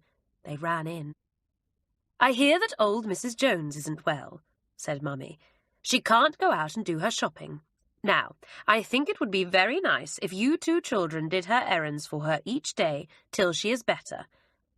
"Oh, Mummy, I don't like Mrs. Jones," said Molly. "She always looks so cross." "And she never gives anyone a penny or a biscuit or a sweet or anything," said John. "You don't do kind things for the sake of pennies or sweets," said Mummy. "You know that. You do it because it is good to be kind. You like me to be kind to you, don't you?" "Yes," said Molly. "We love you for it, Mummy. All right, we'll go, won't we, John?" They were good-hearted children, so each day at 10 o'clock in the morning they ran up the hill to Mrs. Jones's little cottage, knocked at the door, and asked her what errands she wanted running. Mrs. Jones never seemed very pleased to see them, and certainly she never gave them anything, not even a sweet out of her peppermint tin.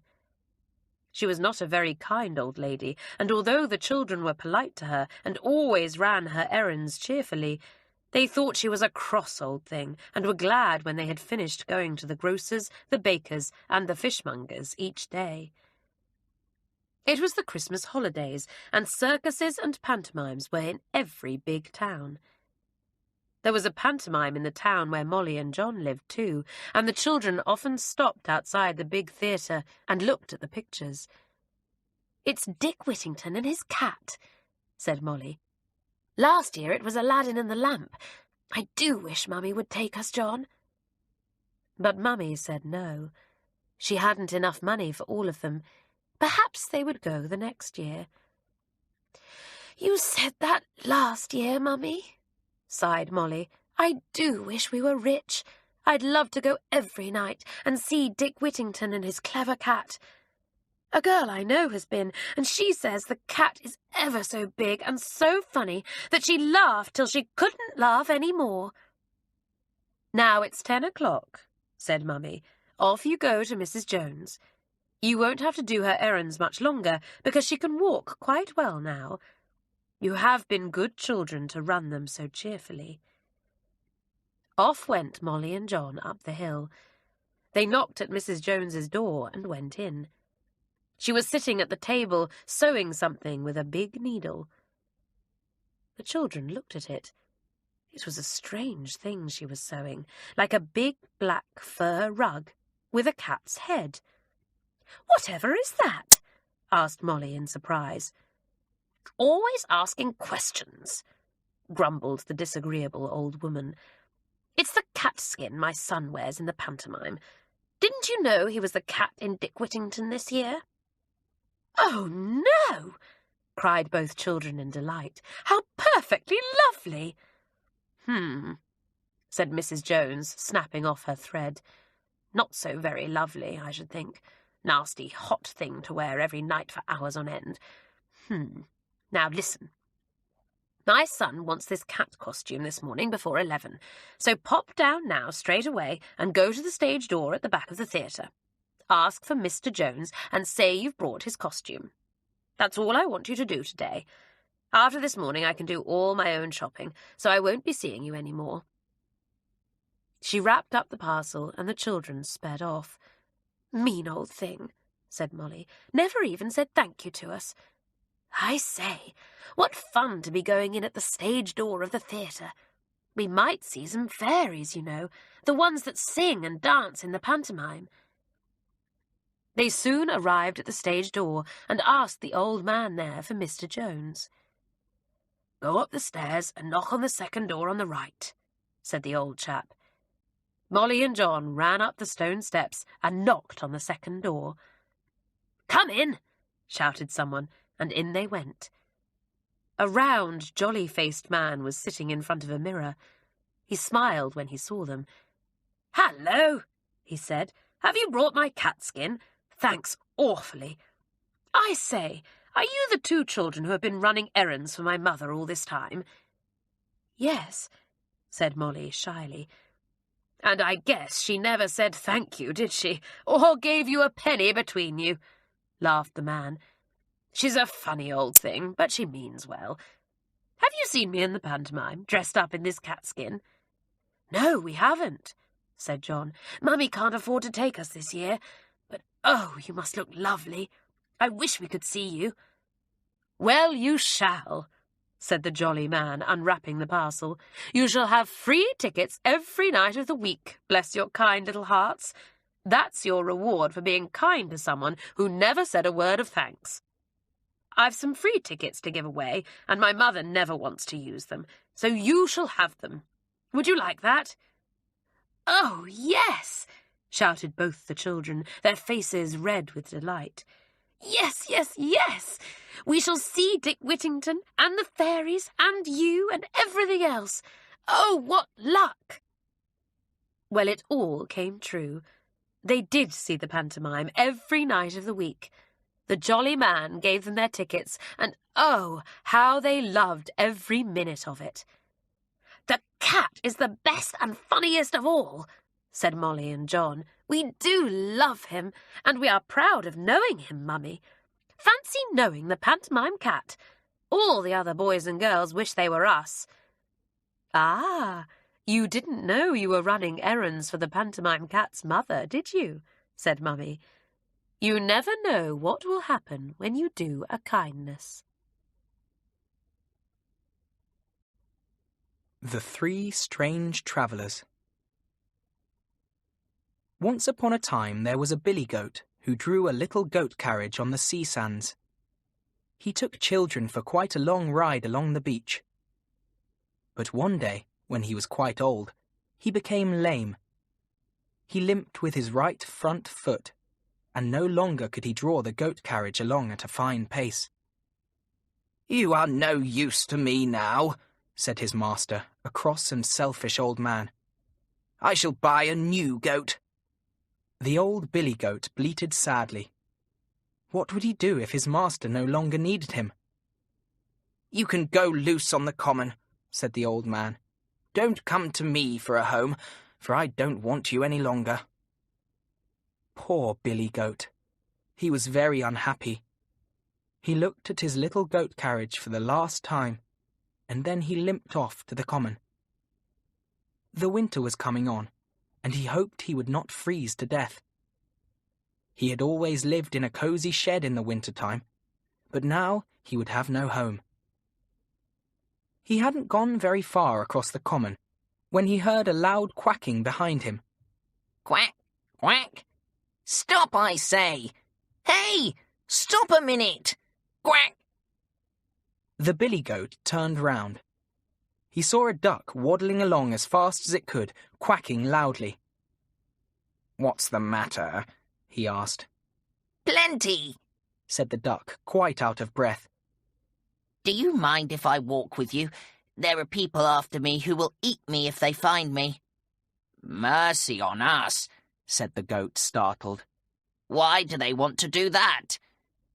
Well, said the duck indignantly, I have stopped laying eggs and my master says I'm no use now, so he wants to eat me for his dinner.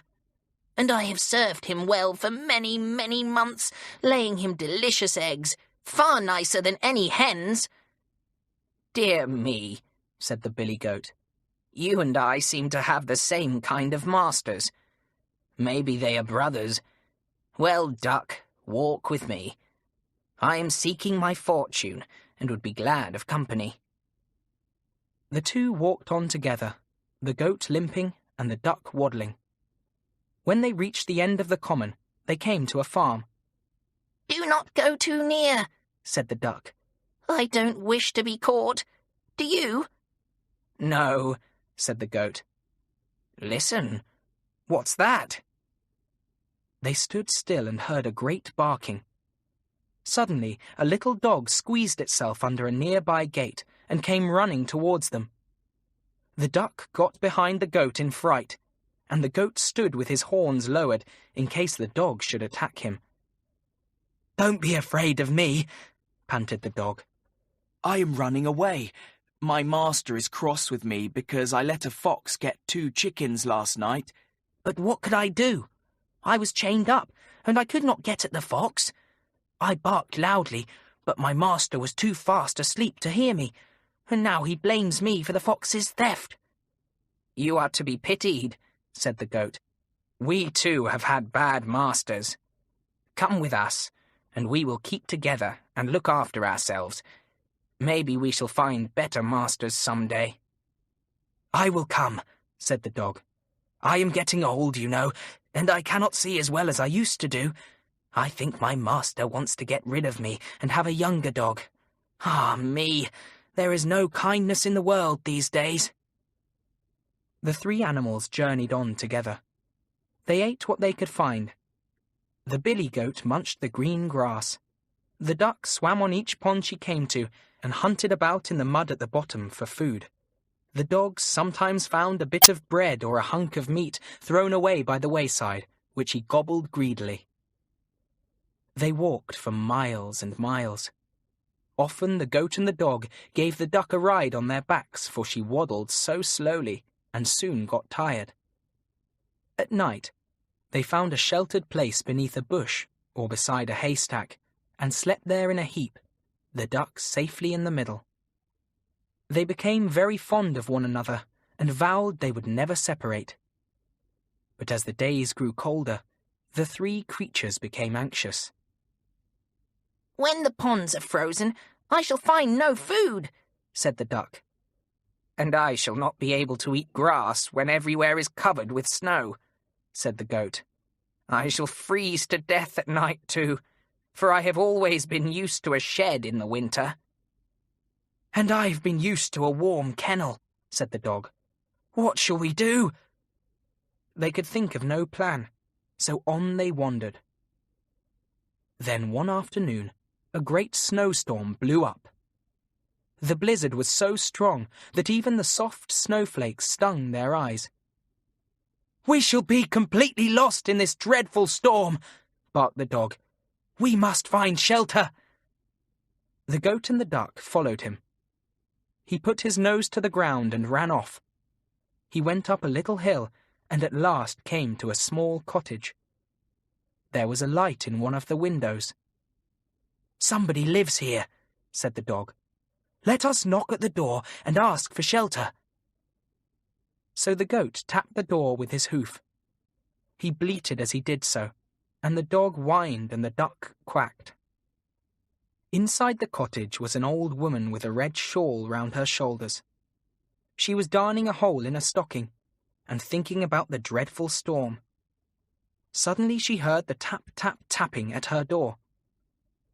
Bless us, she cried in a fright. There's someone there. Shall I open the door or not? It may be a robber come through the storm to rob me of the gold pieces I have hidden so carefully in my old stocking under the mattress. No, I dare not open the door. As she sat trembling, she heard the dog whining. Then she heard the bleating of the goat and the anxious quacking of the duck. Well, well, she said in astonishment. It sounds for all the world like a dog, a goat, and a duck. But how do they come to my door like this?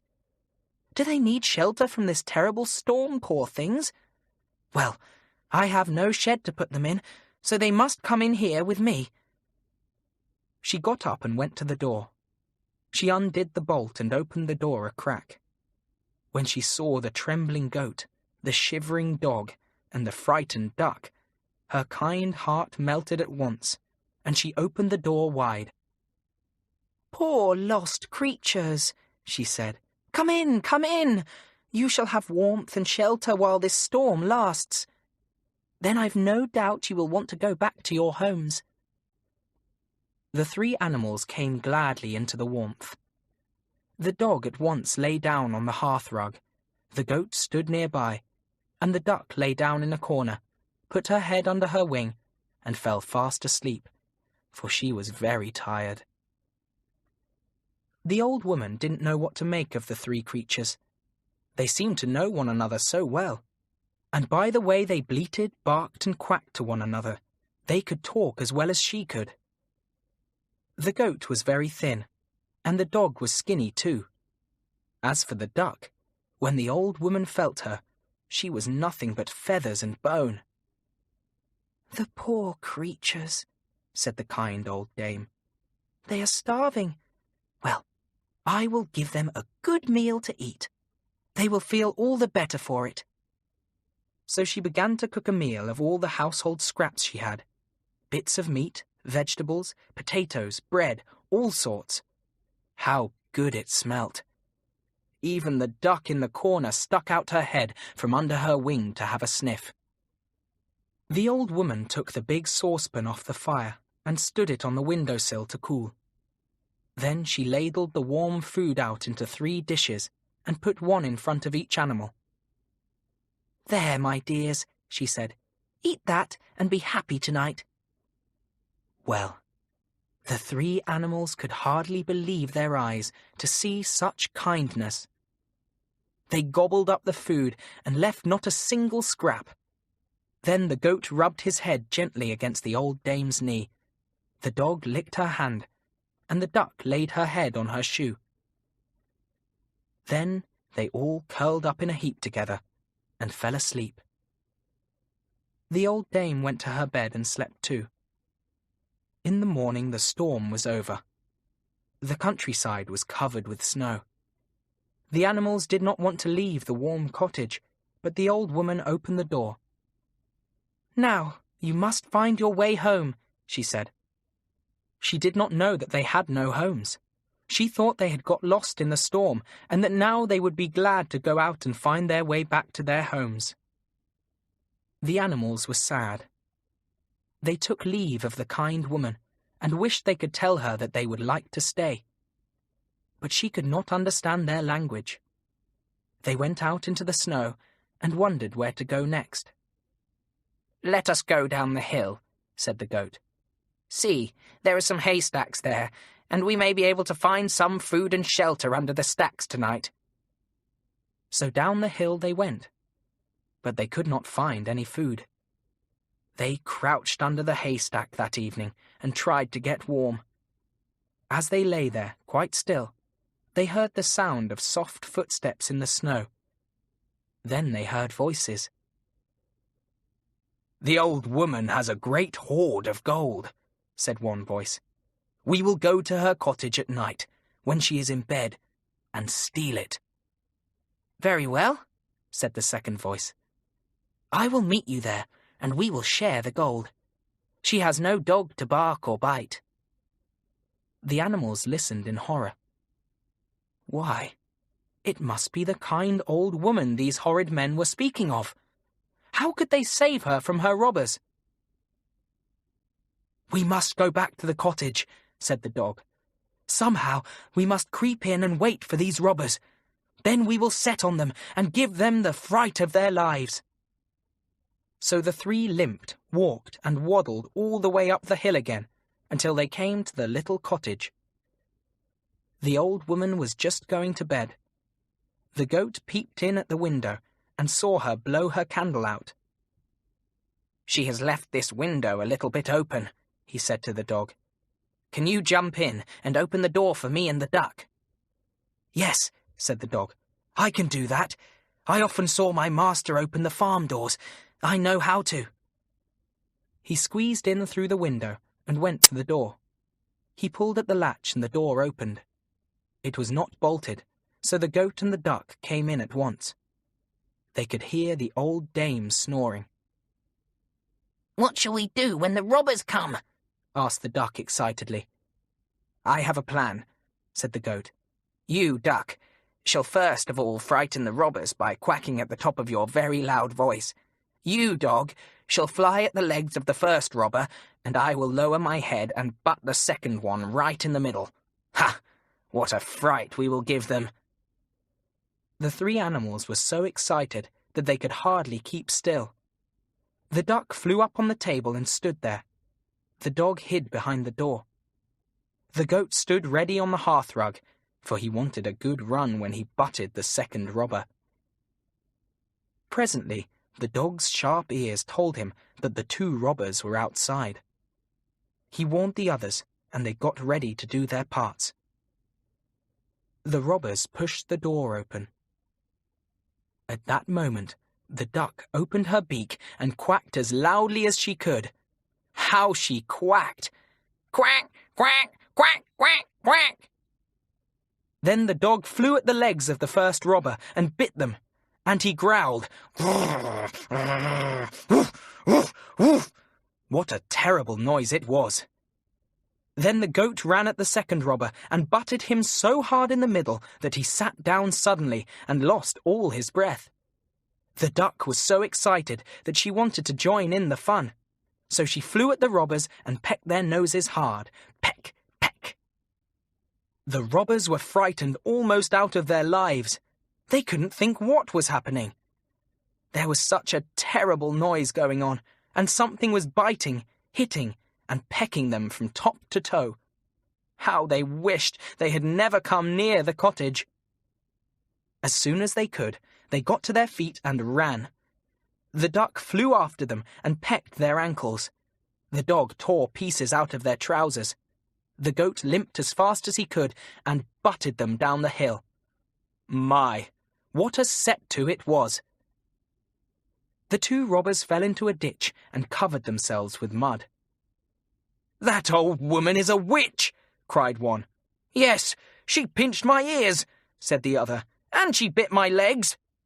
"Oh, and she punched me in the middle so that I lost all my breath," said the first. "And all the time she was making such a noise," cried the second, trying to clamber out of the ditch. "She said, 'Whack, whack, whack!'" "Yes, and she cried, 'Cuff, cuff, cuff,' too," said the first. "And how she chased us down the hill!" The three animals laughed till the tears came into their eyes when they heard the robbers talking like this. "They thought my quack, quack, quack was whack, whack, whack," said the duck in delight. "And they thought my woof, woof, woof was cuff, cuff, cuff," said the dog, jumping about joyfully. "What a joke! How we frightened them!" "Let us go back and see if the old dame is all right," said the goat. "She awoke when the duck began to quack." Back they all went to the cottage and found the old dame sitting up in bed, trembling, with a lit candle by her side. When she saw the three animals, she could hardly believe her eyes. "So it was you who set upon those robbers and chased them away," she said.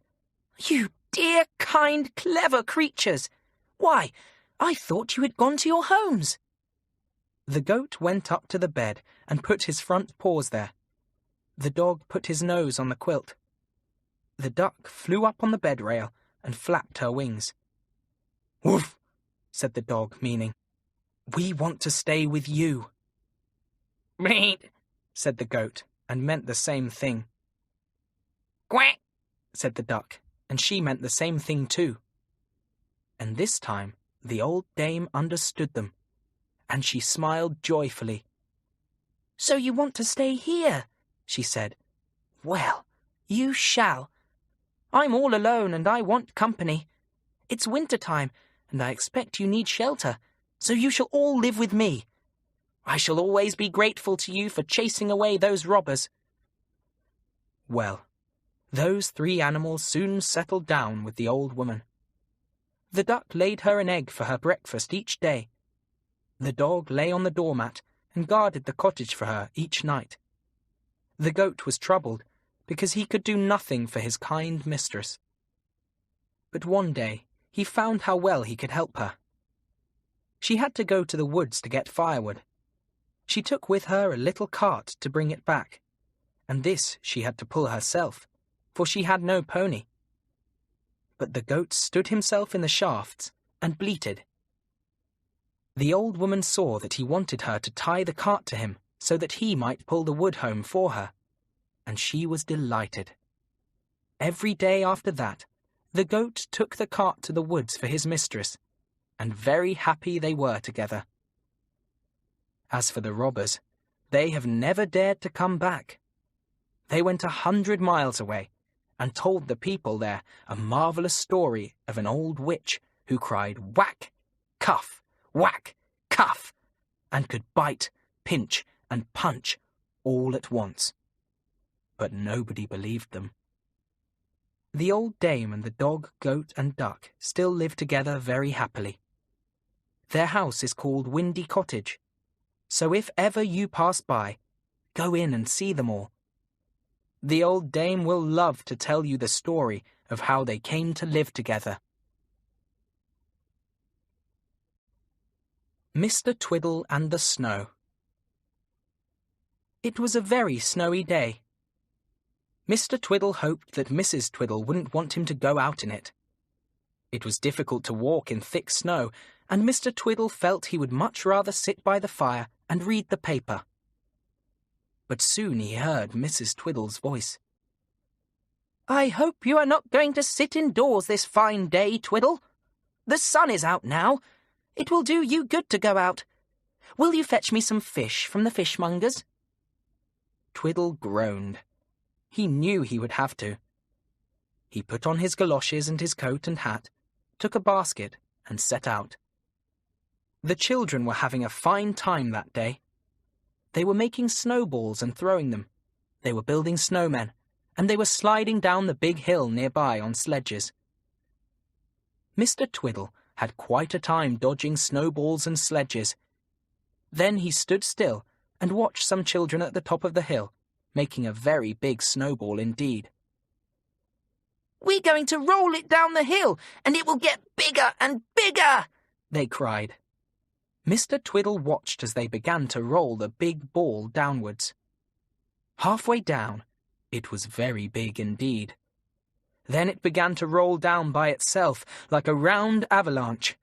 It came down more and more quickly, and Twiddle tried to hop out of the way. But he was just too late, and the great big snowball struck him very hard indeed. Mr. Twiddle was knocked right over. Then he was taken onwards with the snowball, which was still rolling and gathering more snow. On and on he went, rolling over and over, getting the snow all round him.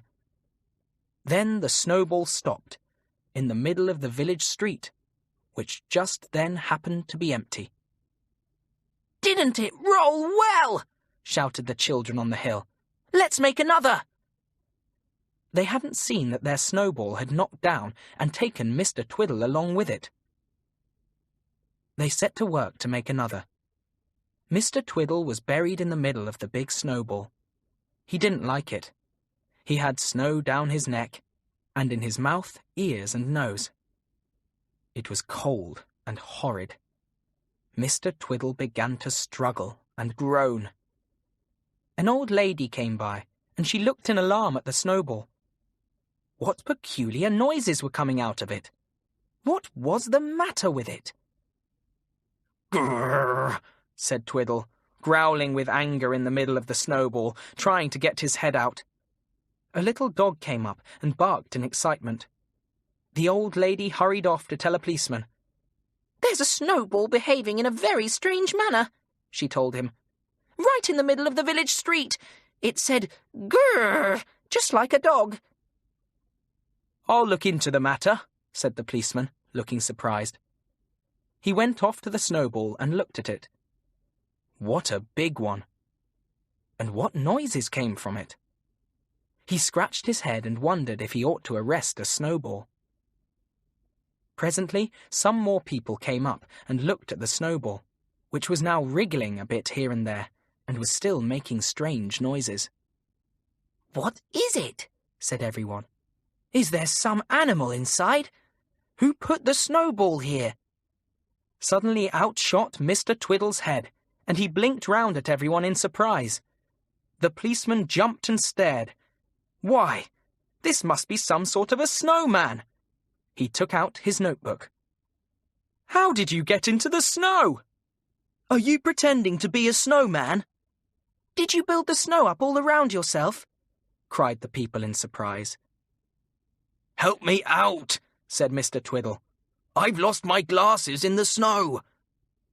"I'll have to arrest you for obstructing the traffic," said the policeman, and wrote in his notebook. "How can I obstruct traffic when there isn't any?" said Twiddle indignantly, trying to get his arms out of the snowball. "Well, you would have obstructed it if there had been any," said the policeman. "You come along with me." "How can I? I'm in the middle of this big snowball," said Twiddle. "Do you suppose I like being here? Nobody helps me at all." "Well, you got yourself in, so I suppose you can get yourself out," said the policeman. "When I get out, I'm going to tell you a few things," said Twiddle angrily. "And I shouldn't be a bit surprised to find myself pulling your nose." Now, look here. You can't talk to the police like that," said the policeman crossly. "As soon as you're out of that snowball, I'm going to take you straight to the police station." That made Twiddle feel upset. He didn't want to be marched off to the police station. What would Mrs. Twiddle say if she heard he was locked up? He would never hear the last of it. He stopped trying to get out of the big snowball. Perhaps if he stayed there quietly, the policeman would get tired of waiting and would go away. But he didn't. He began to scrape at the snow to free Twiddle. He badly wanted to take him off to the police station now. He would show Twiddle that he couldn't talk about pulling noses. Goodness knows what would have happened if the children at the top of the hill hadn't sent down another enormous snowball. It came bounding down the hill, getting bigger and bigger as it came. It shot into the village street and arrived at top speed just where the crowd stood, watching Twiddle. In a second, everyone was bowled over and buried in the snow, for the snowball burst all over them. The policeman was right underneath. He lost his helmet, his notebook, and his temper. As soon as Twiddle saw everyone on the ground, groping about wildly, he saw his chance of escape. He struck out at the snow surrounding him, managed to get free, found his glasses, and rushed off home. He didn't stop till he got there. Then he put on his glasses, brushed down his coat, and went indoors. Well, he thought, as he sat down in his chair and picked up the paper. Well, I am not going out again today for anyone in the world. What a time I've had. Nearly buried in snow. Almost taken off to prison. Well, well, well. "Is that you, Twiddle?" called Mrs. Twiddle. "Put the fish in the larder, will you?" Twiddle frowned and rubbed his nose. He had forgotten all about the fish. Now what was he to do? Well, he wouldn't say anything at all, and perhaps Mrs. Twiddle wouldn't notice the fish wasn't there till the next day when she wanted to cook it. But she did notice it. She went to the larder to cut a bit off the fish for the cat, and to her surprise, there was no fish there. "Twiddle, there's no fish! The cat must have had it. How many times have I told you not to leave the larder door open?" "About 600 times," said Twiddle politely. "Don't be rude," said Mrs. Twiddle. "Well, what a waste! To think all that fish is inside the cat. Go and put on your hat and coat and fetch some more." Twiddle groaned. He went to fetch his hat and coat, and then Mrs. Twiddle appeared too, dressed ready to go out. "It's such a nice afternoon," she said. "I thought I would come with you." "Well, if you're going out, I may as well stay at home," said Twiddle, pleased, and took off his hat. But no, he had to go, to keep Mrs. Twiddle company. On the way they met the policeman, who had a black eye because someone had kicked him by accident when they had all been knocked over by the snowball. Mrs. Twiddle was very sorry to see it. "Ah," said the policeman, stroking his eye gently. "Ah, I had a bad time this morning. I was just about to make an arrest of a man who was obstructing the traffic and being very rude to me, when a big snowball knocked me down, and my prisoner escaped." "What bad luck," said Mrs. Twiddle. "Fancy the man being rude to you. I wonder that he dared to." "He said he would pull my nose," said the policeman. Mrs. Twiddle clicked her tongue in horror, and then walked on with Twiddle, who hadn't said a word all the time. "Would you believe it?" said Mrs. Twiddle, in a tone of horror. "Well, Twiddle, silly though you are sometimes, I'm quite sure you would never be rude to a policeman." And still Twiddle never said a word.